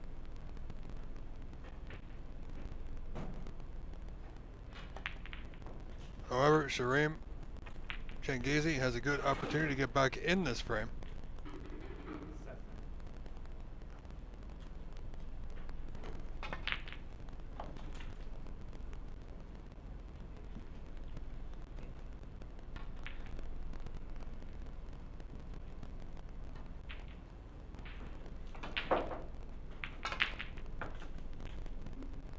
Seems to have good control of his white. Or fair control, anyway.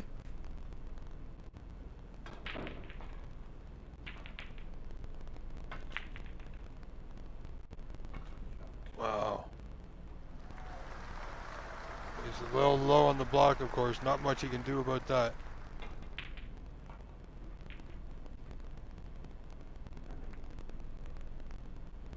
So he's just going to tuck up to the block here. Fair play to him. Got himself now within 16. Tom Lamore in the lead. 46 to 30 here in this opening frame.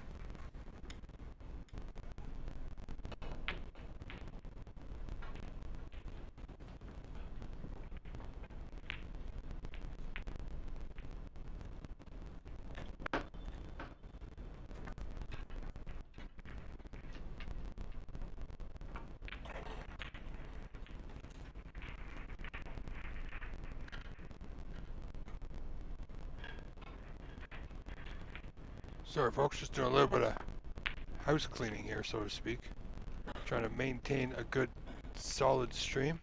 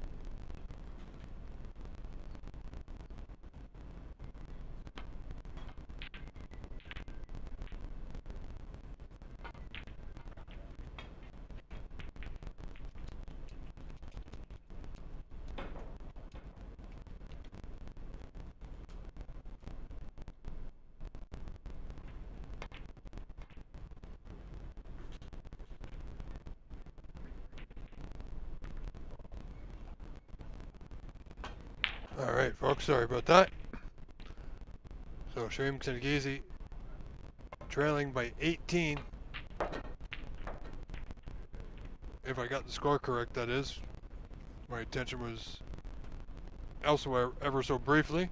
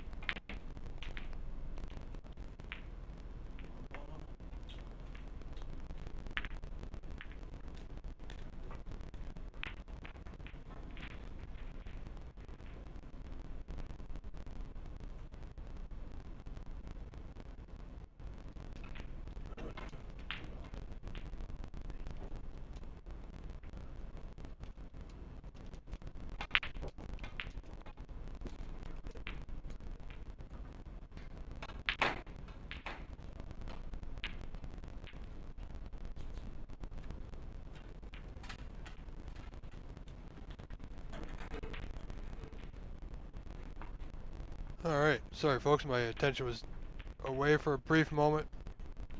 This is not going to do any favors for Tom. Sharam at the table, 15 points down, requires the 4 remaining colors here, brown to black. This is the first frame of this match.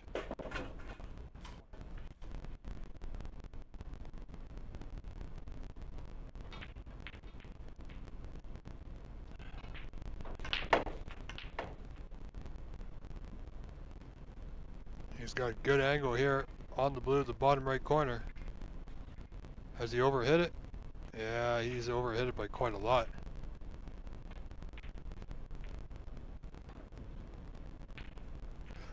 Oh, good attempt. Has he left it? I think he's left it on. It's not easy.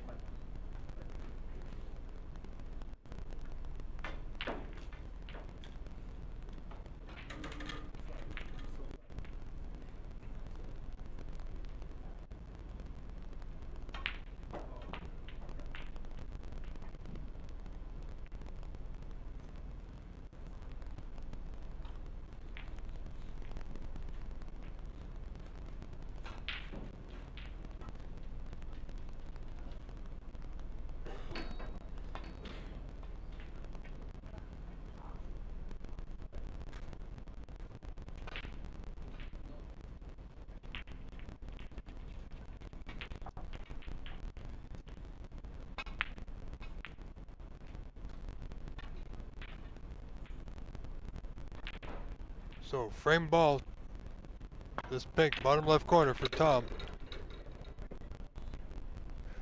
Just about had it, and look at this, he's left it on. Sharam Changizi's got to have a go at this one, I would think. Does he play it at the top right corner? No, he's playing it in the right center.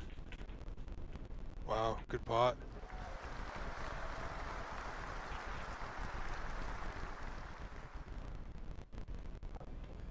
Oh. Apparently I missed a ball or two, so we're going to give him a few extra points there, just so we can end the frame properly.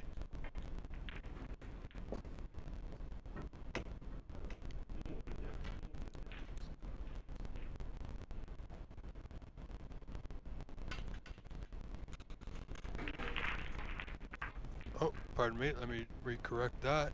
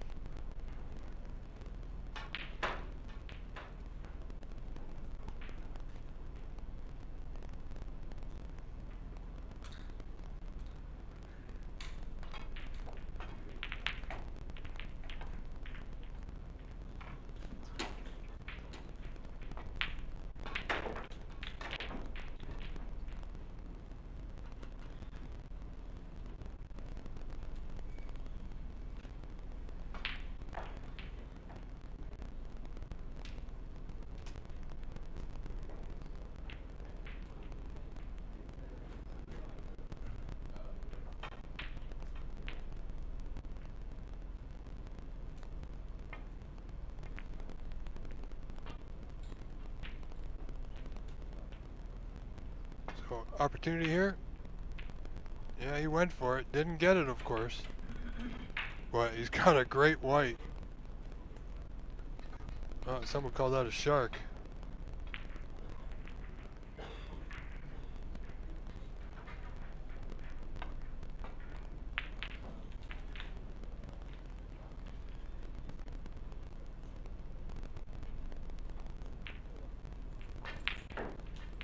And by the off chance this is not the correct name for Shahram Tenghazi, then I do apologize.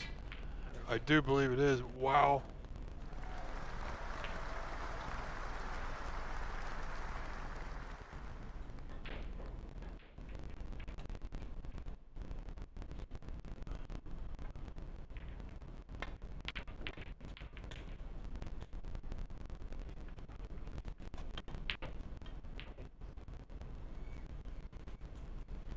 Well, he could be off to the races here.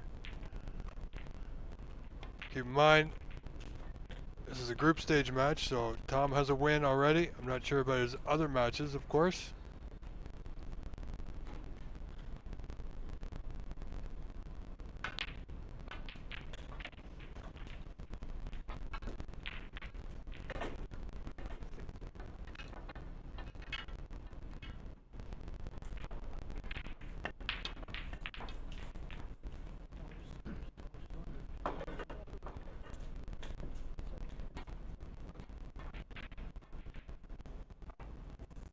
Wow, surprising miss there from Shahram. Or not. Is he gonna get it? Oh my goodness. Miss it into the bottom right corner. Two across. Back to the bottom right corner. Miracles never cease to exist. Wow. Let's see if that's a make the difference here. It just might. Oh, has it gone too far to the cushion?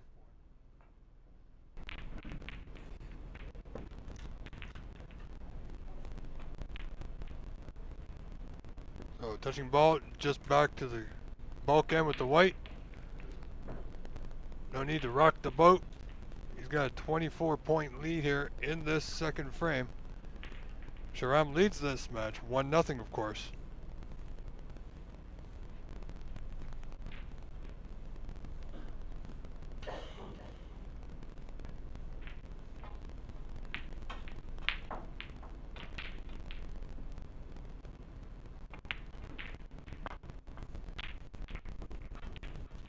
Wow, great plant. Well spotted.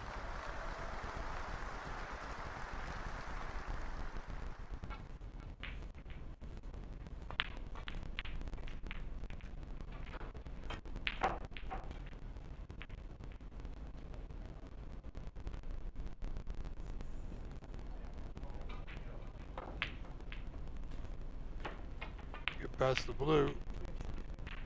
Needs to run. He's nicely on the red.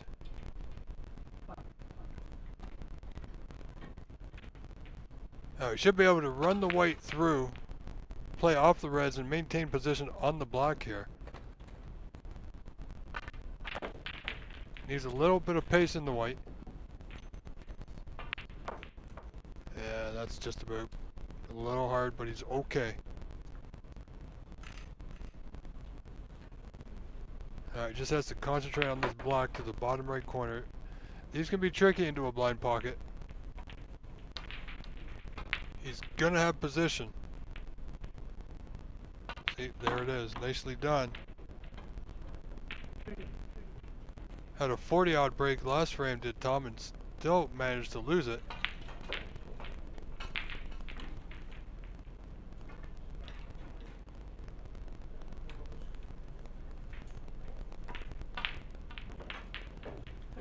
And for those of you that were watching the Charlie Brown match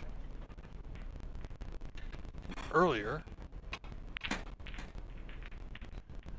I can tell you that I had on that is still 1-0 for Hansen, so they're still in that second frame. And that match is being broadcast on the Ox channel and the Embassy channel with David Burney doing the commentary.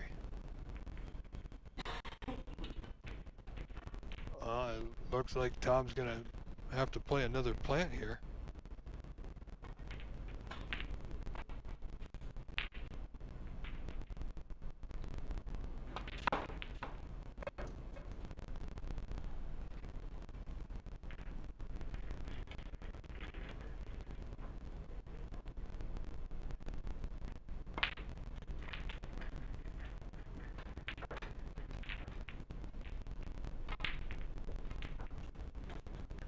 Oh, well done. So it's nice that we have the score working properly, thanks to the people at Scoreball and Evo Sports for that. Now showing the current break. Unfortunately, Tom's break ends at 1. But I'm sure we're going to see a few centuries or two when we get to the knockout stages tomorrow. Almost had one earlier with Renat with a good break of 86.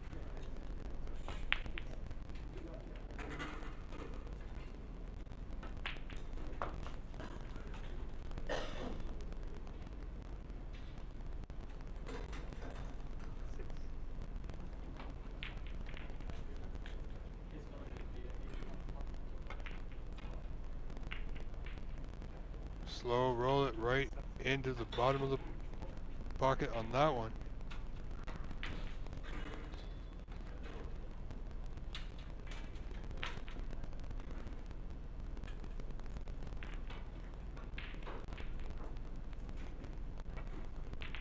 So Shareem in the lead, 31-14, 17 to the good. Looking strong here in the second frame.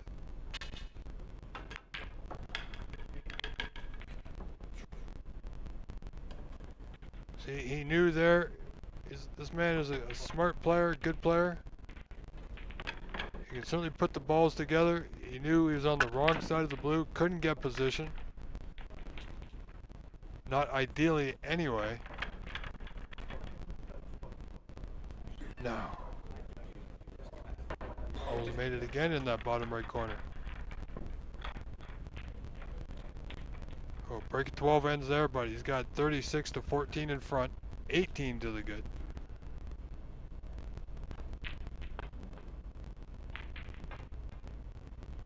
Well, that's rather pacey cut, a little thin.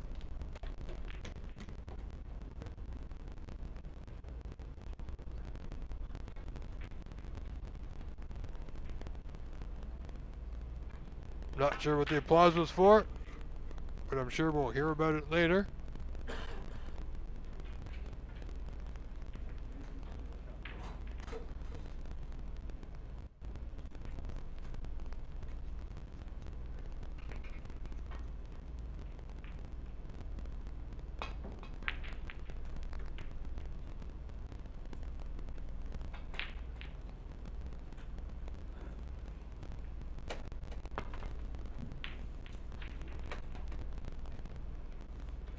Tom looking to get in. Where's that cue ball going? Wow, it's set right on the knuckle. But Shareem's got an awful red to left center. Not a lot of options, but play the pot. Okay, didn't need to play it with that much pace. And you know what? I think he's got away with it, except for this red just to the left of the pink. Will go to that top right corner. So nothing easy, nothing straightforward. But if he can pot this red, for Tom I would think this red is key.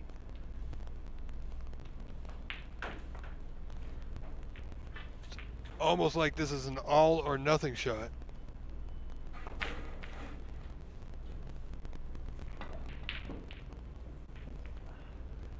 Tez Crisp, welcome. Good to see you made it.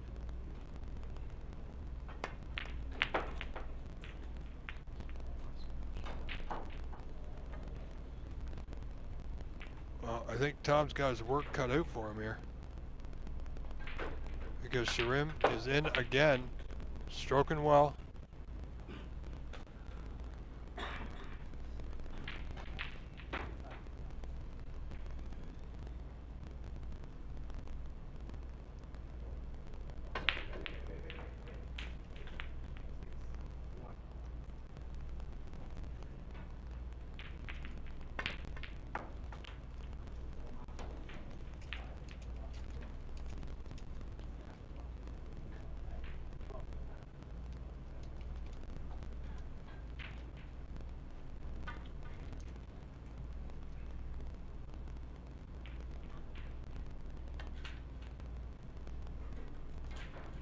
All right, I think we may have missed something there again.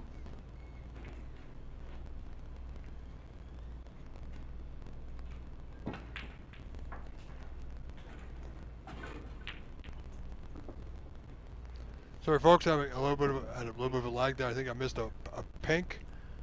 We'll see if that comes into play here in a moment.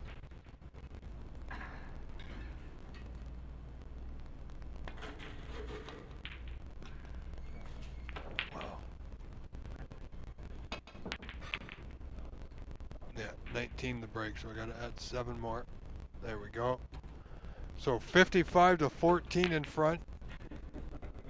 Oh, 41 with 51 on.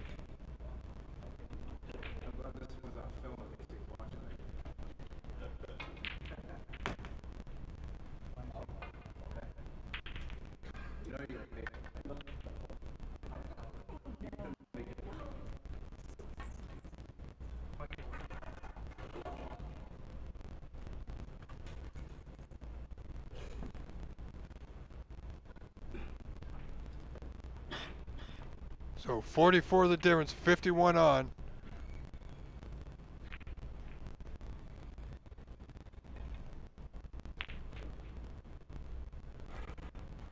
Well, yeah, welcome back, Tez Crisp. Don't forget, starting Wednesday is the Golden Ball.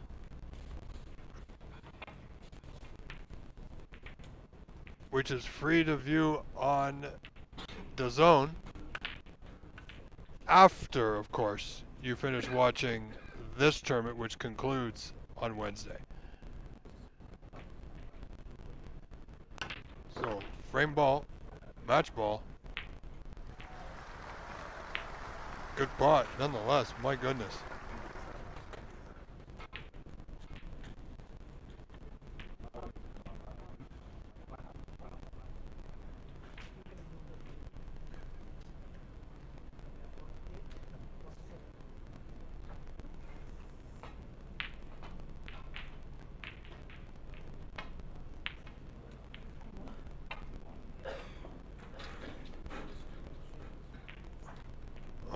I'm not exactly sure what's happening here.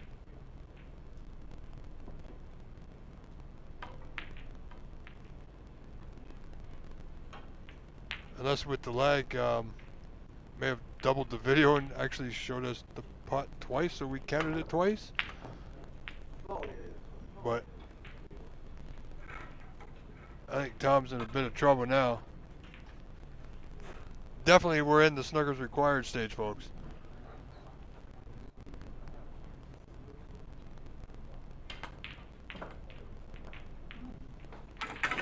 Yeah, Crispy, he's a heck of a player.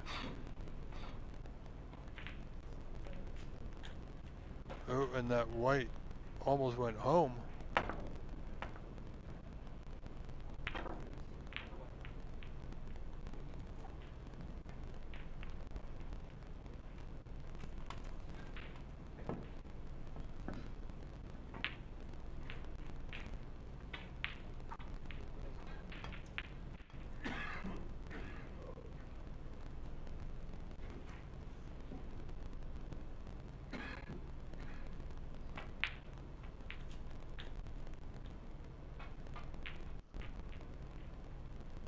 Yeah, still a red on the table, so a lot can happen. So Tom's not quite out of it yet. He's got quite the uphill battle. Gotta look out for that double kick. Did he get the snooker anyway? Yes, I believe he did.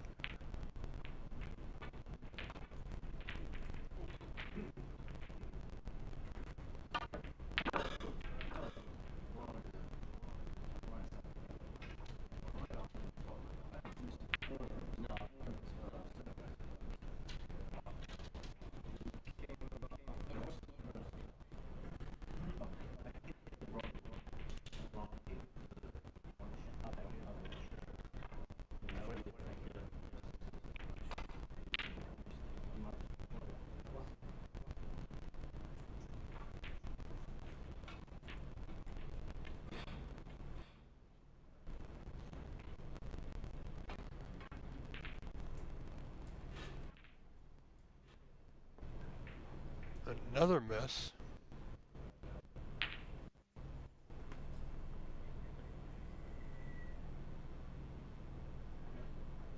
So, if the score is correct, it's 66-22, so 44 the difference, as I see it.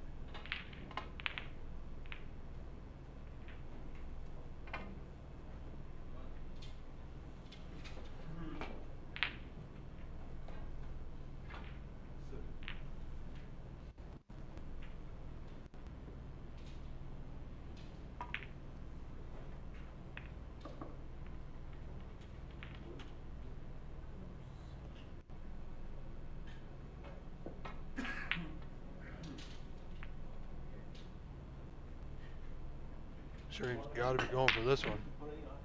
He had almost a big pocket, not quite.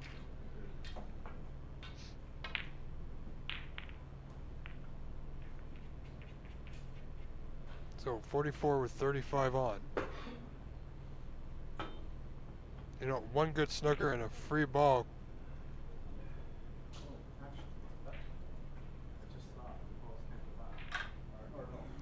You know, Tom would then be able to win.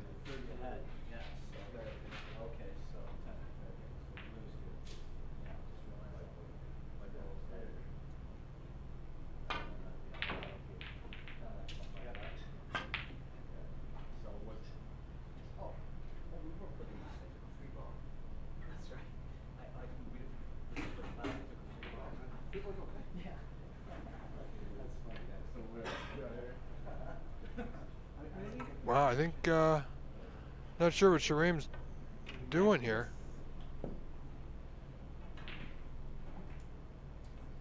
It's almost like that one there especially didn't look like he put a lot of effort into it. I feel like he could have had a better attempt at it, but I could be wrong.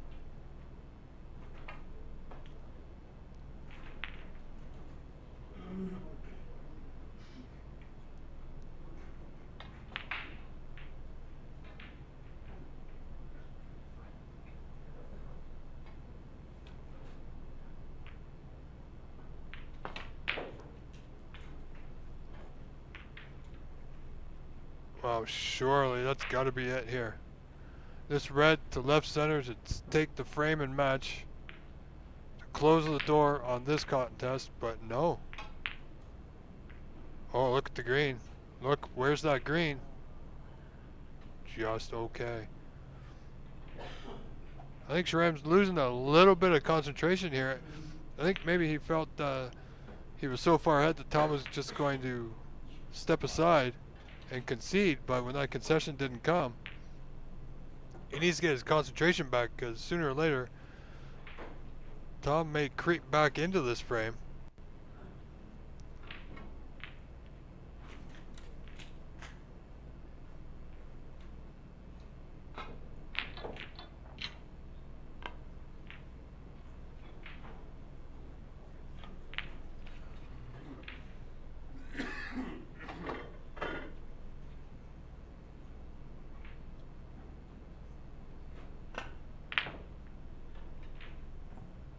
Yeah, look at this. Look at the green. Wow.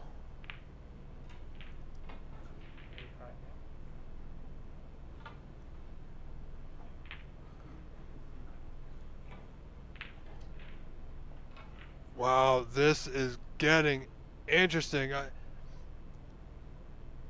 I'm not sure what Shareem is thinking right now. He's got to be thinking he's got to start concentrating a little bit better. Focus, or else this frame is going to get away from him.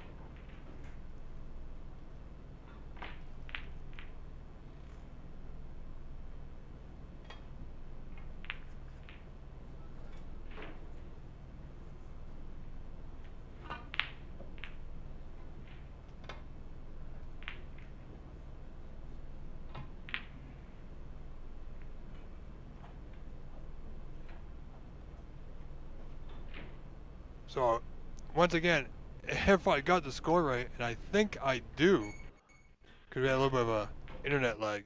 66 to 30, 36 the difference now. 35 on.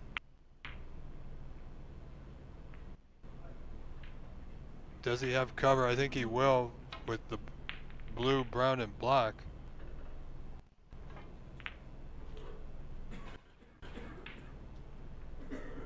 See how he plays this one.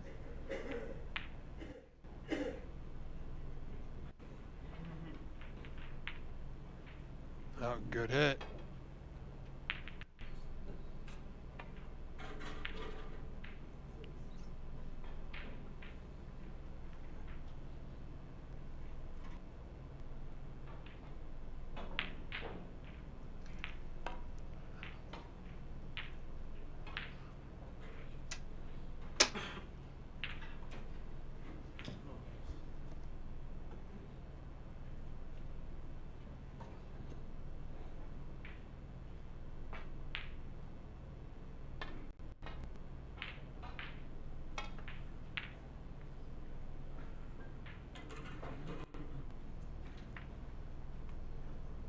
Oh boy.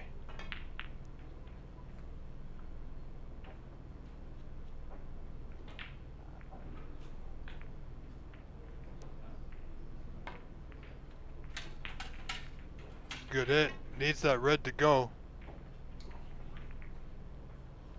And he's okay. May not like his next one, but for now he is okay.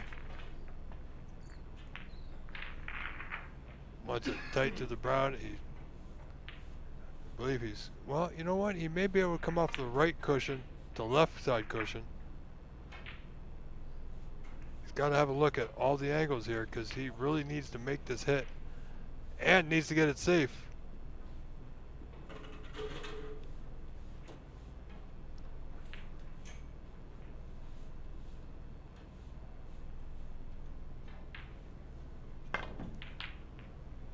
Oh, he had enough angle. Past the blue. Hey, red's on. Good hit. Boy, he's left a pot for Saram.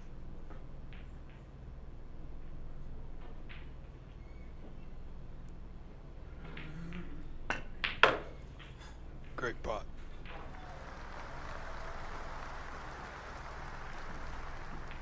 A little bit of concentration and focus goes a long way. May have been playing a little bit too laid back in the previously.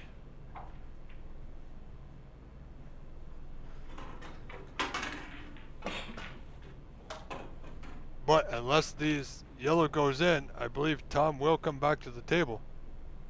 He did before. Well, let's see, 41 the difference.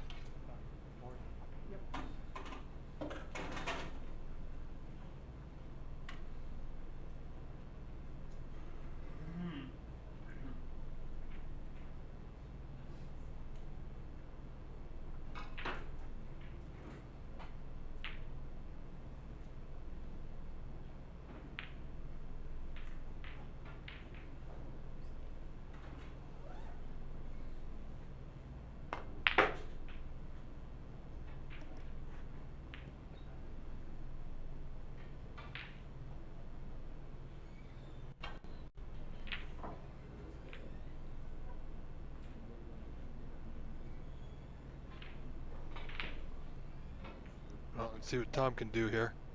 Needs to do something.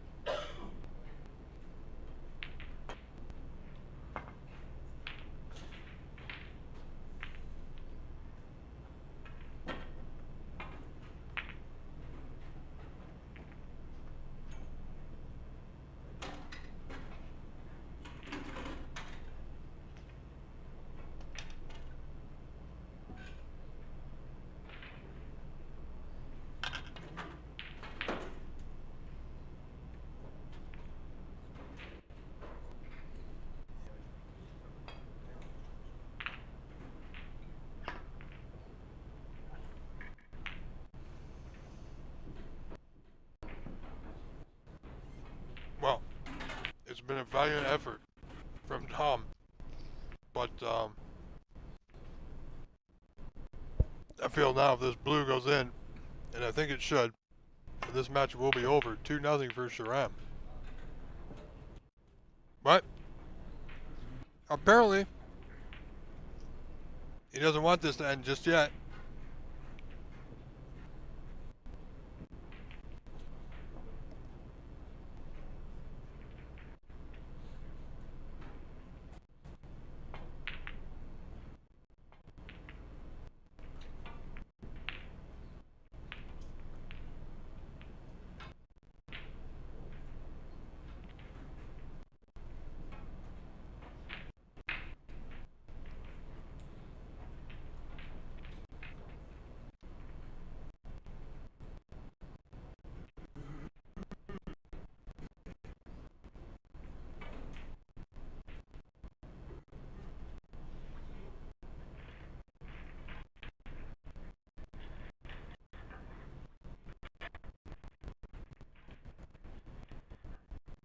So Tom's got a bit of work to do here.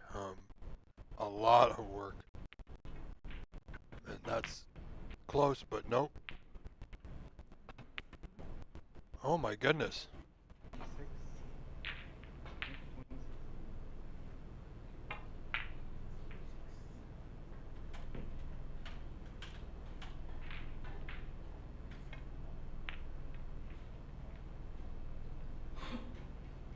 So I think I heard they say 26 the difference, which would make it 70. So I may be off a point.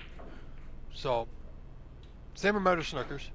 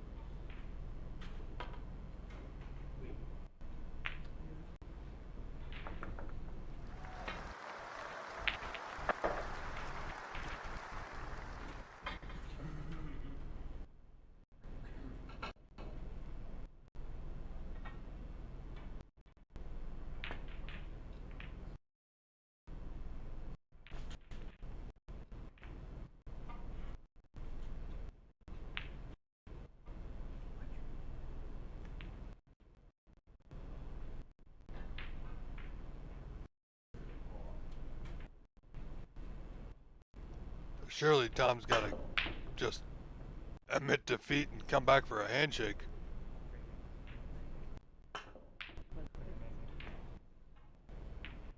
And there it is. Your winner by a frame score 2-0 is Sharam Changizi. All right, folks. Let me have a look here.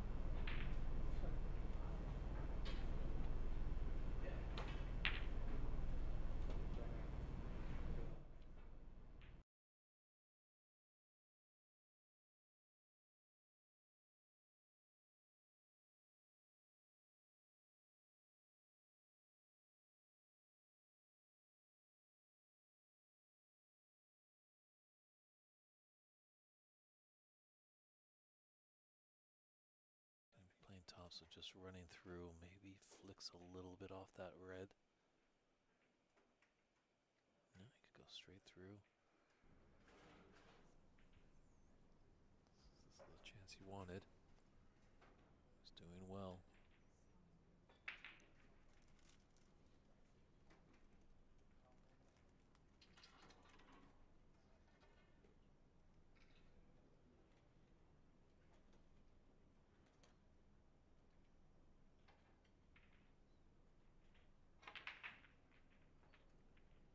He's gone in the pack and his luck is okay.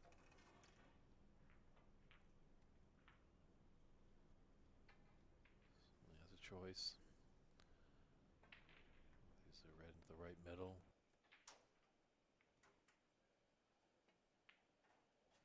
There's at least one red. Going into the top right corner. It's a little bit trickier with the rest. If we can stun down nicely for the black after this.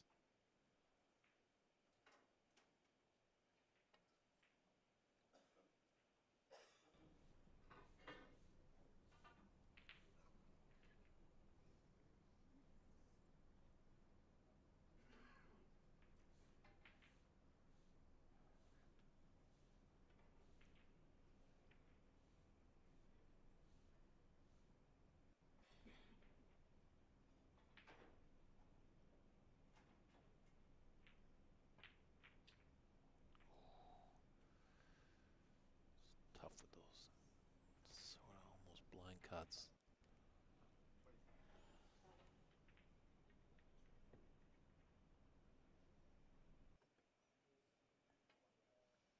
As you can see, Charlie has a nice red right there.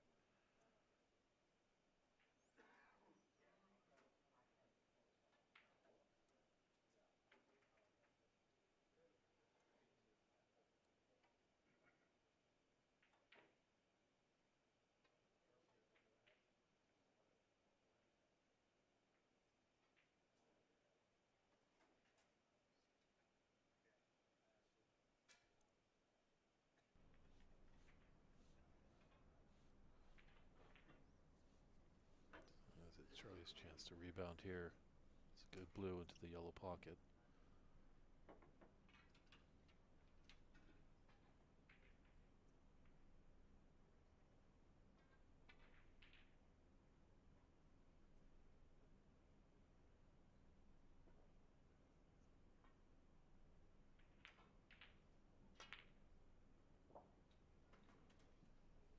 Definitely have to be very still as that rest was close to that red on the right cushion.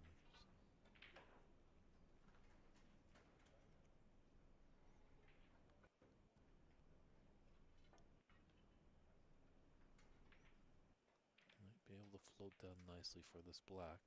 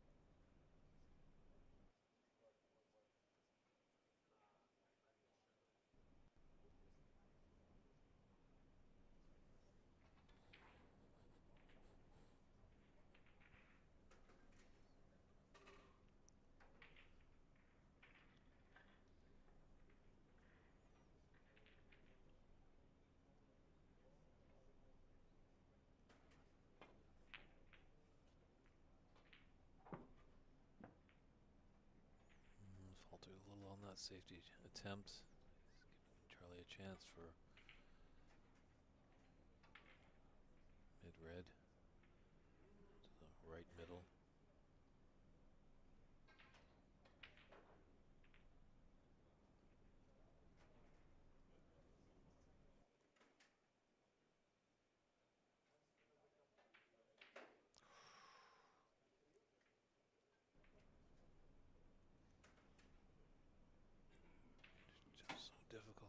pockets. Guess Stephen Lee was just making them look like they were easy in our previous match.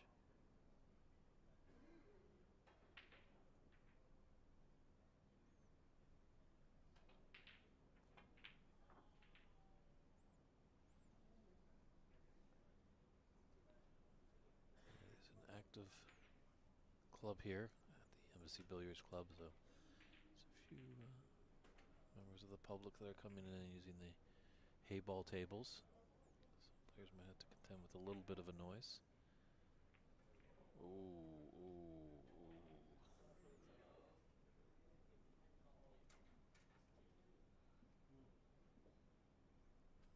What happened there?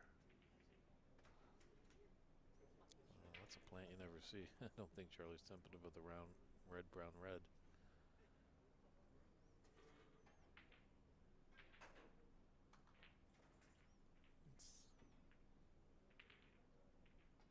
It's nice that the one red definitely is pretty close, but man, that's really tricky.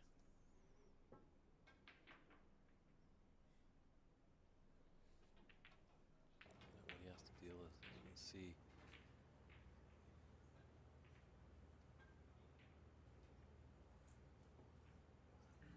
Sometimes you've got to tie up your laces, dig your heels in, and go for it. Obviously, he has this red by the yellow, the top left corner.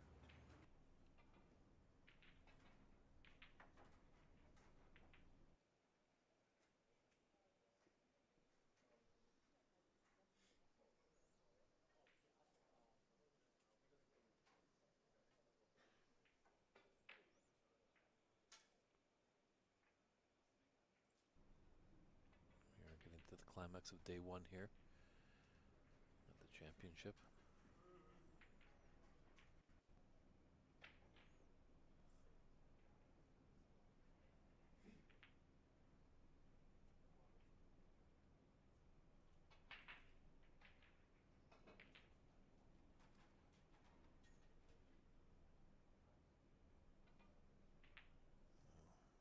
Here he goes, trying it out.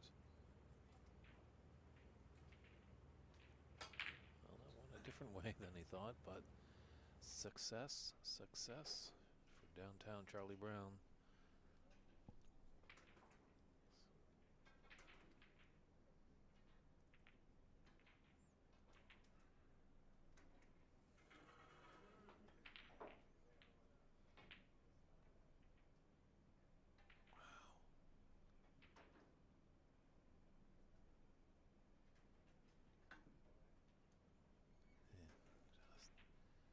Just missing by millimeters.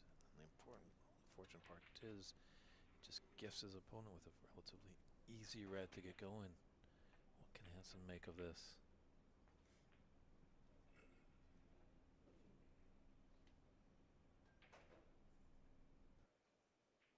This round moving a little bit more swiftly than the previous two.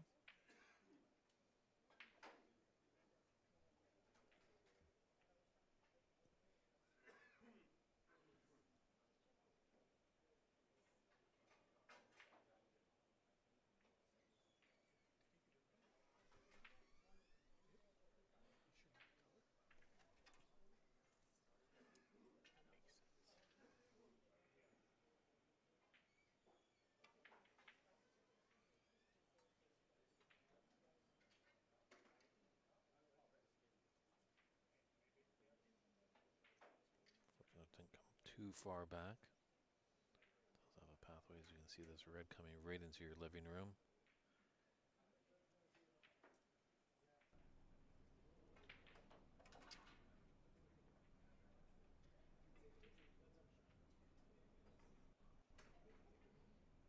I think that red, two reds that are blown to the right of the pink, the furthest right one just might pass that other red to go into the other corner pocket, but you got to get the black in there first.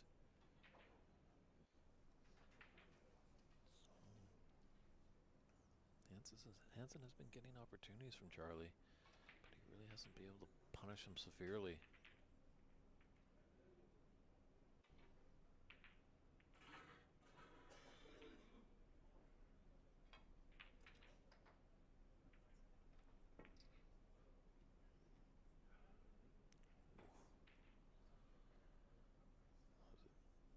It was a tricky one. Those tough middle pockets. He's come up and locked that yellow pocket with its own ball.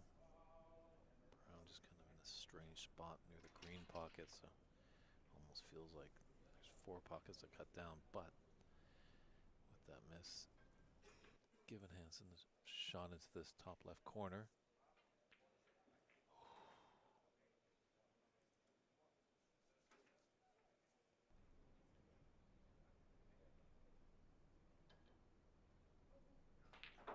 Just seems like a championship boxing match with 2 heavyweights just exchanging blow after blow after blow.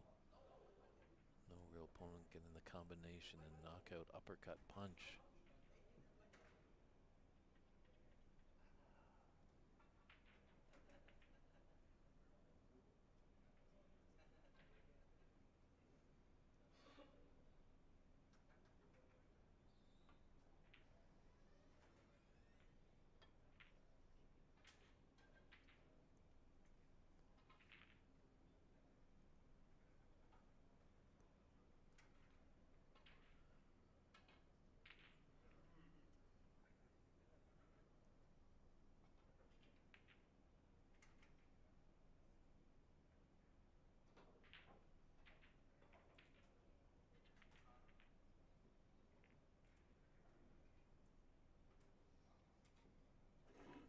Once again, Charlie's got his favorite shot right into a middle pocket.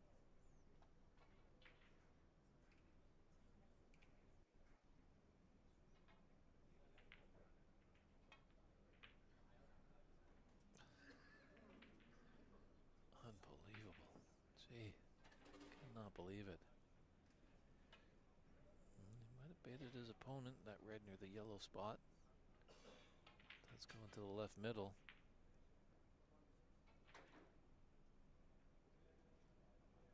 Don't blame him for taking it on, but boy, these middle pockets refuse a lot more than they've taken in this match.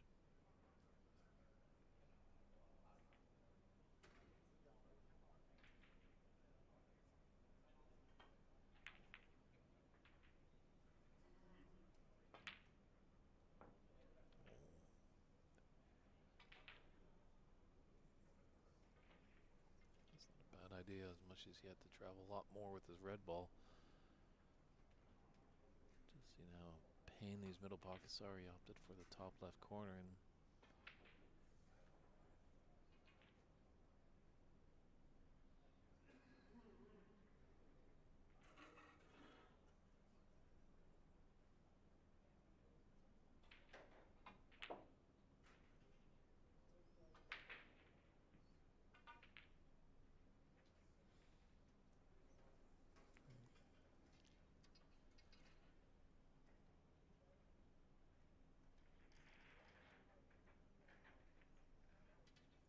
a 30-point advantage. 59 on the table. Yellow blocking a pocket, so there's only 5 pockets available for a red ball.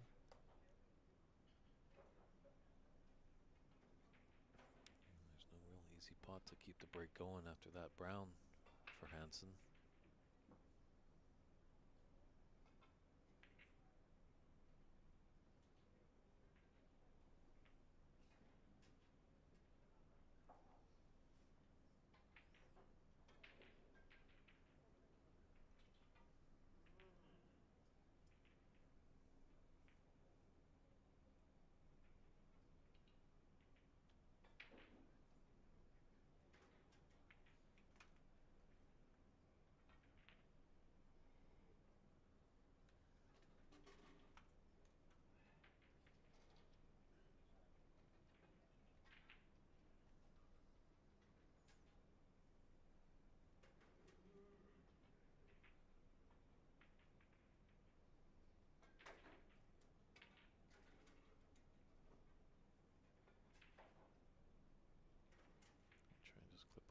red, right of the brown, near the green ball.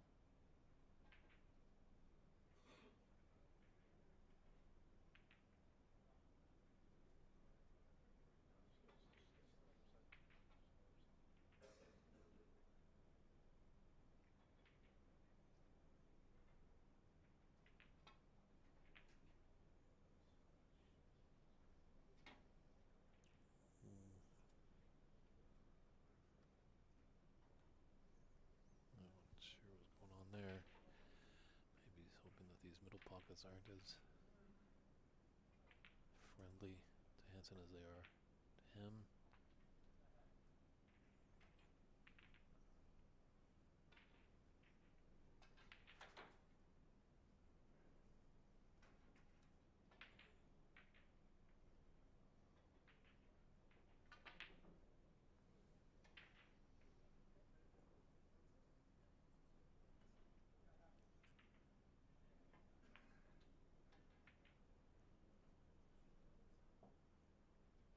Maybe he just ran a bit too much. I think he's trying to hold for that red by the brown.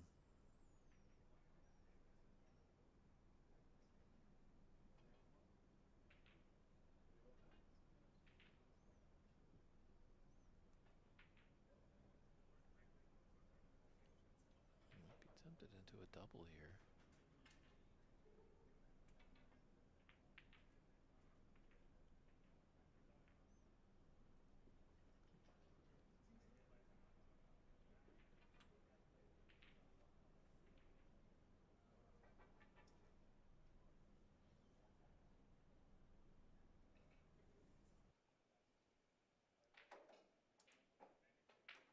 Wow, great long pot there by Charlie. Needs something to just build up his momentum, build his confidence. Certainly not out of it. James can turn on a dime. Lay a good snooker. You incur a good amount of penalty points. You're right back in it.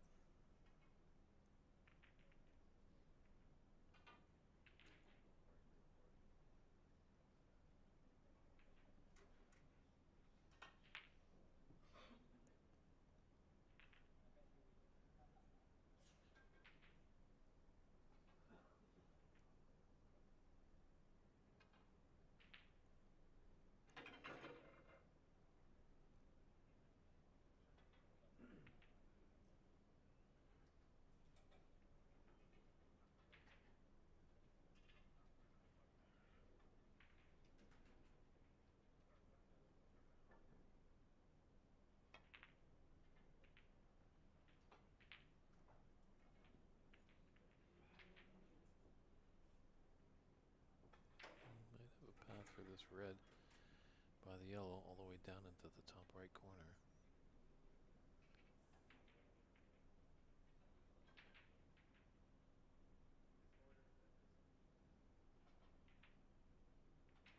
Flipping off this red to get behind the green.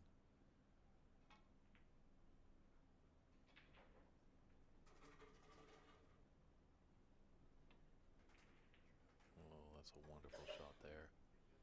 Great shot there by Charlie. That's why he's at the table and I am not.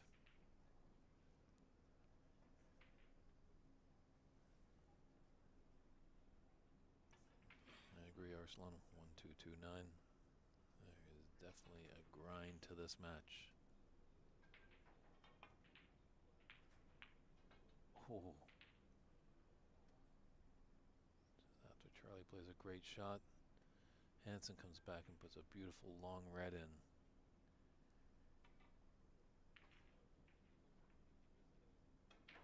He's just having a look at the scoreboard.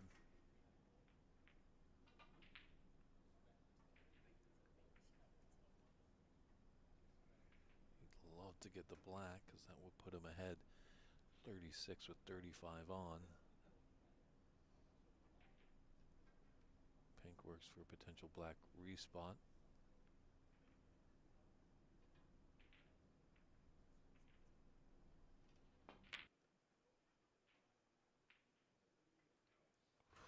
Wow, that would have been a tremendous blow to Charlie if that blue didn't go into the top left corner.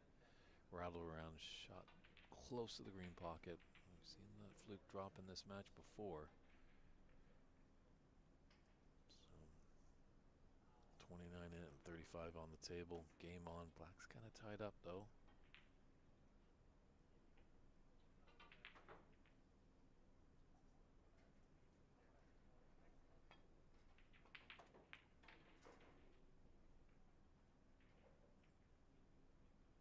He's got the cover. He certainly does. So Charlie always does have that never die attitude. So Hanson's just going to try and swerve around. Successful hit.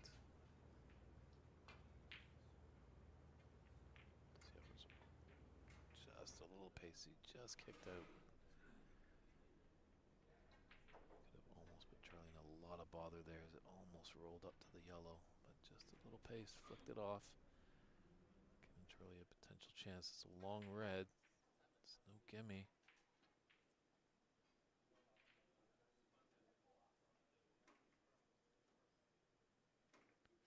Where's this red gonna end up? Oh, it's not good for the Canadian.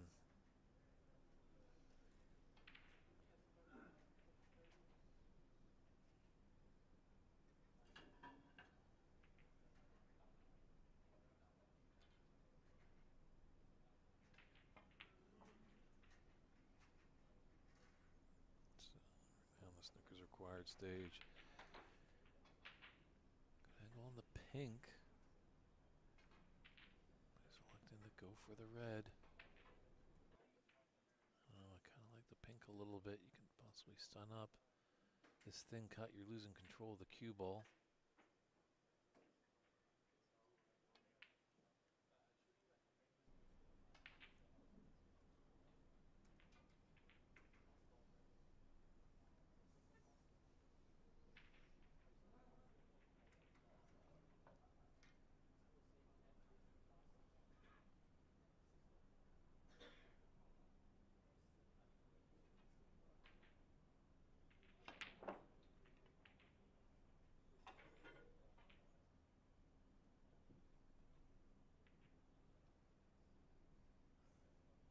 Yeah, I think next time Charlie Brown comes to the table, it might be for handshakes.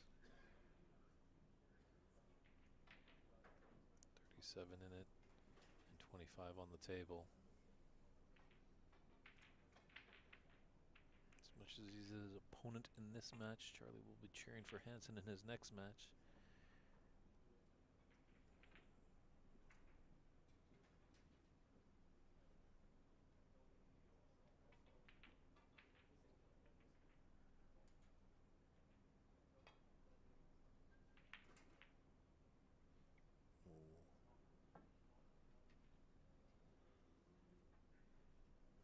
It's all right to see.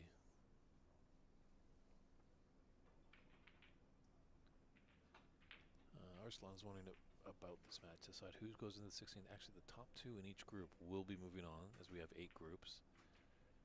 Charlie won his first match.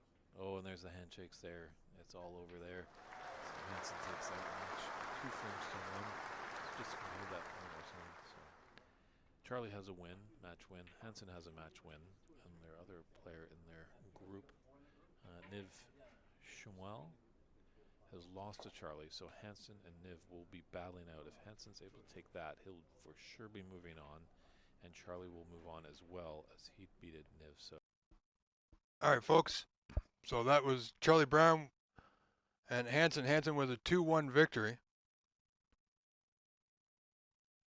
I'm going to switch cameras now. Now, I don't know the exact score of this match, or where we are in this match, so you see there's no score at the present. But we're going to stick with it, because that's all we got available to us.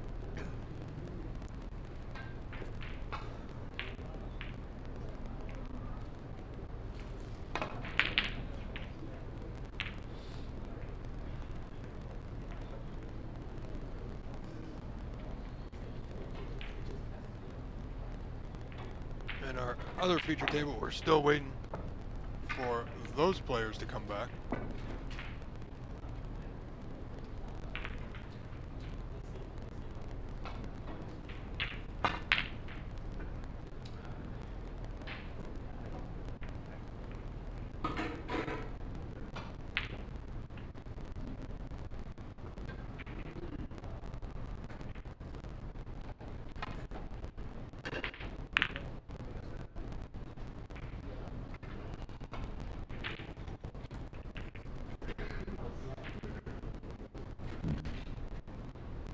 So as you heard from David Burney, top 2 from each group get out.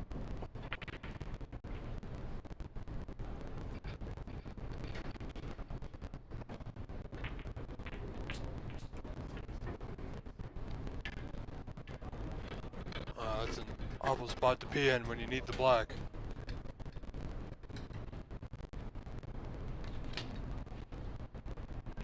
Looks like he's going, he really wants to go for this pot into right center.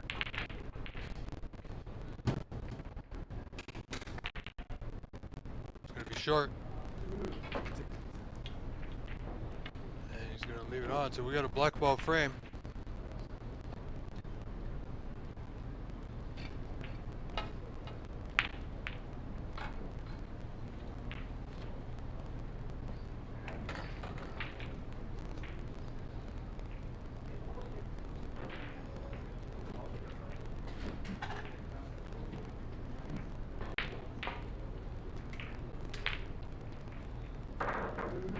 Looking to get that black safe on the right side cushion just above the center pocket. He's done so nicely.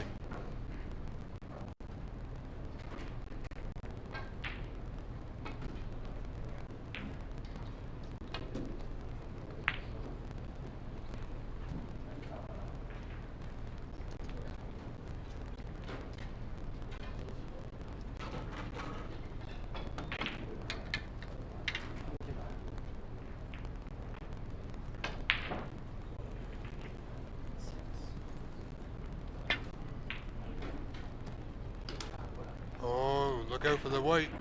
It's okay. Not enough pace, not the right angle.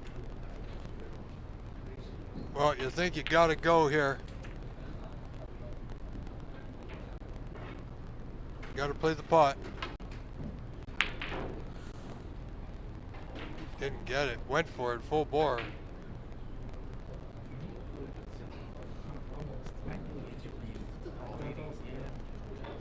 So this pot is on. He's got his choices here. Left center or top left corner. It's thin to left center, but it might be easier for him. It's not there. Gotta watch where's the white gonna go? Is he gonna bounce off the cushion? Give up a pot to right center now.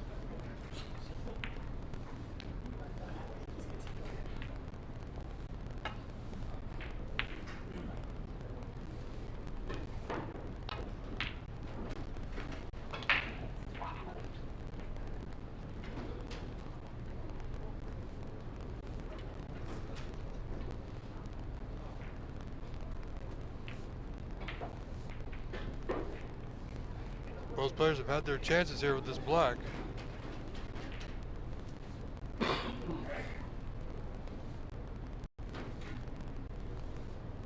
Oh, it's a good play here. You can play the double kiss. Get that white back down the table, but you gotta play it with pace and you sometimes play with a bit of luck. Yeah, see, he got the double kiss, but he's got lucky there. He's gotten away with it.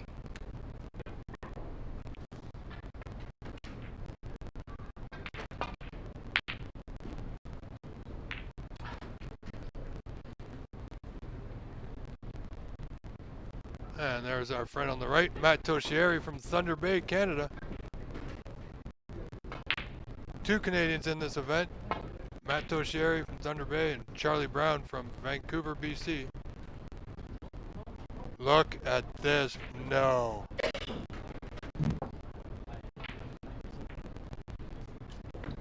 What a way to lose a frame.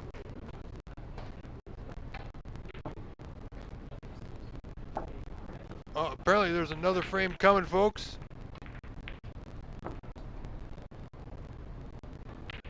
Let me see if I can get the score up and running.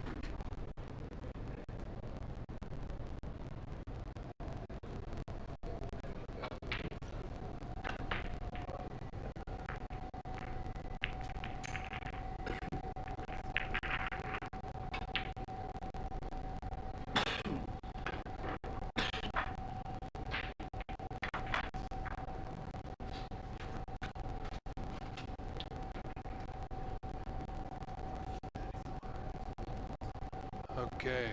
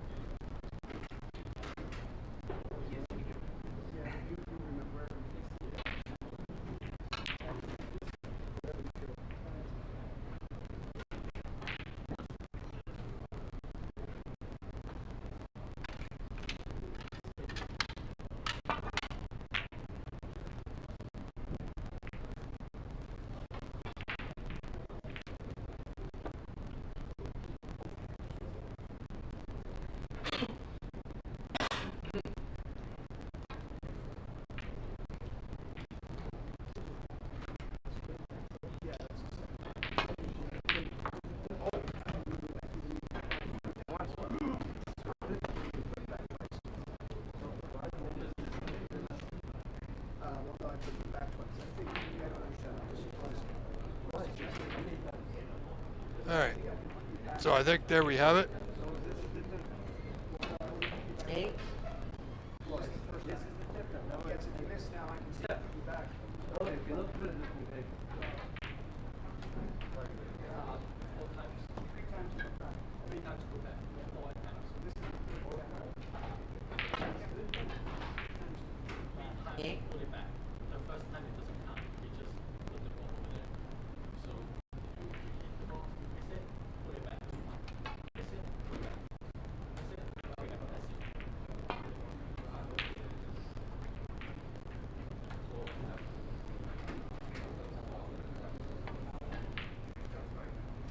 So it's Danny Noir at the table now. I believe this match has been going for a while, so I do believe I'm speculative, but I do believe it's 1-1.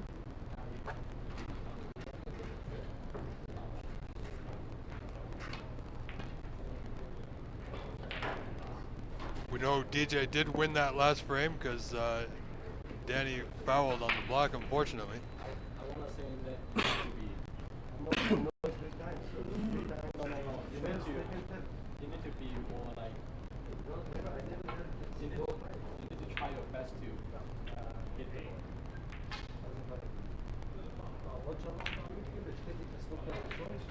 Long red attempt, not there. Appears to be some discussion on some other tables about the rules with the putbacks.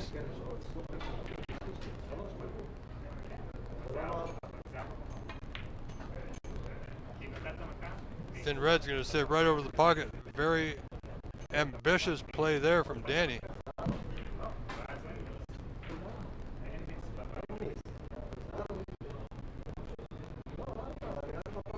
Let's see if DJ can get into it here.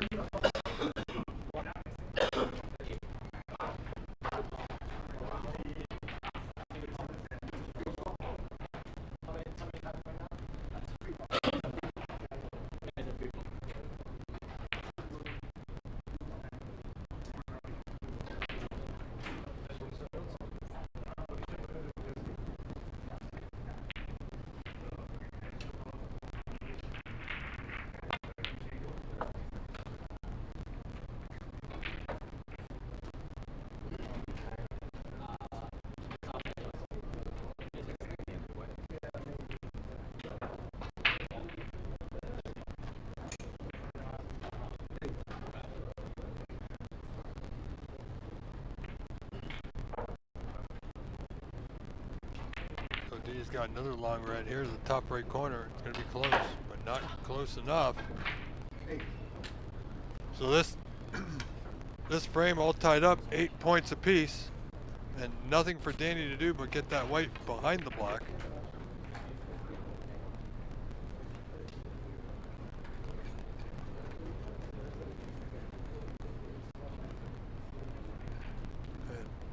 Not much for DJ to do, but just simply tuck up to the res. Oh wow. What has he done? My goodness.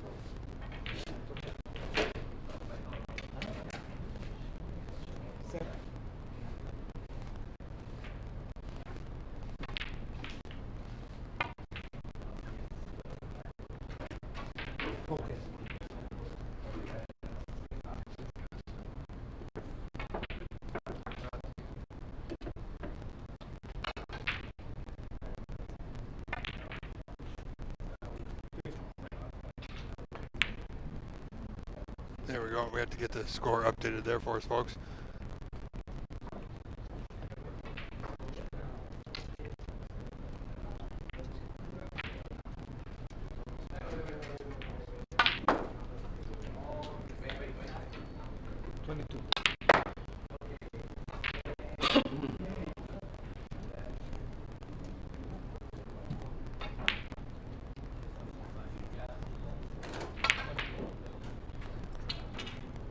So coming up, folks, we're going to be switching over to our other feature table, table 4, which is just to the left of us.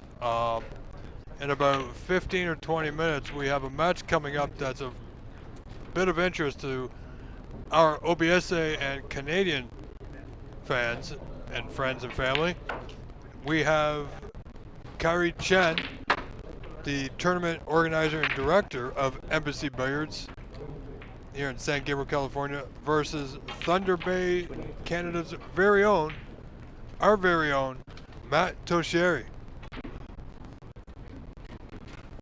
Good friend of mine for over 30 plus years. Very excited for this match, so regardless of where we are in this one, we will be switching over.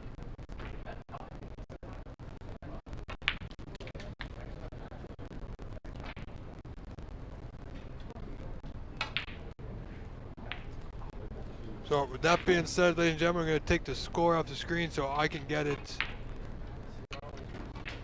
ready for that match.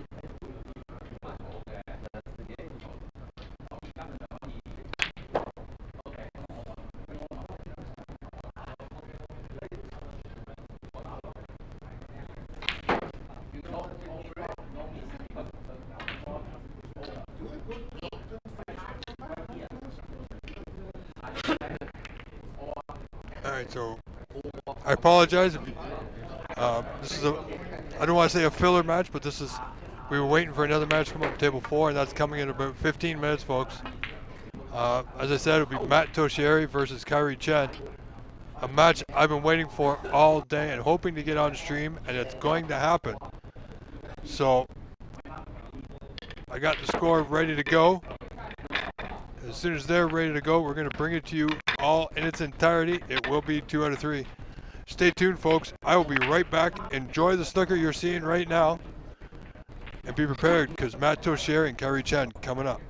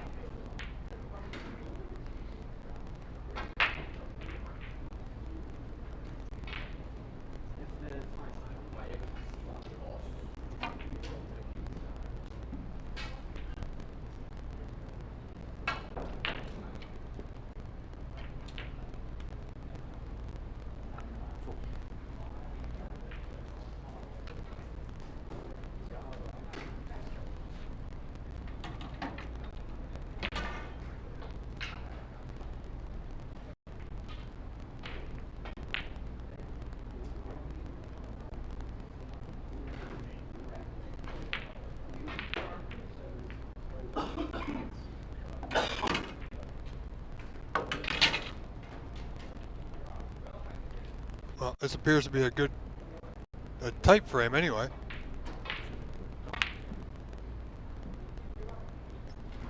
It's go back, right?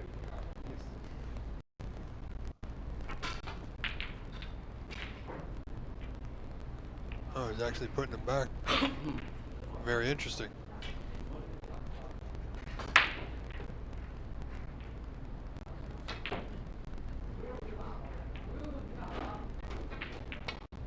Looks like he's attempting to hit on the red by the pink.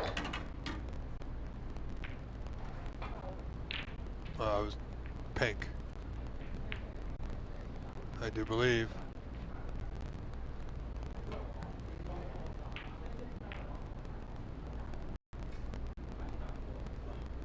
Well, if he didn't play the last... So that's gonna be. He's on the pink. Yeah. Can we do that? Can we put it back the way it is? Can we? Yeah. You want that? Yeah. Like this?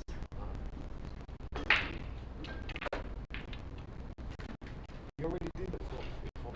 Yes.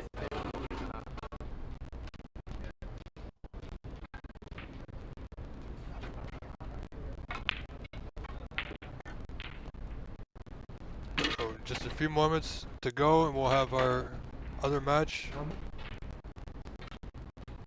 Yeah, one more.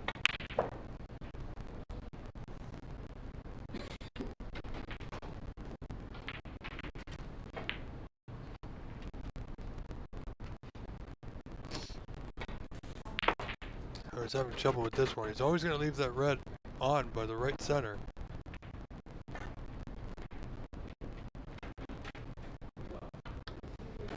Yeah, unless he does that, very good out.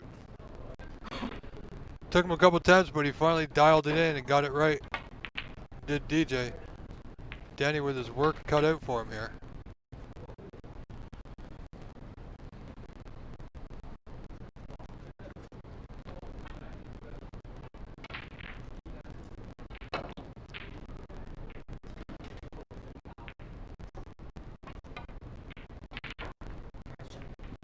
That was a good pot.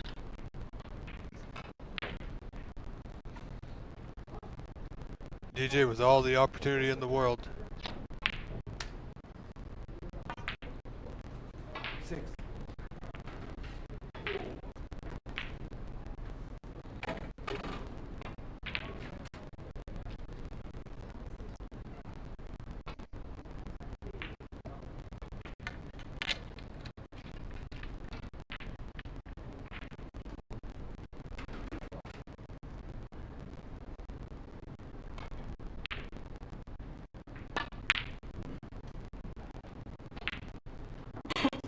Well, that red doesn't go his way, but got some points back after fouling. I believe it was 16.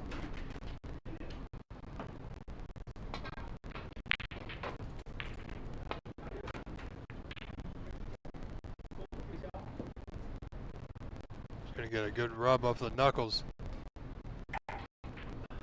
You know what? There may be a slight gap between the blue and the pink. And if he can get through to the left edge of the red, he should have a clear path back to the bulkhead, but I believe it's super tight, if any. If he can't get through the gap, not a lot to do with the white, just come off the back cushion behind the black spot. Might need a touch of right-hand siding.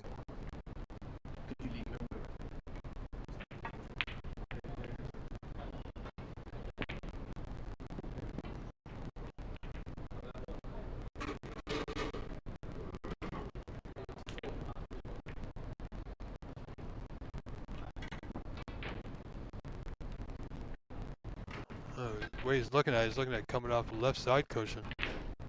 So 2 cushions. Oh, if he gets it right off the 2 cushions, left cushion, bottom cushion, with a little bit of pace, he should leave it quite safe. But all he's got to do here is miss the peg with a little touch of right hand side. hit that red full in the face from behind. 2 rails it is. That's not going to be it.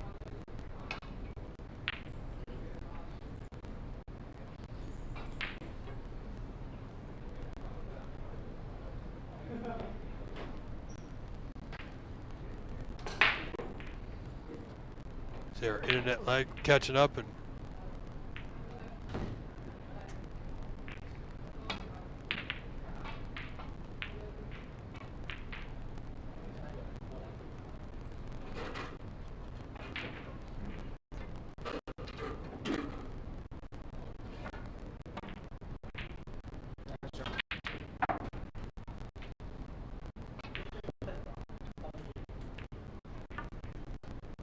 oh, good hit, but now the red's on.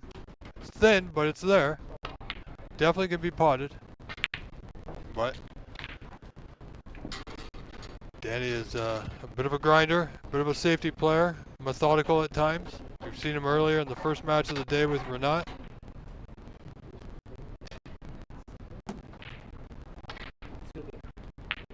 Sorry?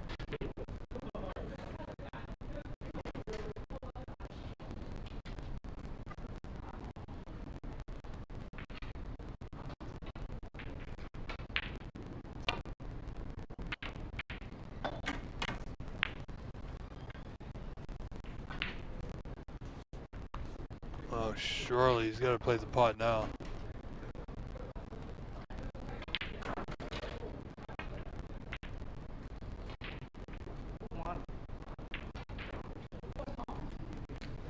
A little, not too far. Not far enough or too far, one of the two. But blue's still on to right center.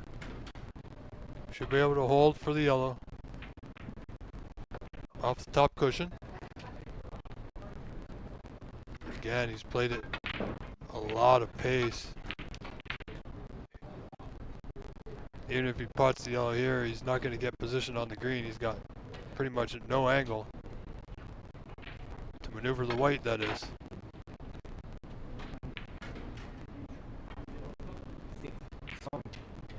If it's a snooker. Yeah, so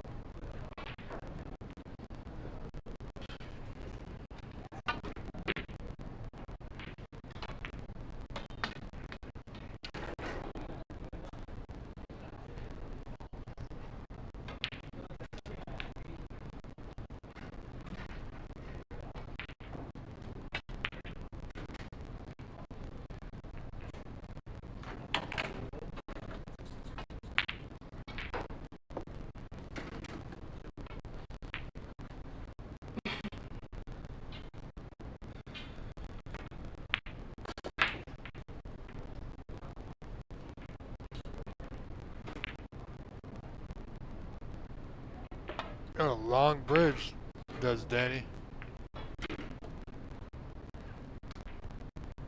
As I've learned in the past, might serve him well to shorten that up a bit. Might give him a little bit more control on the white.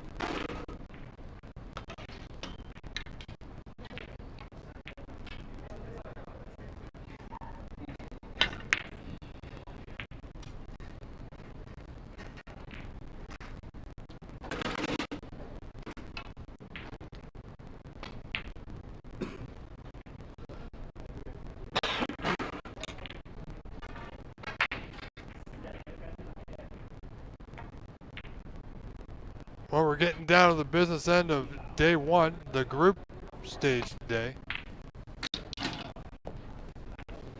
Tomorrow we'll see the top 16 emerge as we begin the knockout rounds.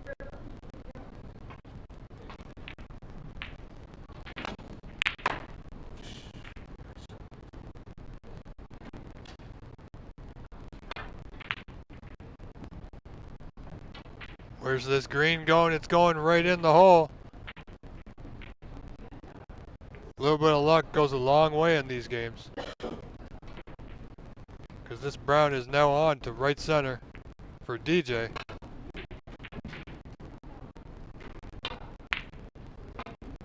Oh boy. Oh, he's going to leave it right over the bottom right corner. That is unfortunate.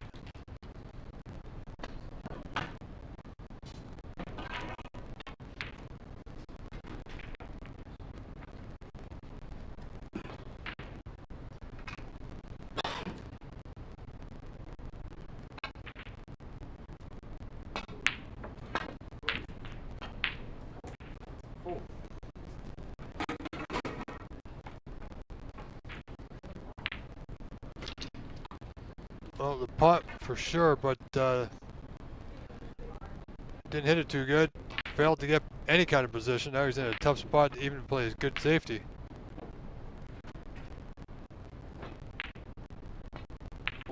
But from where he was, that's not bad.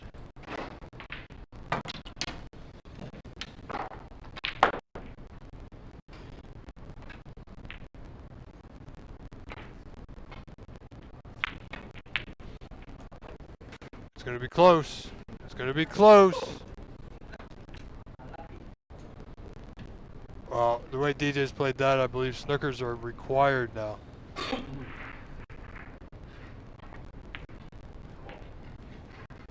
I could be wrong.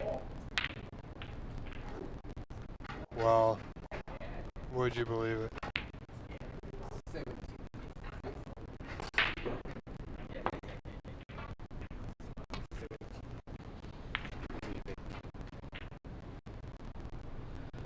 So if I heard DJ correctly, I believe he's got a or the difference is 17.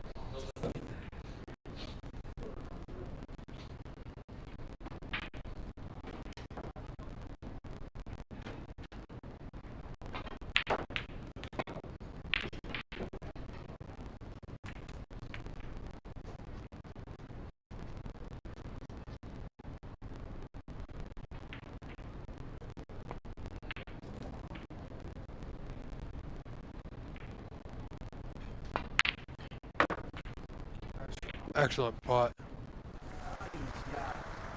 Oh, how unlucky is that? Would you believe it?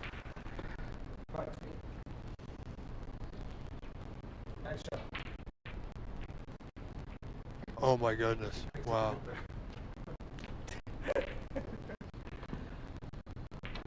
As you can see, folks, this game is played in good spirits between the two players, Danny and DJ. What a spot to be in. Pretty sure this match is to see who gets out of the group. The winner goes on, pretty sure, and the loser goes home. Now, if he's marking it, then snookers are not required.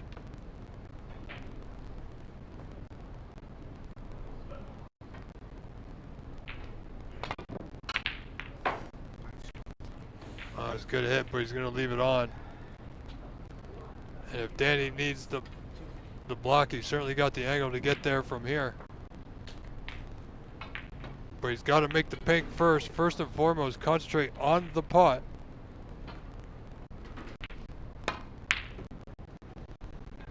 Wow, he had a ton of unwanted siding there, I believe. That white took off as soon as he hit it.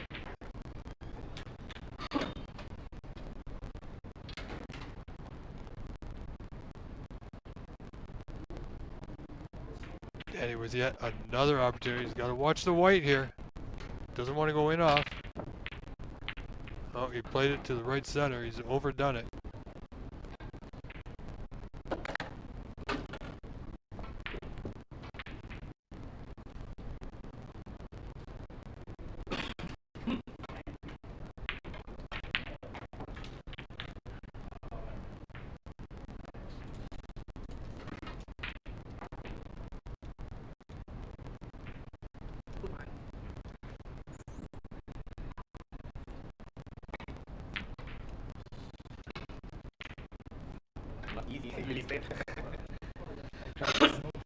Yeah. Well, this should be a match winner here.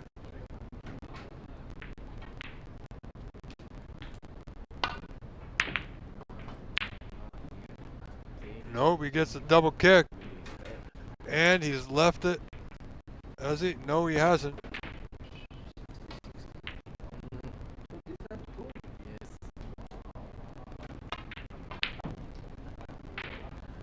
Went for the pot, didn't get it. Is it going to slow up before the middle? It will.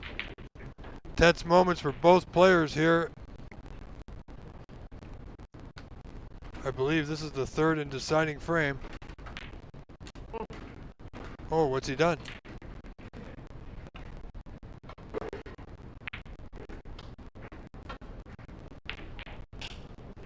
My goodness.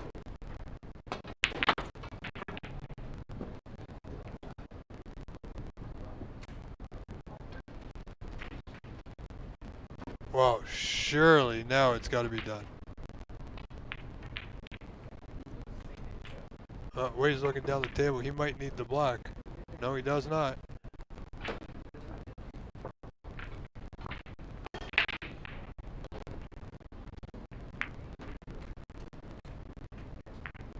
Any break? Yeah, let's be better. Huh? Better. Break?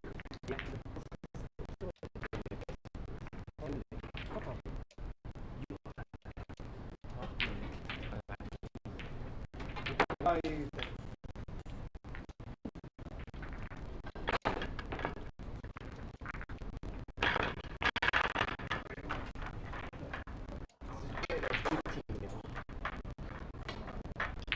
Any break?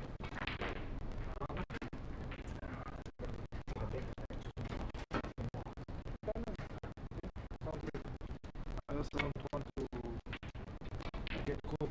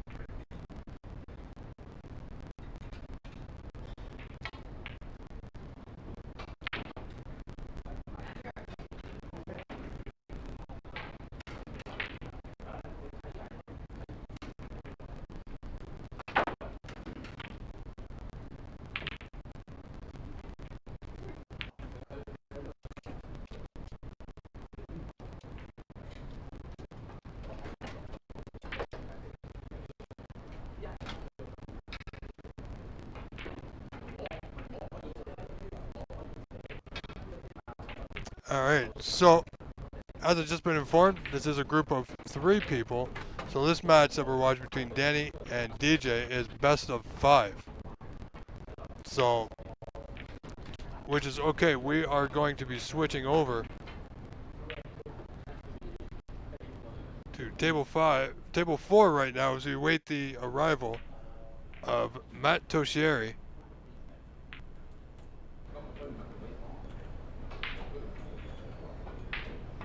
And Kyrie Chen.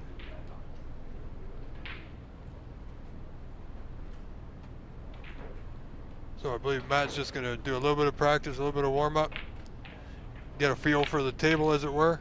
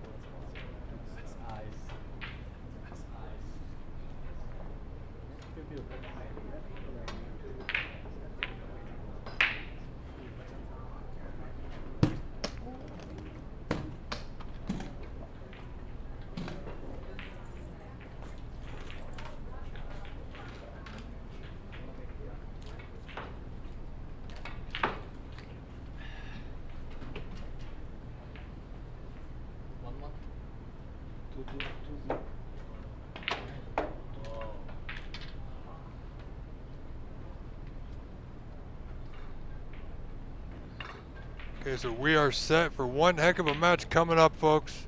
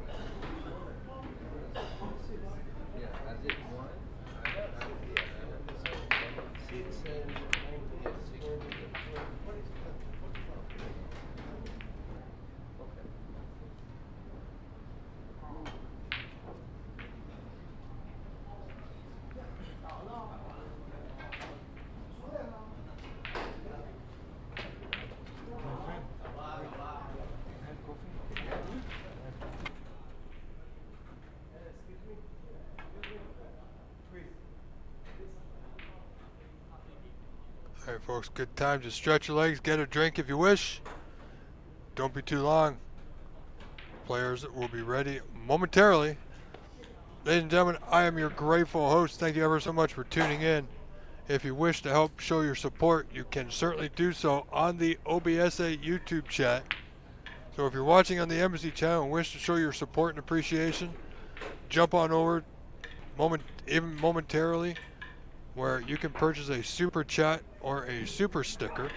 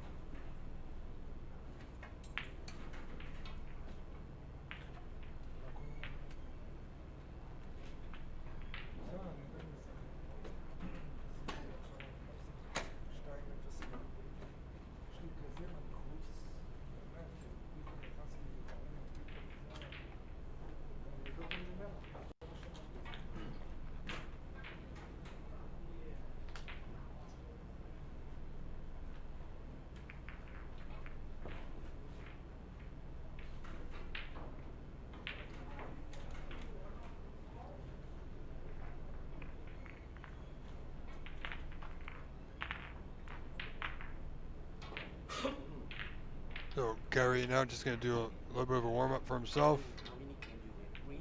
Best of three. Huh? Best of three. You 2-0, right? This is third game, right? Yeah, third game. The last.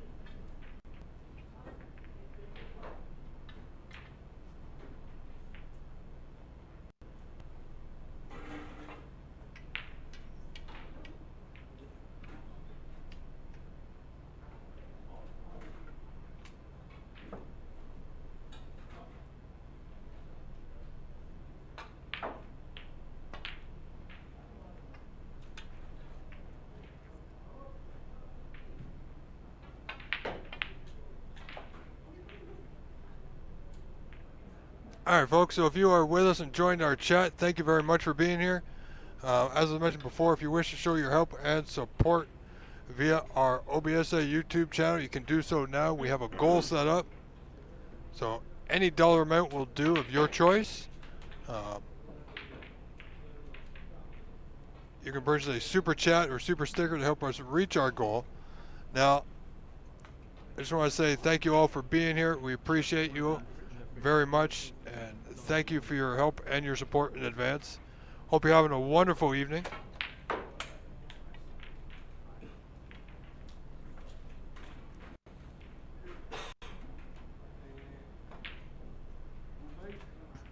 So, this is going to be a highly contested match, one that I've been looking forward to all day. Had my fingers crossed that we were going to get to see it on our live stream, and as it turns out, we will.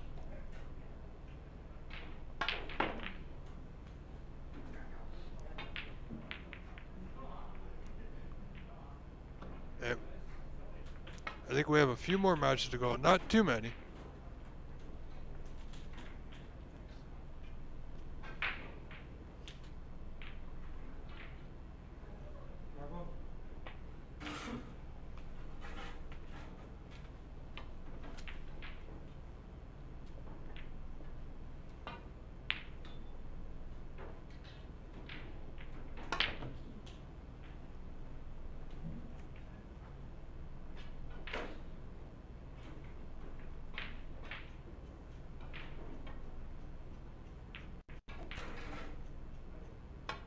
Well, I think there's one more match starting in about 30 minutes on another table.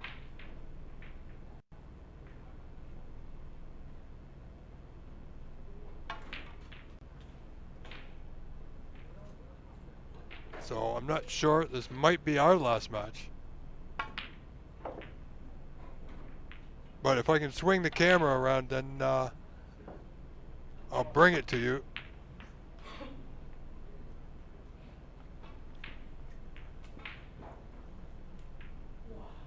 But anyway, keep in mind, folks, this might be our last full match.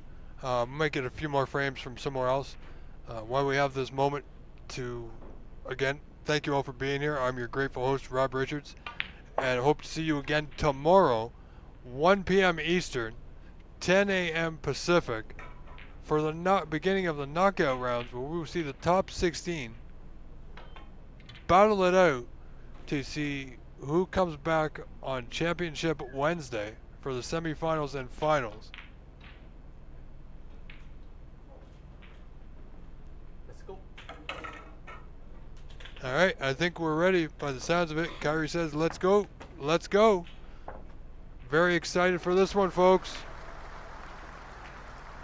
As is the crowd in attendance, watching on in the background at a camera view. Huh?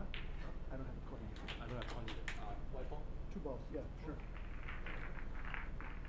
Left or right? What am I trying to pick? Cue ball?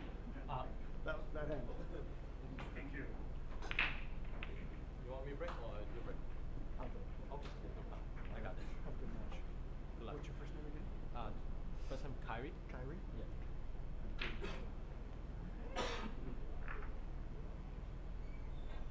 Does only one person go out of the group or both? Yeah. Both of us. Yes. All right.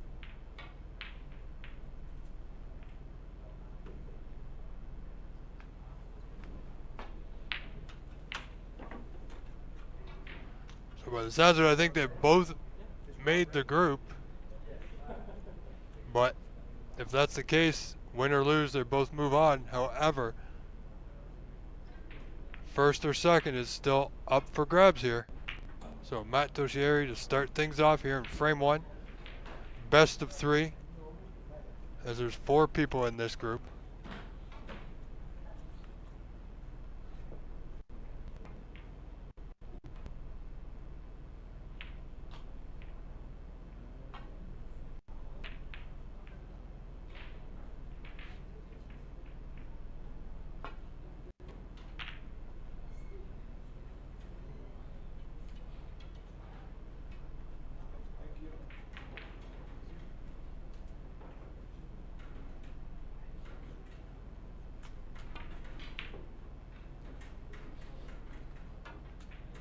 Oh, here we go. Matt's surveying the situation here.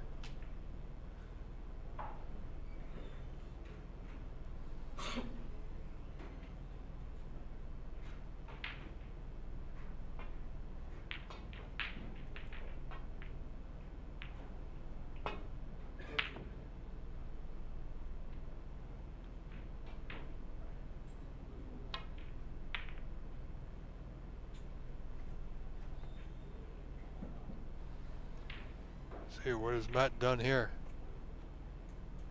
Oh boy.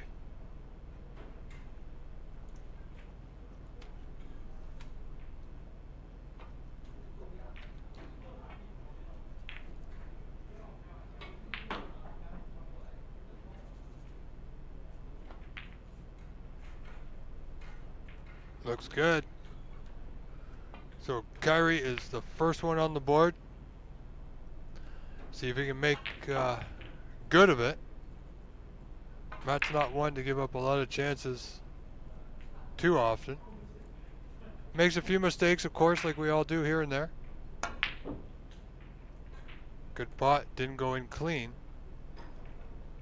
Thank you.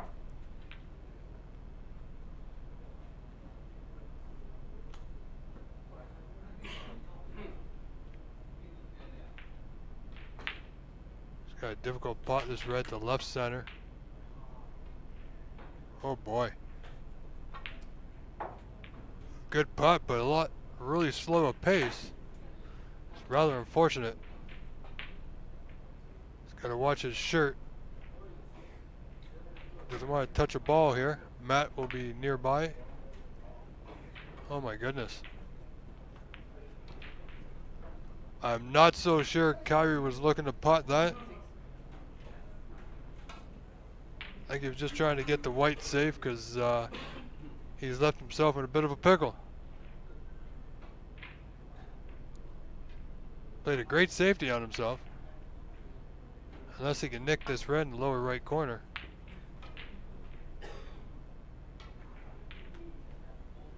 Oh, Always on top. Play the safe.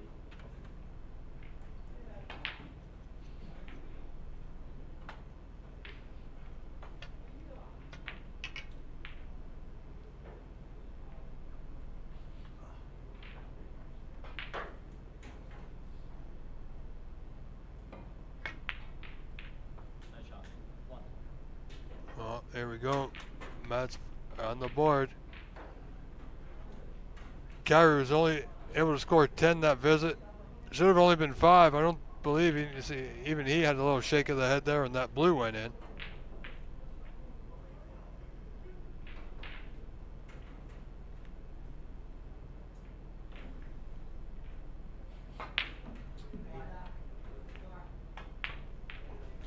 Nice shot.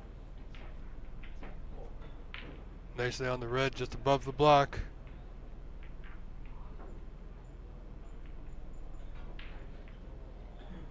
See if Matt can make use of his good play thus far.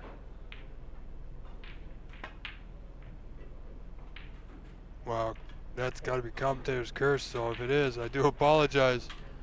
Did not expect that from Mr. Tosheri here in the early goings of this first frame here. Ladies and gentlemen, we are live on the OBSA channel and simultaneously broadcasting on the Embassy YouTube channel, so hello and thank you to everybody for being here. What a wonderful event it has been thus far. This has been the group stage of day 1. Tomorrow will be the knockout stage, and we are live right now from San Gabriel, California at the Embassy Billiards Club. This is the Embassy Open 2025, and Matt made a critical error there, or what they would call a schoolboy error.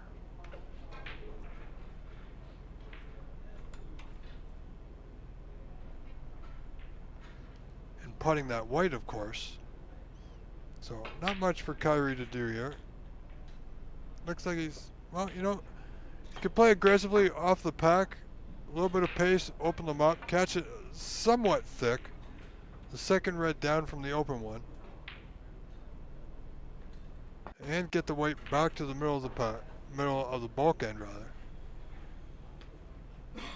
Not too bad. Would like to see it on, well, past the brown a little bit further. Behind the yellow would have been absolutely ideal.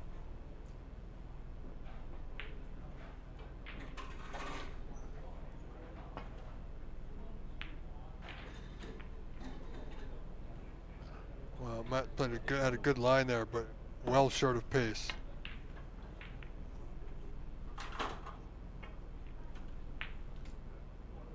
Gary's got a clear path back to the bulk end here.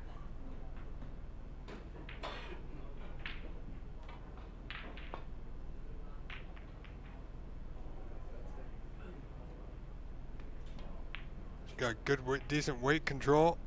Does he have coverage on the open red close to that left corner? I think so. Matt should be able to cover it with this red to the right of the block, but he's playing off, looks like he's playing off the one by the pink. I believe it might pot. Oh no, got it thin. Did he get the coverage? It's close, he may not.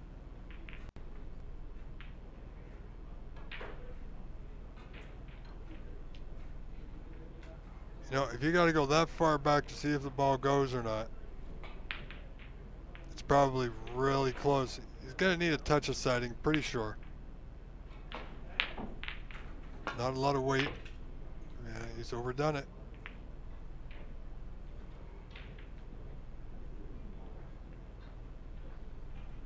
Look at this. And he's got coverage. So no harm done, really.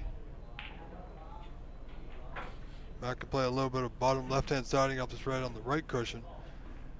Try and get some cover in the bulk end.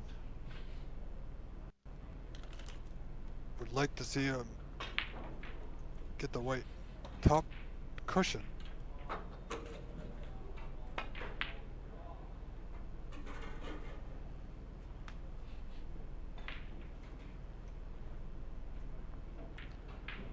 Yeah, see, if you cut it thinner, that red wouldn't have come all the way back up the table. Unfortunately, it missed absolutely everything at the bottom end. So, Carrie's got a pretty simple task here.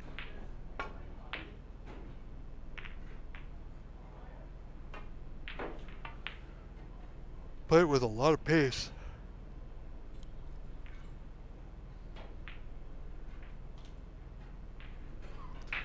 You know, it's interesting here. Matt can play the bottom red closer to the bottom cushion. Right side of it. Might need a touch of side just to widen the angle, and sure he gets past the other red next to the right of the block. Or you can go that way too.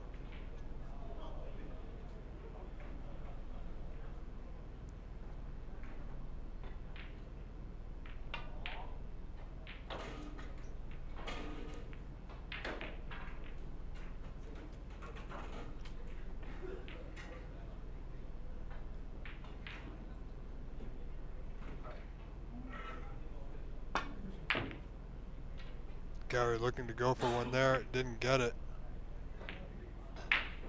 He's going to be pretty lucky with that one. Didn't get the pot, so he'd be okay with the outcome where that white's ended up. Could have been a heck of a lot worse.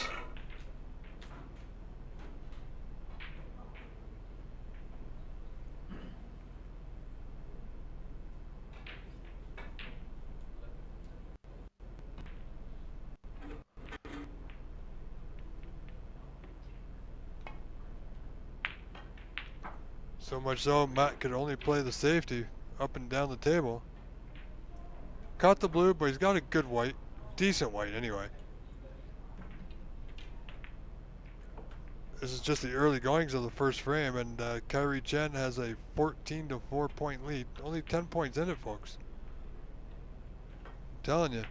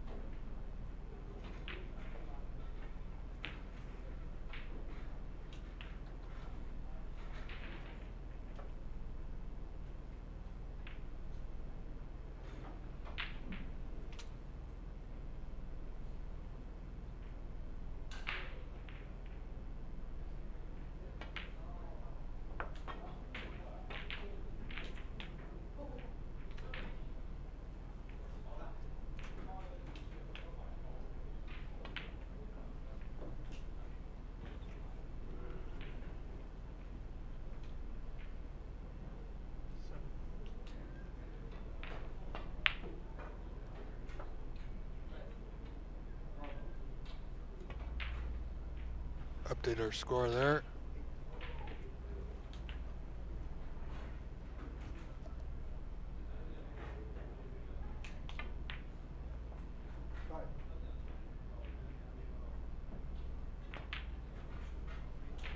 Oh, carry break goes to 15. Great chance now. He's got the Reds pretty much right where he wants them.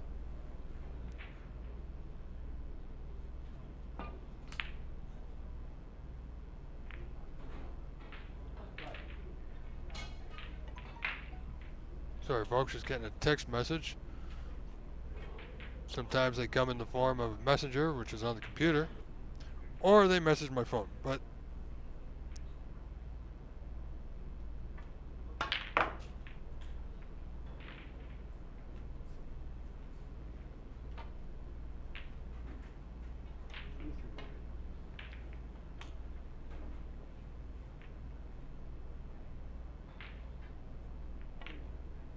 so Kyrie doing well here.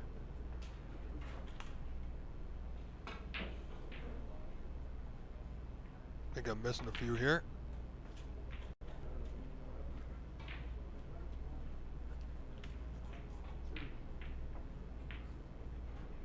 There we go, we're all caught up. 31 break. Kyrie's in the balls and looking strong here in this opening frame.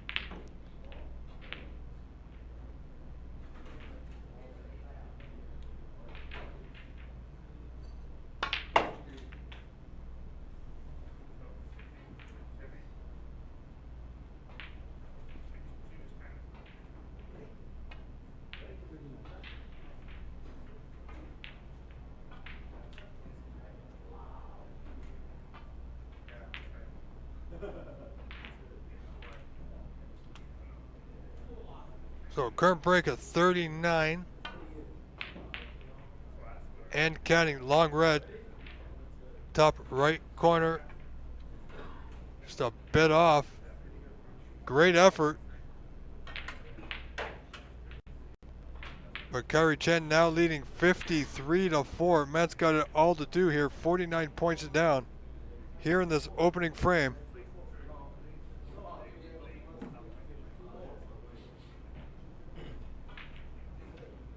He's got nothing but opportunity in front of him. Needs to use the rest. You know, he could play the red up in the bulk area. It's thin, but it's potable. He may not need the rest, but you know, generally Matt's a decent rest player. But folks, it's been a long day for everybody.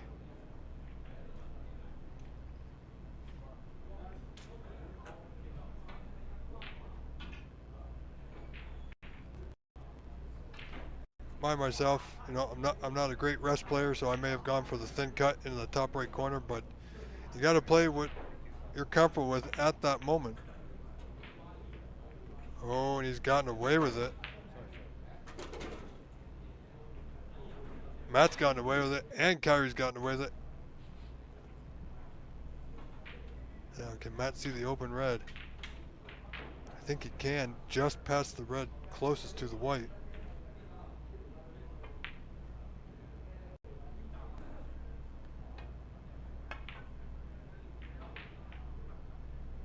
Wow, he overcut it. He had more than he needed.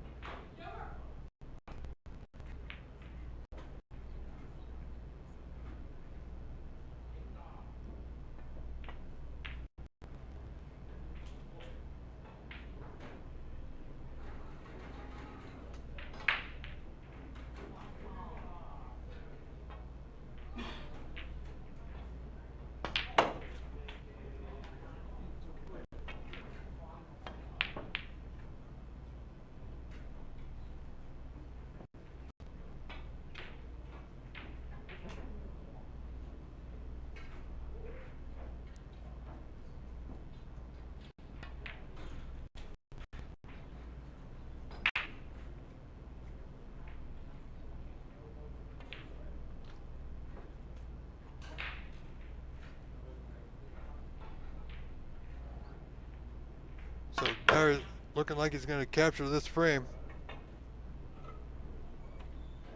So Matt's going to be in for a fight here.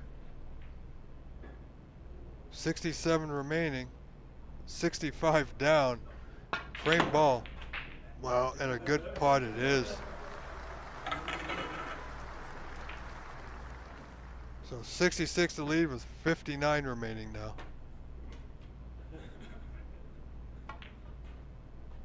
Oh boy. Matt will certainly come back. Matt's potted 2 balls. 1 red, 1 green.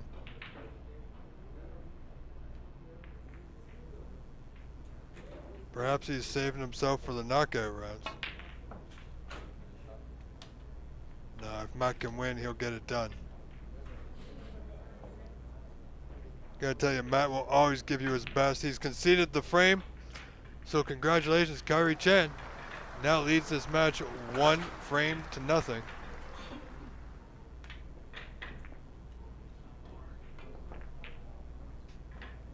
So we're not gonna cut away. We're gonna stay right here, folks.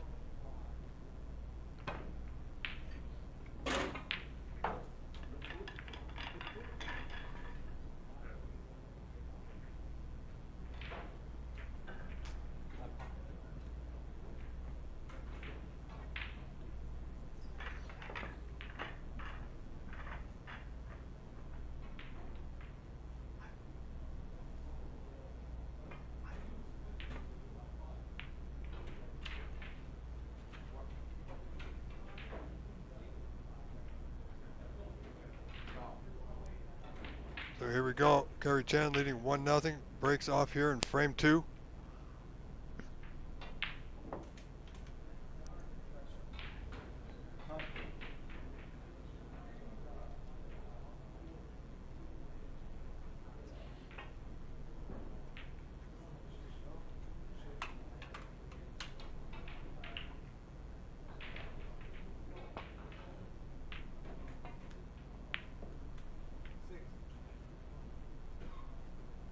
Not bad. Good weight right behind the yellow. Nicely done, Mr. Toshieri.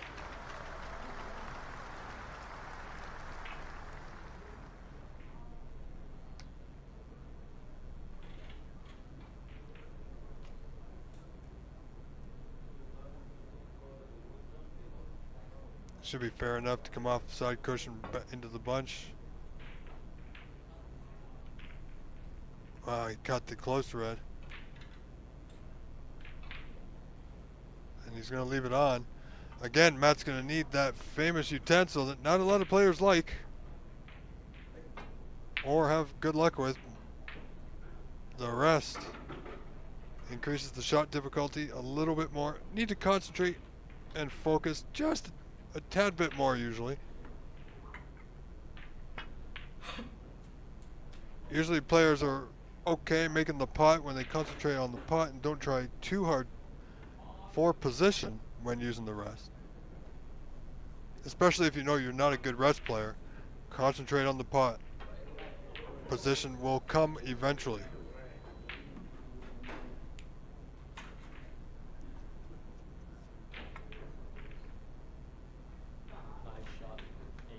Wow, it was a good pot, but he's in tough here for a safety or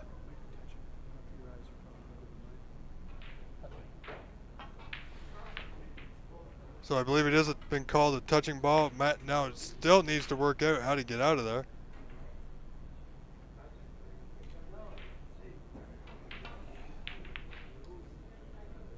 He's going to have a look for a spider.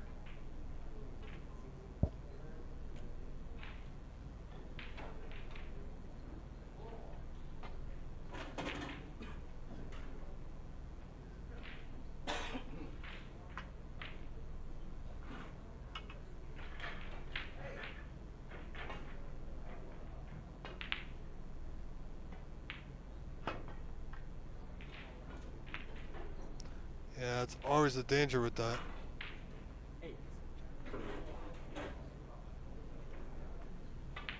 Should have tried to come straight off the bottom cushion, right up the right side. may have had cover behind the green or the blue. In fact, coming off the two cushions, he ran right into the blue, unfortunate. But here we are. Gary doesn't get that putt to go.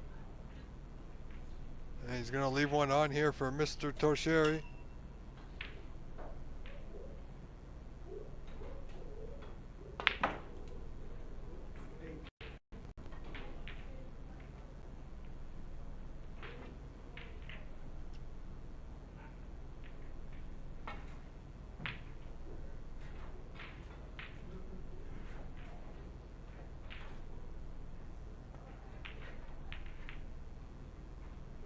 Oh boy. I gotta tell you, that was unexpected. It's really unexpected.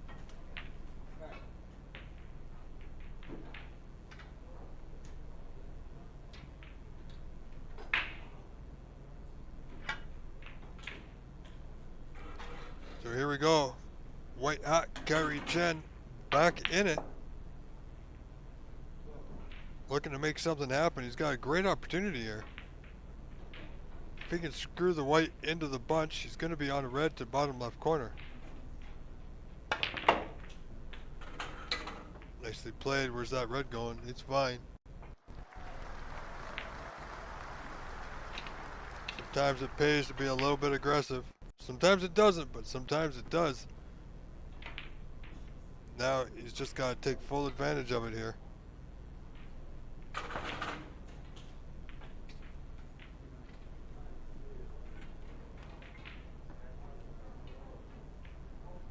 Gary now in the lead by 1, 9-8. But he's also up one frame. This group stage match is best of 3, as there's 4 people in the group.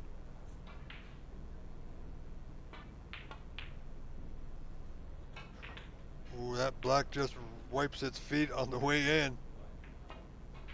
Questionable if that one was going to drop or not.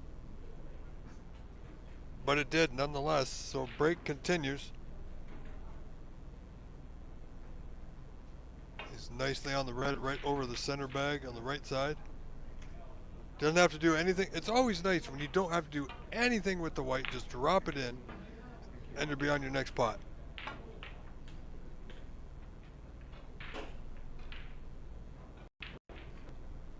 Obviously, as the tournament director and organizer, Kyrie Chen, he also works out of this club, the Embassy Breakers Club here in San Gabriel, California.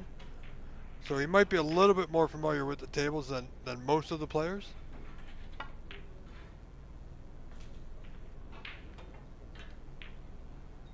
So a slight advantage in that aspect. Of course, he hasn't left himself in an ideal position here. You know, it's worth saying that Matt has had his chances though, in the last frame and certainly in this one when he missed that easy red to the bottom left corner. Just like Kyrie missed that one, but he was close to the cushion, so we'll give him the benefit of the doubt there. So break ends at 24 for Kyrie. Nothing easy for Mr. Matt Tosheri from Thunder Bay, Ontario. Now, as I did overhear the two players before, I believe both the players have already made their group. So this match is simply for who tops the group, who's first or second.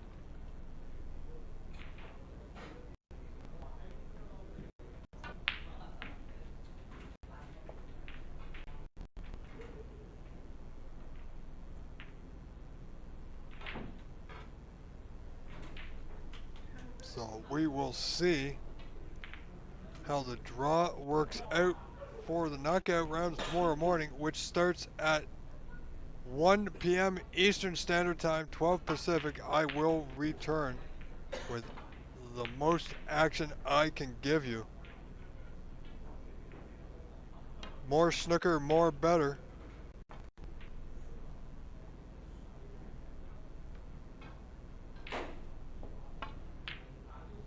And just for you Ontario and Canadian fans, our one and only, the real deal Sahil Nayar is back in action for, I believe it's the Victorian UK Championship qualifiers this Saturday. I believe it's November the 22nd, Saturday morning at, I think it's 4:30 a.m. or 4:45 a.m. if and around there.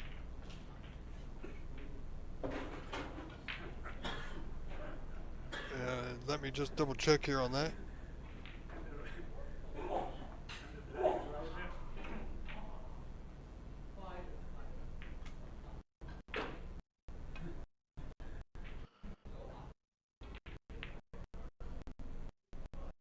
I have a little bit of a lag here, so we're going to just wait that out.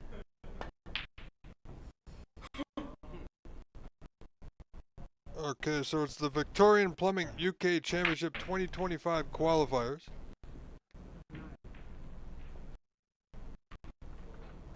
Which begins Saturday the 22nd of November. And at 4:30 a.m. Saturday morning, Sahil Nayar takes on Mateusz Baranowski. So good luck, Sahil. Wish you all the best. See if you can come away with a win and qualify for the UK Championship. So as you see there, Matt had another opportunity, didn't make use of it.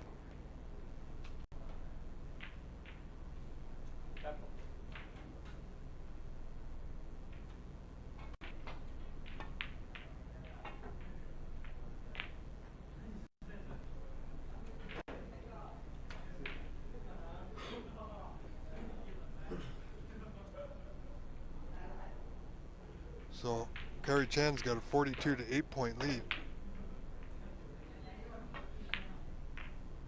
So he's 32 in front. Pardon me, 34. 34 in front is Kerry Chen here in the second frame. Matt doesn't win this frame to force a deciding frame. It's going to be over. And Kerry Chen will top the group. Matt will advance second out of the group, but he will advance nonetheless.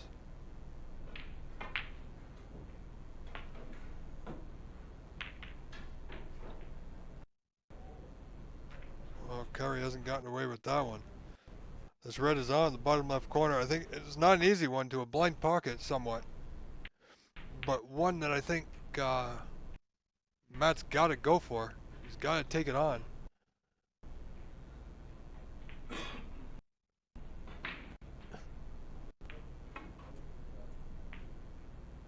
Good effort, but doesn't seem to have it with him right now. And if in fact he does make it out of the group, and I think he has, second of course, if Kerry wins this match, then he's got to dial it in for the knockout rounds. There's no second chances come tomorrow, boys. It'll be do or die. Sink or swim, as it were.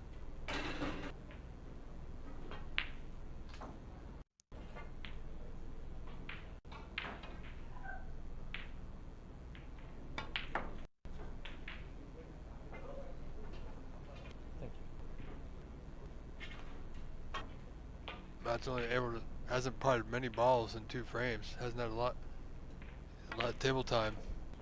He's had some chances, but just hasn't gone his way.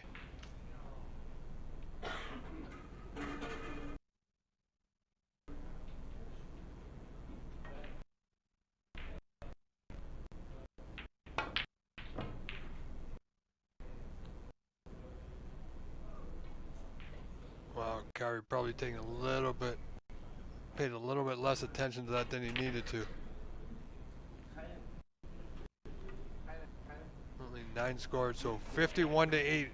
Kerry in front. Matt trailing by 43. Still 6 reds, 75 on. And he's on a red to get on the block, so it's not out of the realm of possibilities. Concentrate first and foremost on these 3 reds kind of together here by the pink spot, to the left of the pink spot. Then he can worry about the 2 reds just a little bit higher up. Last red to worry about is the one on the left cushion.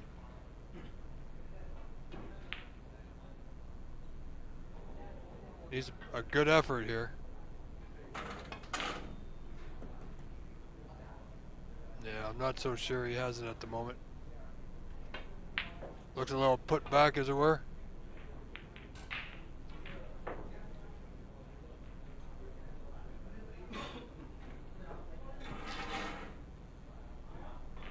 I mean, if he has made the group, there's absolutely no pressure.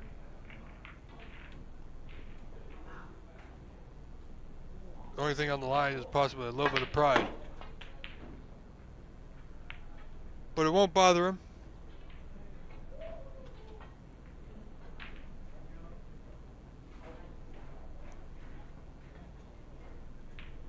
.43 the difference, 51 remaining. Carry on a color here, of course.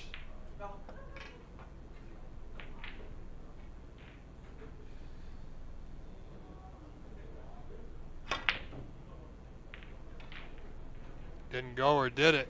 Look at this. Sorry. Wow, I tell you. When things are going your way, things are going your way.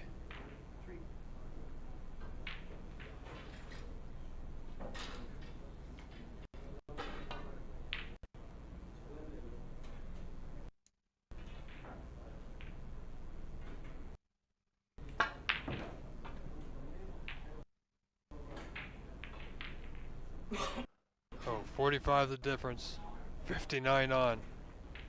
I think Matt's got to make a move at some point. He's got an easy safety straight forward, so that's what he's going to have to do right now at the present moment.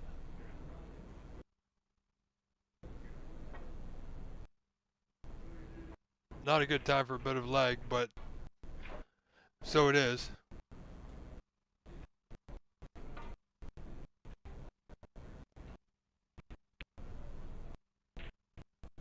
It's not generally this slow, folks. It's just a little bit laggy at the present moment. It should clear up in a moment or two.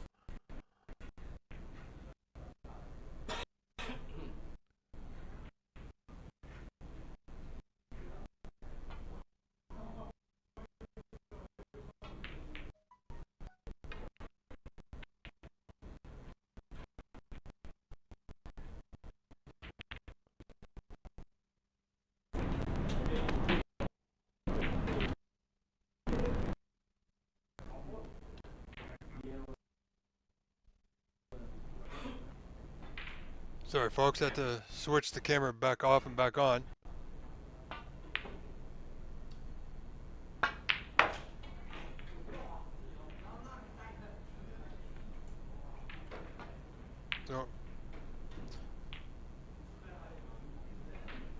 So without any unforeseen errors, I believe Kyrie's going to win this frame and match 2-0.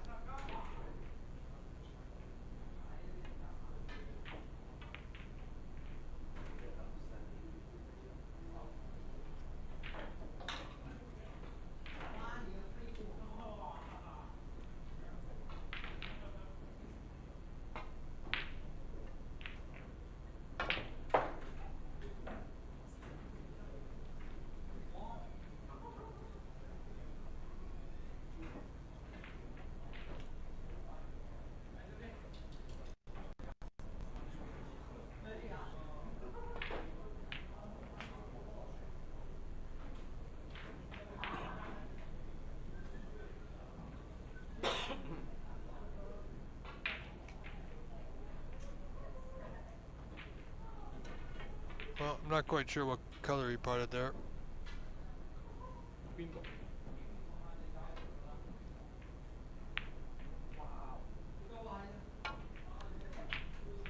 So we're going to go with a... I know he made another red, so...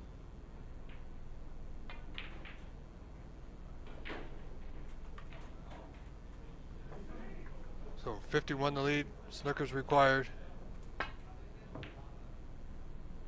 Oh, decent out by Mr. Matt Toshieri, wow. Definitely needed that.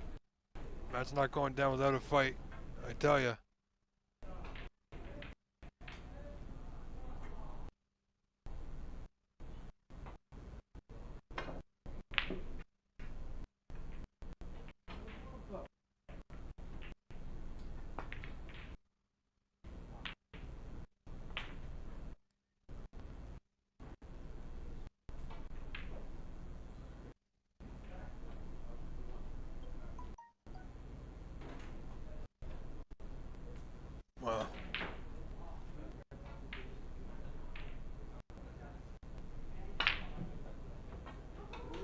We may see a concession here. And there it is. Congratulations to Kyrie Chen. Wins this match over Matt Toshieri, 2-0.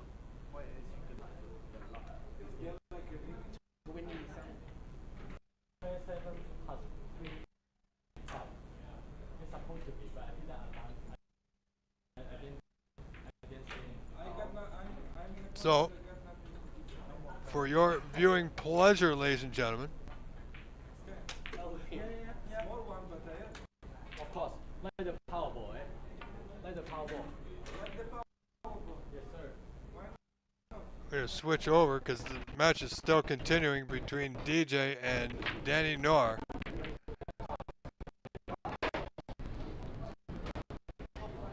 This is a 3 out of 5. I'm unaware of what the score is, but we're going to stick with it just for your viewing pleasure unless I get notification of another match coming up, which I don't think there is.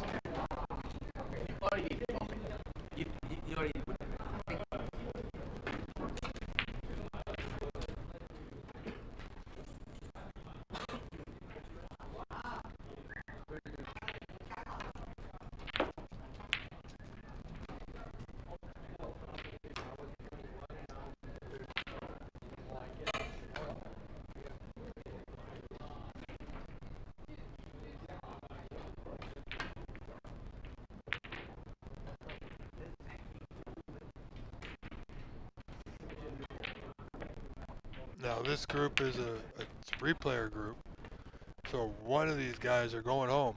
One of them will make the group.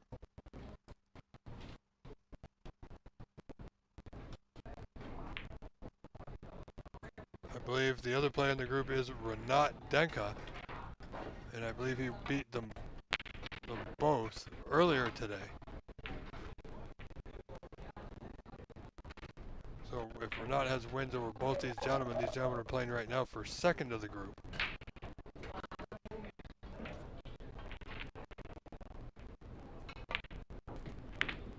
So right now this is what we call bonus coverage, ladies and gentlemen, because our stream is pretty much over for the day.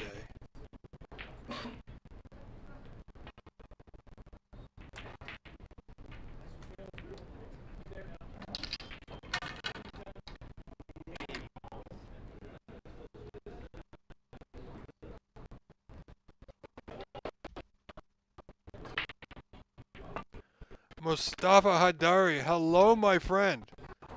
Sorry I didn't get back to you right away. I've been running many streams all at once and doing the commentary and the scoring. Multitasking as it were, you know I am. So good deal that you're here, my friend. Hope you're well. We'll have to have a couple games soon over at Monte Carlo.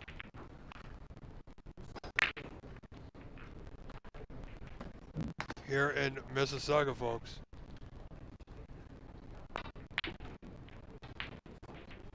Now, see, David Burney and crew are done for the evening over on the other main table, 3, which has concluded. I, on the other hand, will bring you more snooker as much as I can, even if I don't know the score in the match. Why? Because it's still entertaining to us snooker fans nonetheless.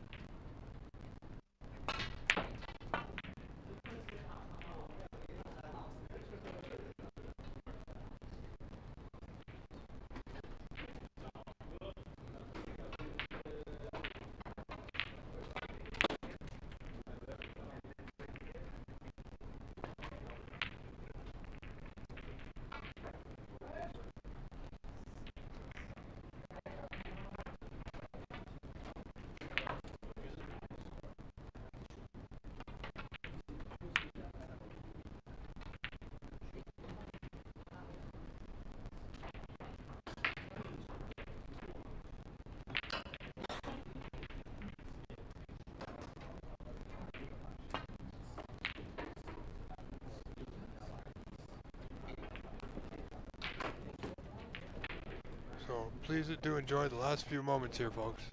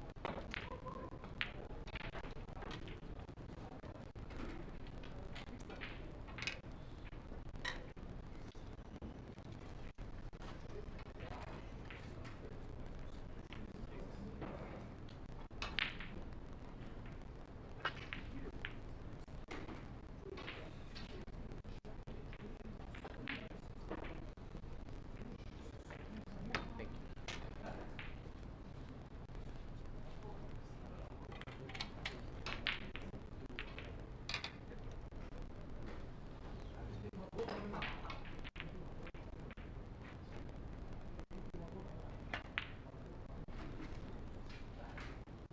giving you chances to finish it. You don't. I want. I'm giving you the chances to finish it. Why you not finishing? As you can tell, these gentlemen are still playing this match in good spirits, folks.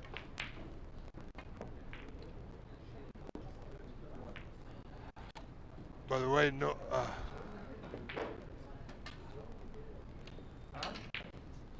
He's played that. I believe snookers may be required.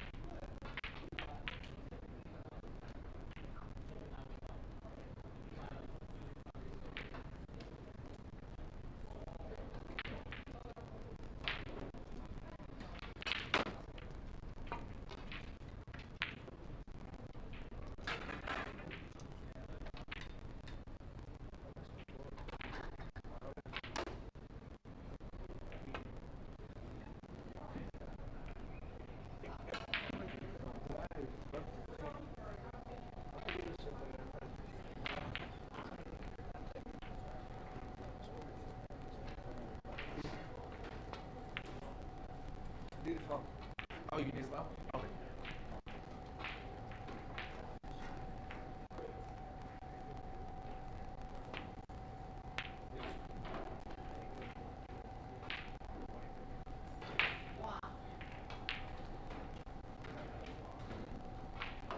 No.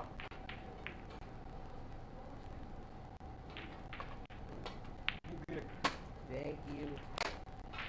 Unlucky for me, but good. Yeah. You're not lucky. You're not lucky. No. I wasn't lucky. If you win the first round, that's gonna be 10. Take a 10.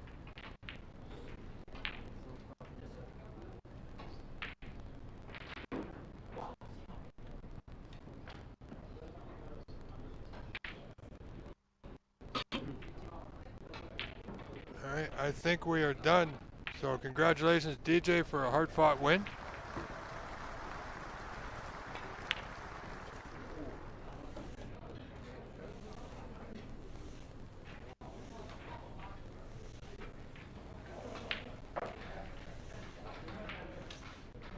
Just have a look around, see if we got anything else. I don't think we do, folks.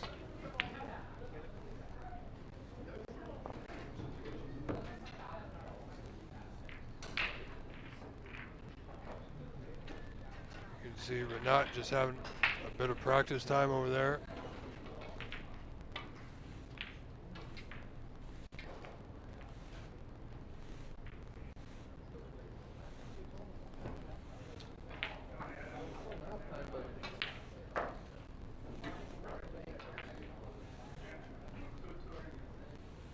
Tom. Tom. So we stuck? Huh? Well, folks,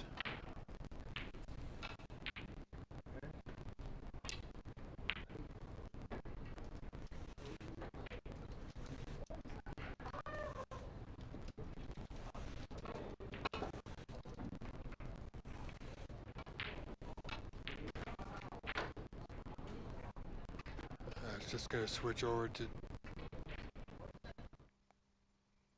table 3 here just to check a few things out.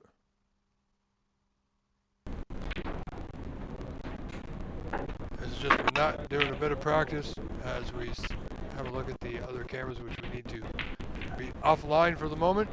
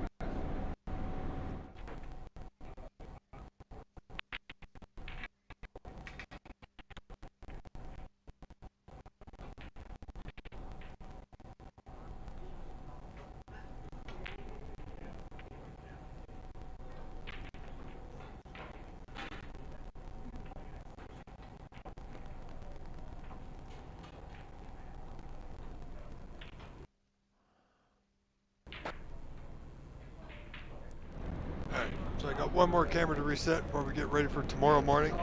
Folks, that is the end of our broadcast day for today. I've been your host, Rob Richards. Thank you ever so much.